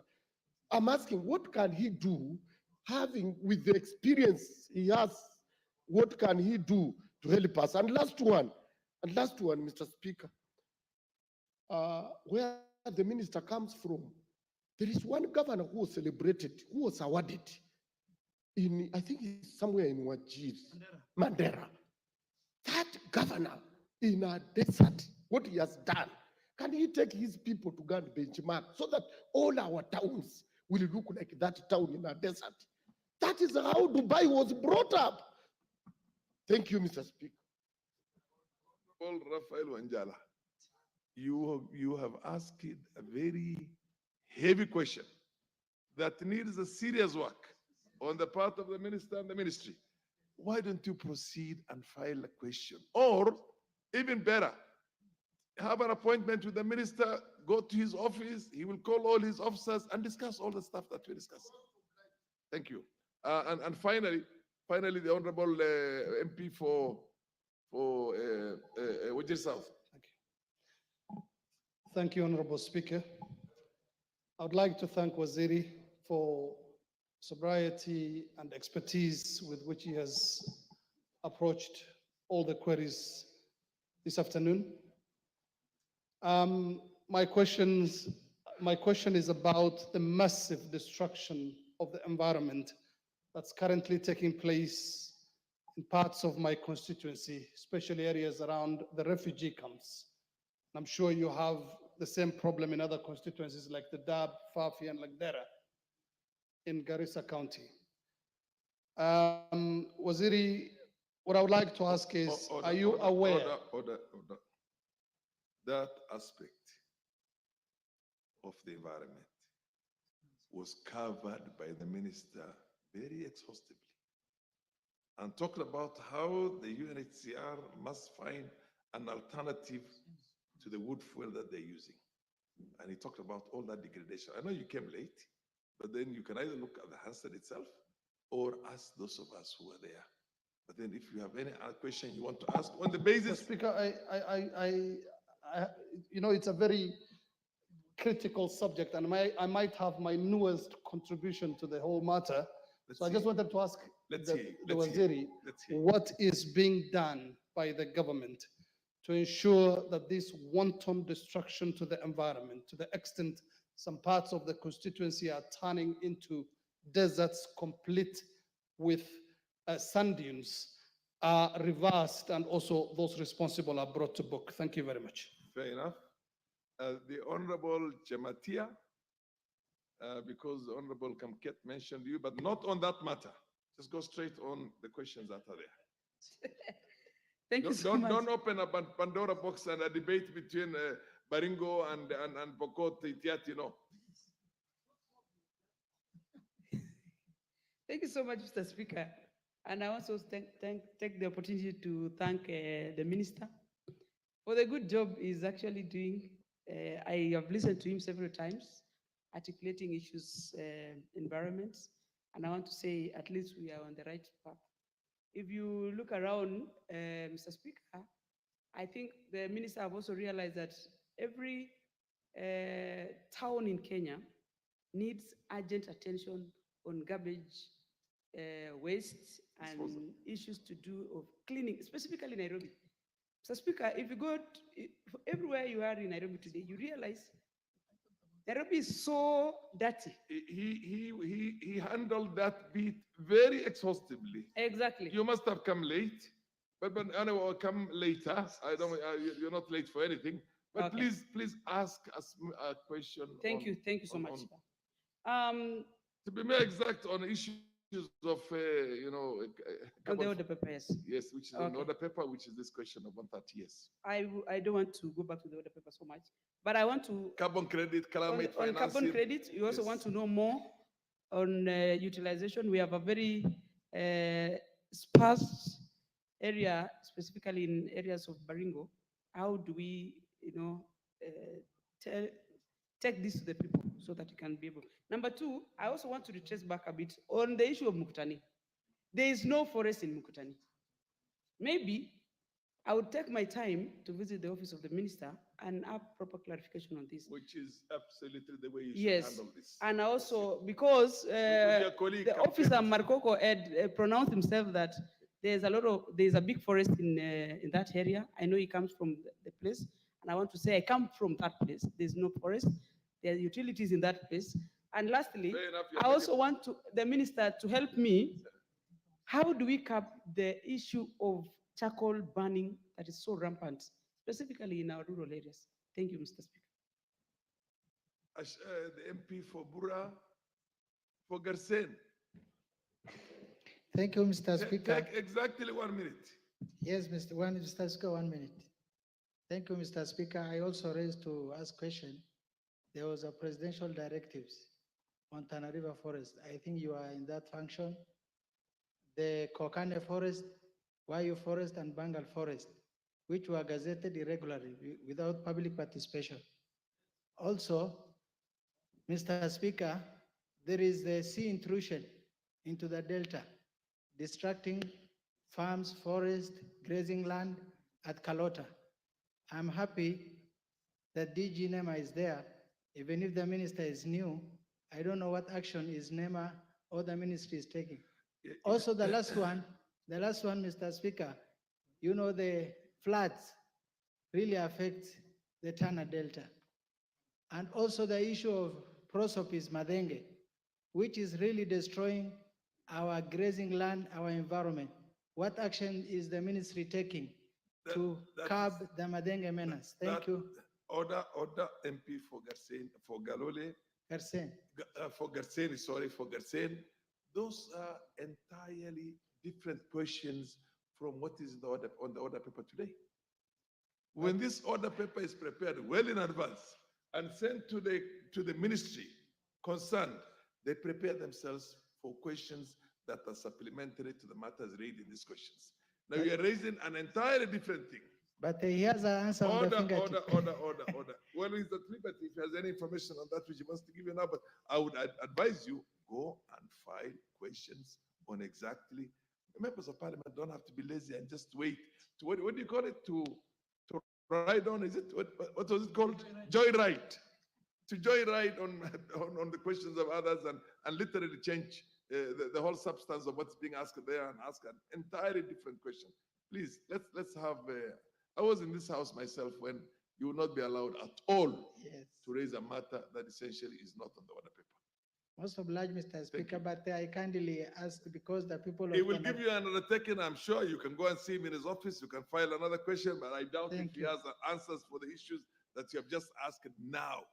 Now, Mutunga, ask your final bite, and then the minister is going to dispose of, is going to answer everything that was raised.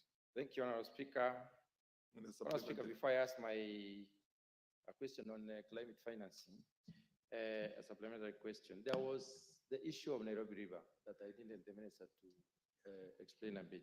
To what extent is the government going to develop the Nairobi River? Are we just cleaning it up, or do we envisage possibilities of making it like we see in other towns when you go, a channel crossing through the city, then hotels are built on both sides, and it can even have restaurants that are movable, that are mobile. So I don't know to what extent are we developing, and is the county government of Nairobi really part of that? Because it can be demarcated, the embankments can be done, dredging can be done, and we can have channels that can actually develop some touristic attraction for this country. Now, when it comes to climate financing, I like the approach the minister has taken. I listed the institutions to around 9 or 10, and I have just been wondering, what are you doing? When are all these institutions meeting and coordinating? And how are they focusing on simplifying these complicated issues so that we can have a formula like M-Pesa, where a farmer or they say anybody has got a piece of land that they want to do to cause carbon sequestration by establishing a woodlot or a forest cover. And then we can have a simple formula of quantifying. You are very able scientist, and I believe they sit on the negotiation tables during the UNFCCC negotiations. So I believe they must understand what is happening. And these people across who are corn donors use this opportunity to delay development in this part of the world, as my friend there put it, that they make it more complicated every year, so that you keep on negotiating and negotiating. Why can't we circumvent this as a country and benefit from this? And I know Kenyan farmers are very willing to go that direction because they're looking for alternative economic activities. Thank you very much. Minister. The Speaker, as an old leader of this House, I will answer all the questions, including the one for Mheshimiwa Kamket. But let me start with my very good sister, the member for Lamu East. Mr. Speaker, if you allow me, at one time, she's called Captain Rueda. One time, she was a captain. Me and President Uhuru and President Ruto, she carried us in our campaign. And when I was a leader of majority, every day she used to bring a question. So she's a very, very active member of parliament. And I have been to Lamu East. I think me and Professor Kindiki, we were the first ministers to land in that island. And then our president followed us and did the first road. I hope that road is working on it. I want to assure you, even this morning, one of our biggest partners as a country, the Germans, the German ambassador, I was discussing with him how we can work together on marine ecosystem, marine, mangrove, and everything. And the first constituency will be you. You know that. She's a great leader. She even helped me, Mr. Speaker, and the Kenya Defense Forces when we were dealing with insecurity in Boni and Lamu. There's one leader who's there. Honorable Sani, Mr. Speaker, is a good friend of mine. And I want to tell him today that I am an expert on climate issues.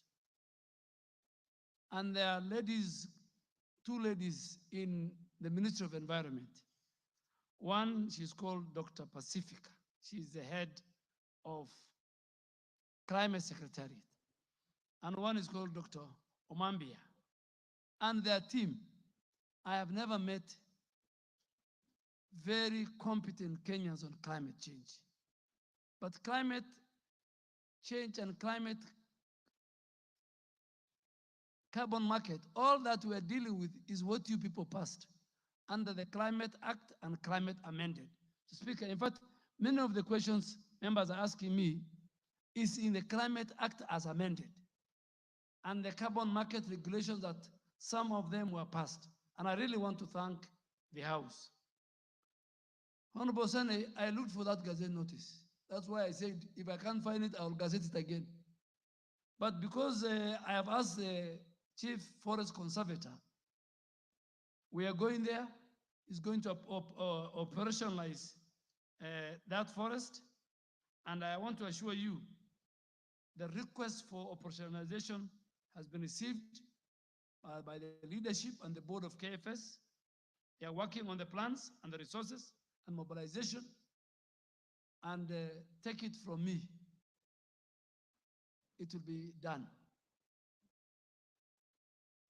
But on climate issues, don't go that route. It's a very, very complicated. And climate carbon, Mr. Speaker, and climate market is international. Even the people we are dealing with, they are the polluters. Who are the polluters? They are not in the global south. They are not in Africa. They are in the global north. So, Mr. Speaker, we will make sure that we deal with this matter. There was an issue on how do we deal with the pollution upstream. I think the moment we deal with the Nairobi River, and the Nairobi River, just to answer the last question, I think it was Honorable Chamatia. Nairobi River will be like the Thames River. 30. It will be one of the legacy signature projects of President Uhuru Kenyatta. And the county government of Nairobi is working with us. And we are going to put enough resources. And we're employing 20,000. People will, Mr. Speaker. No, that was a slip of the tongue. He meant President William Ruto, not Uhuru Kenyatta. I mean President William Ruto's signature project. Order. Order, Honorable. Mr. Speaker, order. Proceed. I spoke for President Uhuru Kenyatta for 8 years as a majority leader. And there's nothing wrong saying President Kenyatta. He was our leader. There's nothing wrong.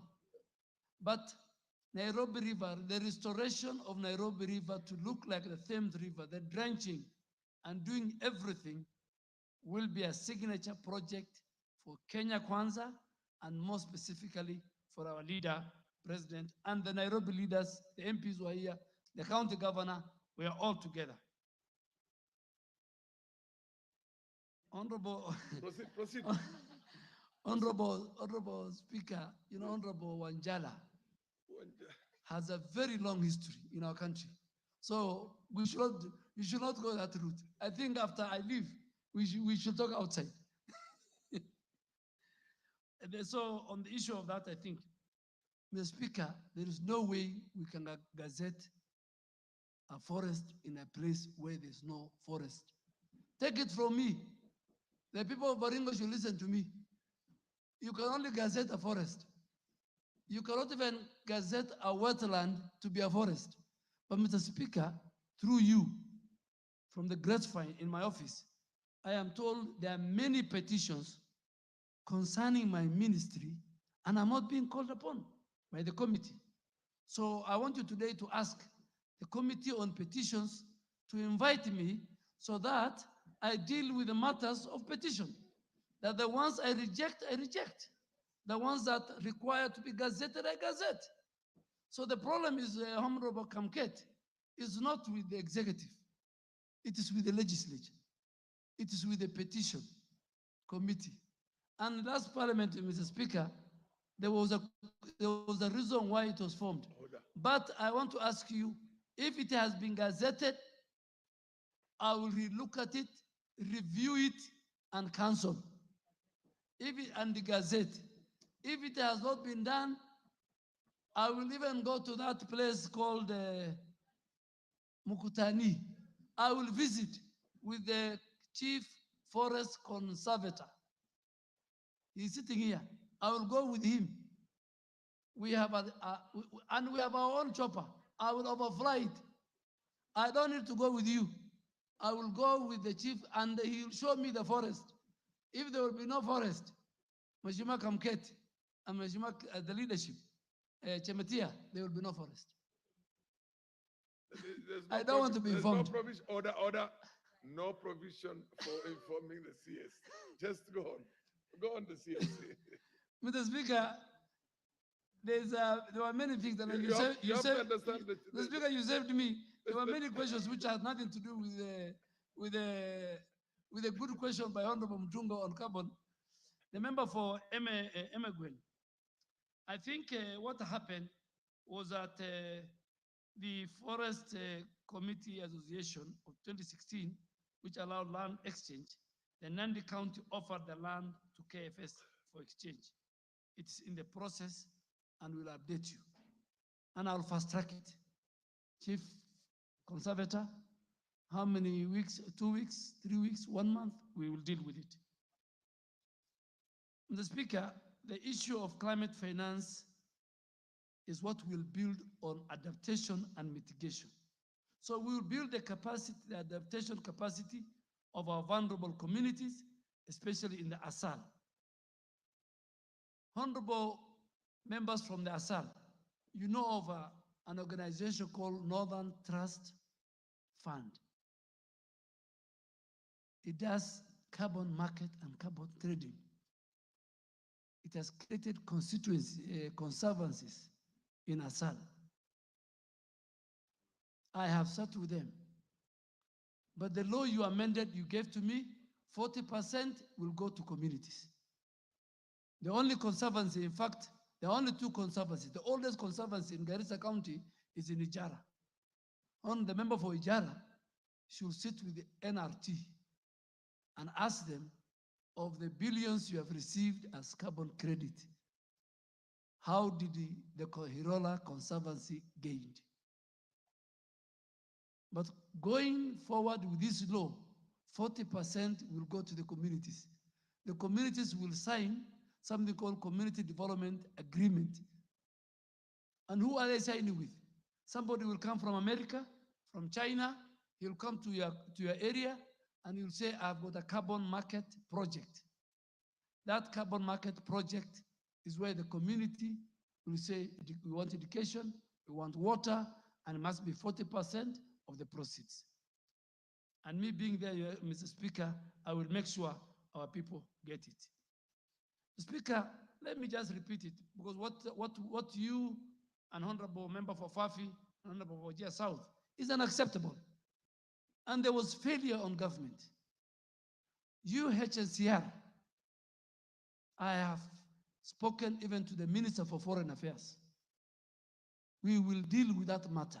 I will deal with it. They have a global mandate on the affairs of our people in the refugee camps. We have nothing against, as the Kenya government, against the refugees. But UNHCR, whether they like it or not, they must provide an alternative source of energy to fuel wood. If we have to do 60% of the 15 billion tree growing strategy of the president and the government in the dry areas, and somebody is cutting, and Honorable Ado of Wajir South, please with your colleagues led by the speaker on the chair, I want us to go to that area, ban those firewoods, take the international community.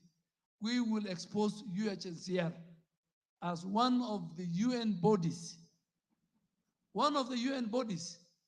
that is doing opposite of what the world is doing in the fight against climate change. Am I right, Mr. Speaker? I think I am very right. Yes, yes. So on that one, I want the support of the members. Indeed. And I think finally, Honorable Honorable Mutunga, I will invite you when you are free. I want you to sit with the NEMA, where it is domiciled, the carbon market trading. I want you to sit with the lady called in charge of the climate secretariat, so that, and one of the times maybe when Parliament is meeting, we can invite, particularly the pastors parliamentary group. I think you have a summit. I think one of the agenda should be those experts to come and explain, and even to other members in Akamkunji, what the whole climate carbon market credit and trading is all about. And Mr. Speaker, I have stayed here for more hours. I think and it is a very privilege you've to be here. answered everything except one order. Yes. Or except one thing. Yes. And that is the MP for Mgwen talked about young men and women who created their own nurseries. Yes. And how you will get them involved and maybe purchase those. Yes, and on the issue of Tana River, yes, my very good friend, and Tana River. my good friend, member for Garsen. I don't want to say his nickname, but he has a very nice, famous nickname. I want to assure you, those areas which were gazetted forest in 2016, because of political expediency, I will revisit them. But as the speaker said, help me bring a petition so that I can deal with it. Even me, I don't want to be accused of making roadside declaration or declaration on the floor of the House. As the speaker said, bring a petition. But even before you bring a petition or question, I will ask the Kenya Forest leadership, CCF, and the PS to give us. We want the Kenyans to work with us. We want, Mr. Speaker, because I am a former member of parliament, I always say it is good if ministers are politicians, because they feel the heat. And I have nothing against my colleagues who are not. I don't want to be misquoted. But when they are politicians, they know the problems. But Mr. Speaker, I've stayed here for long hours. Thank you for giving me this opportunity. This is my second home. The question on Nandi, for now, for the 15 billion, number one, because we don't want citizens and everybody to miss seedlings.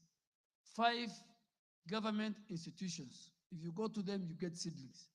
Kenya Defense Forces, NYS, Kenya Prison, Kenya Forest Service, KEFRI. They have the mandate to produce. Secondly, through the private sector and government, we are encouraging people, and we will buy from these young Kenyans and the private sector who have invested in seedlings. So the member for Emengwen, I can tell you, we have a plan for them, and we have a way to empower them. Thank you, Mr. Speaker, and I cherish this House, and I'll always respect it, the House and its committee, and the members for you lead from the refugee. Please, I want you to stand with me. I will be very firm. I need your support. Mheshimiwa Ado's video has gone viral, and I think anybody who saw that video then will see what UNHCR is doing to the environment. Not now, they have done it since 1992 when the Speaker was a member of Parliament on Fort Kenya. Minister, I think you've done your bit, and members are very happy, I can see. This has been one of the most animated debates where the interest was really, really high, and for good reasons. Now you can retreat, and then we will go to the business of the House. Thank you. You are free, Minister, with your team.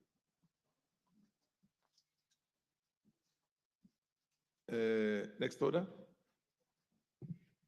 Order number 8, the Ethics and Anti-Corruption Commission Amendment Bill, National Assembly Bill number 11 of 2024, second reading, resumption of debate.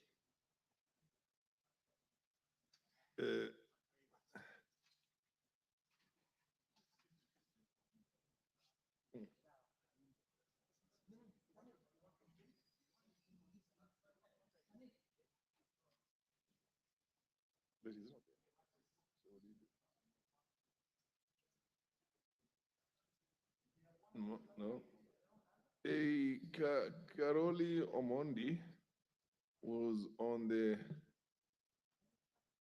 this matter, and he had a balance of 6 minutes, but I don't see him in the House. And I don't see any interest from any member here to contribute on the second reading of this of the Ethics and Anti-Corruption Bill, Anti-Corruption Commission Amendment Bill. There's no more interest, I reply. There is no more interest, then you reply. Thank you. Thank you very much, Mr. Speaker. Mr. Speaker, I wish to reply and thank the members who contributed to the proposed amendment to the Ethics and the Anti-Corruption Commission Act. We actually went through what the bill entails. It's a very short bill with only 2 proposed amendments, whereby, although it is a NADICO bill, the committee carried the first proposed amendment and proposed an amendment to the second proposal, which is a deletion. We were able to justify why we are proposing that we amend section 5 on the qualifications of the chairperson of the commission. And we believe that was convincing to the House.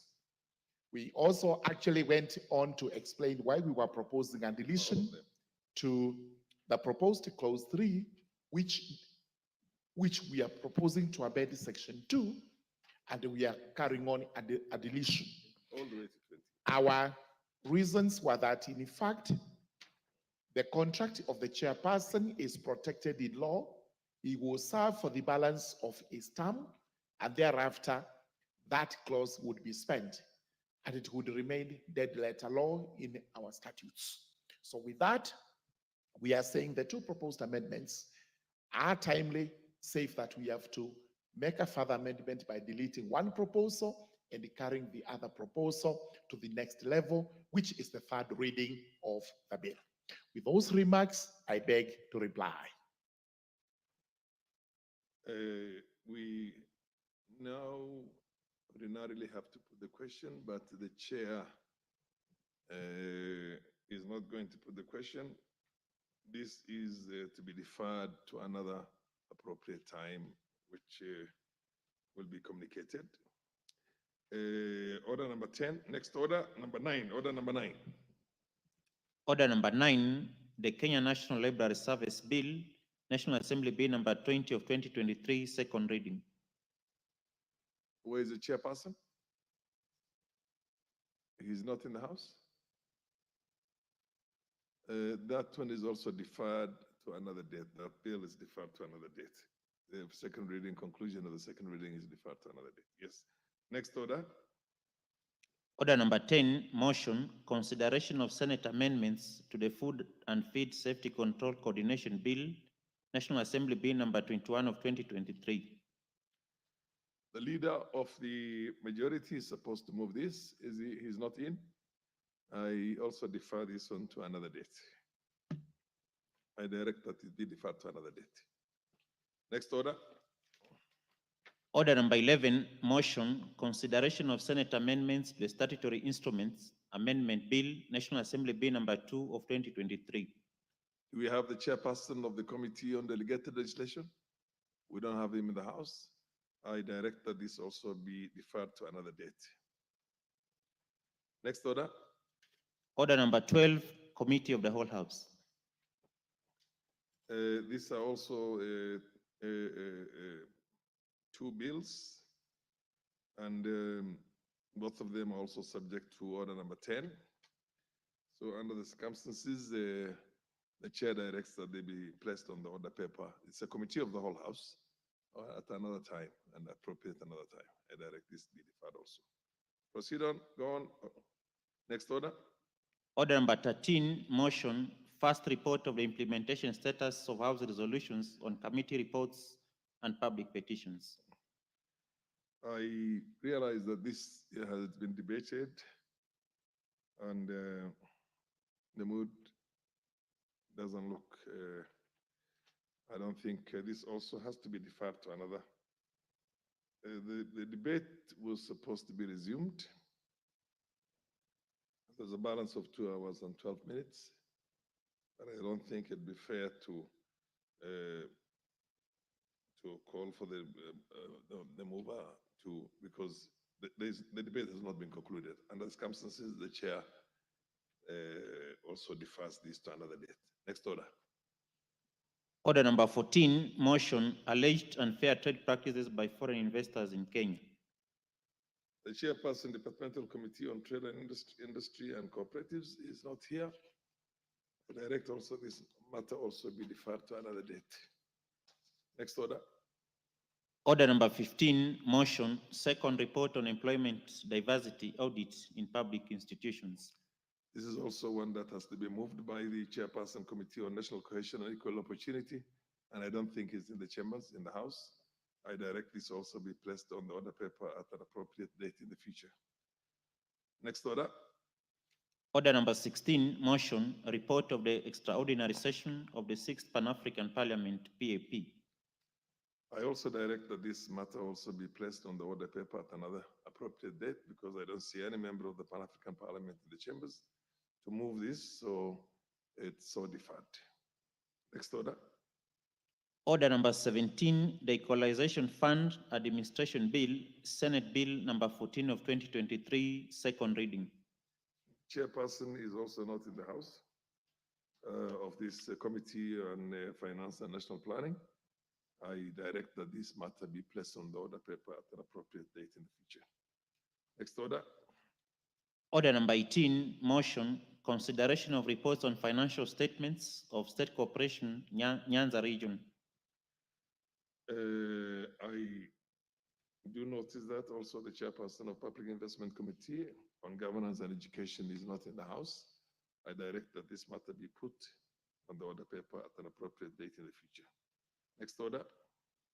Order number 19, the Public Finance Management Amendment Bill, National Assembly Bill number 38 of 2022, second reading.